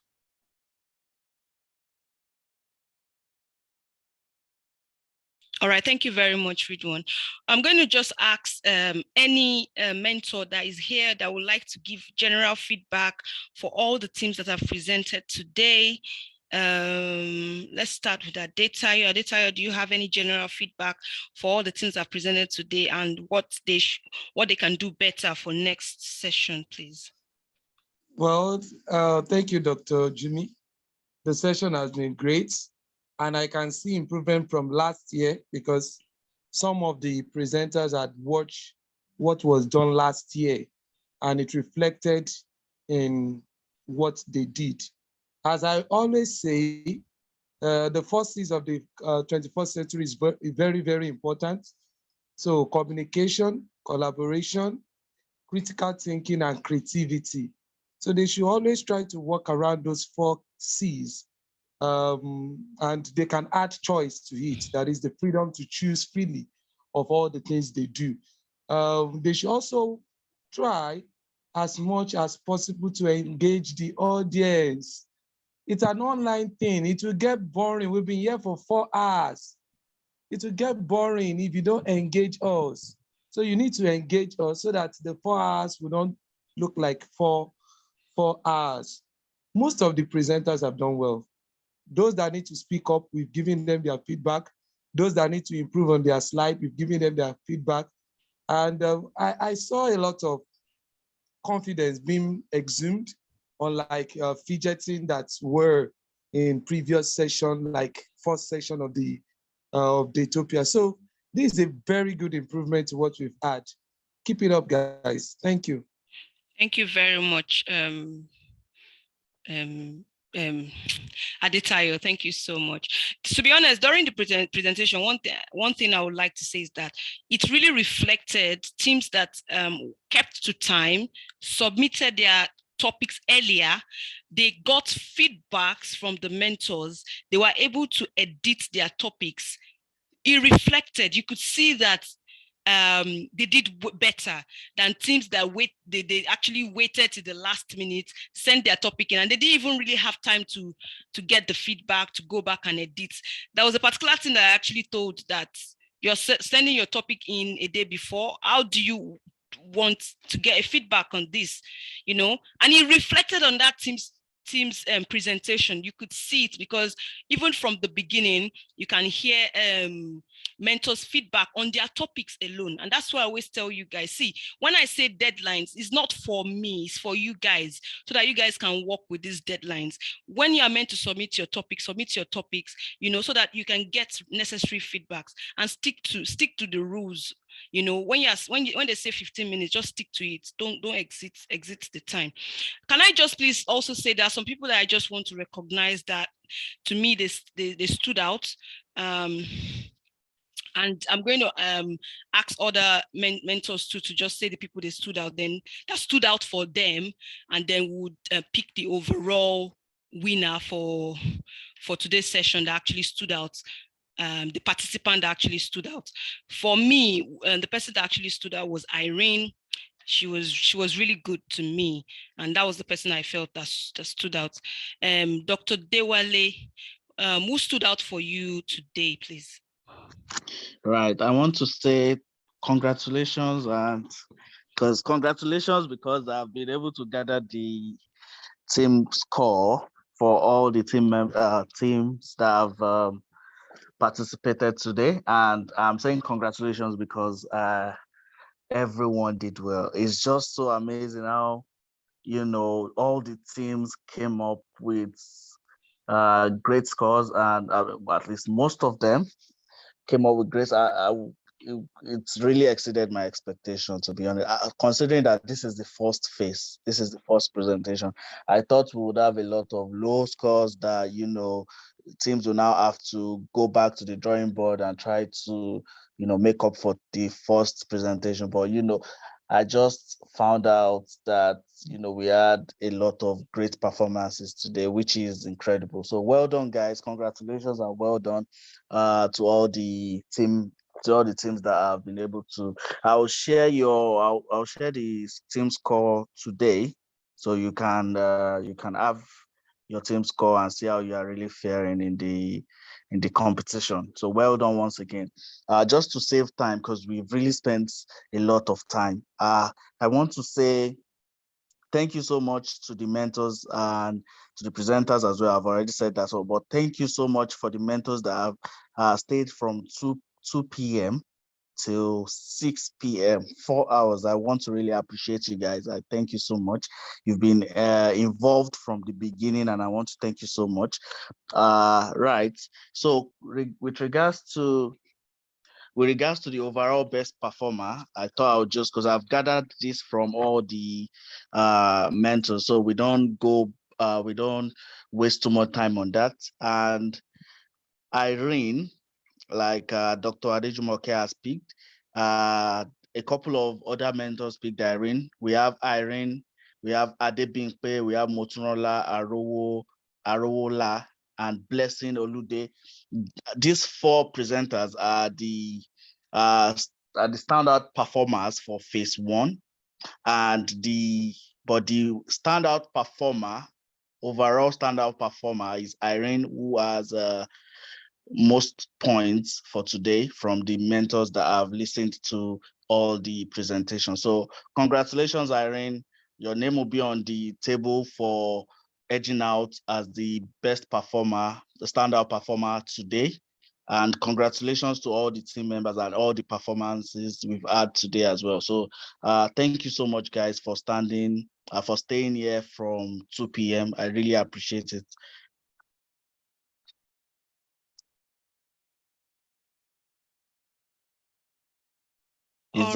Yeah. Thank you very much. Thank you very much. Thank you to all the mentors. I'm just going to say that again. Thank you so much, guys. And you guys did a good job, all the presenters. Thanks to other mentees that also came. Abib, thank you for sticking around. You guys are solid support to Daytopia itself. Thank you guys for sticking around. You guys had a wonderful presentation. Okay, so are we announcing the team scores here, or you're just going to post them? No, I'll post them. Oh, so, okay. A lot of people have left anyway, so I'm just left. Okay, that's fine. Can I just ask what team is Irene? So we know how to contact you. Does anyone know what team Irene is? She's in Team Electra. Team Electra, perfect. All right. So I know how to contact our team leader. All right, thank you so much, guys. I don't want to keep anybody waiting any longer. Do we have any final words before we end today's session? Okay, none from anyone. Let's hear Abib speak now. Abib, yeah, that's true. Abib, do you have any feedbacks for the presenters? I was going to say that. Do you have any feedbacks for the presenters, please?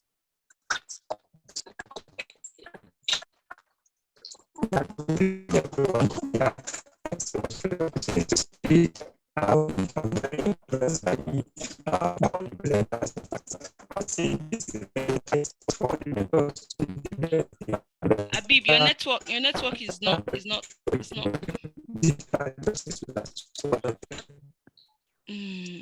Okay, I'm not sure I can hear you much.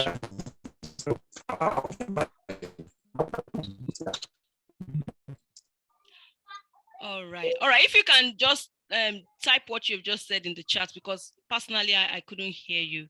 But thanks for the feedback. I'm sure the guys will be able to take. This Abib is a fake guy, I thought he would come out and tell us something. There's network is poor. All right. Can I also just acknowledge Team Leo Essential? They are one of the teams that first sent in their logo, and to be honest, they are so very timely when it comes to meeting the deadlines. When you're asked to do something, Leo Essential is one of the teams that meet the deadline, and I felt it was also necessary to acknowledge them here.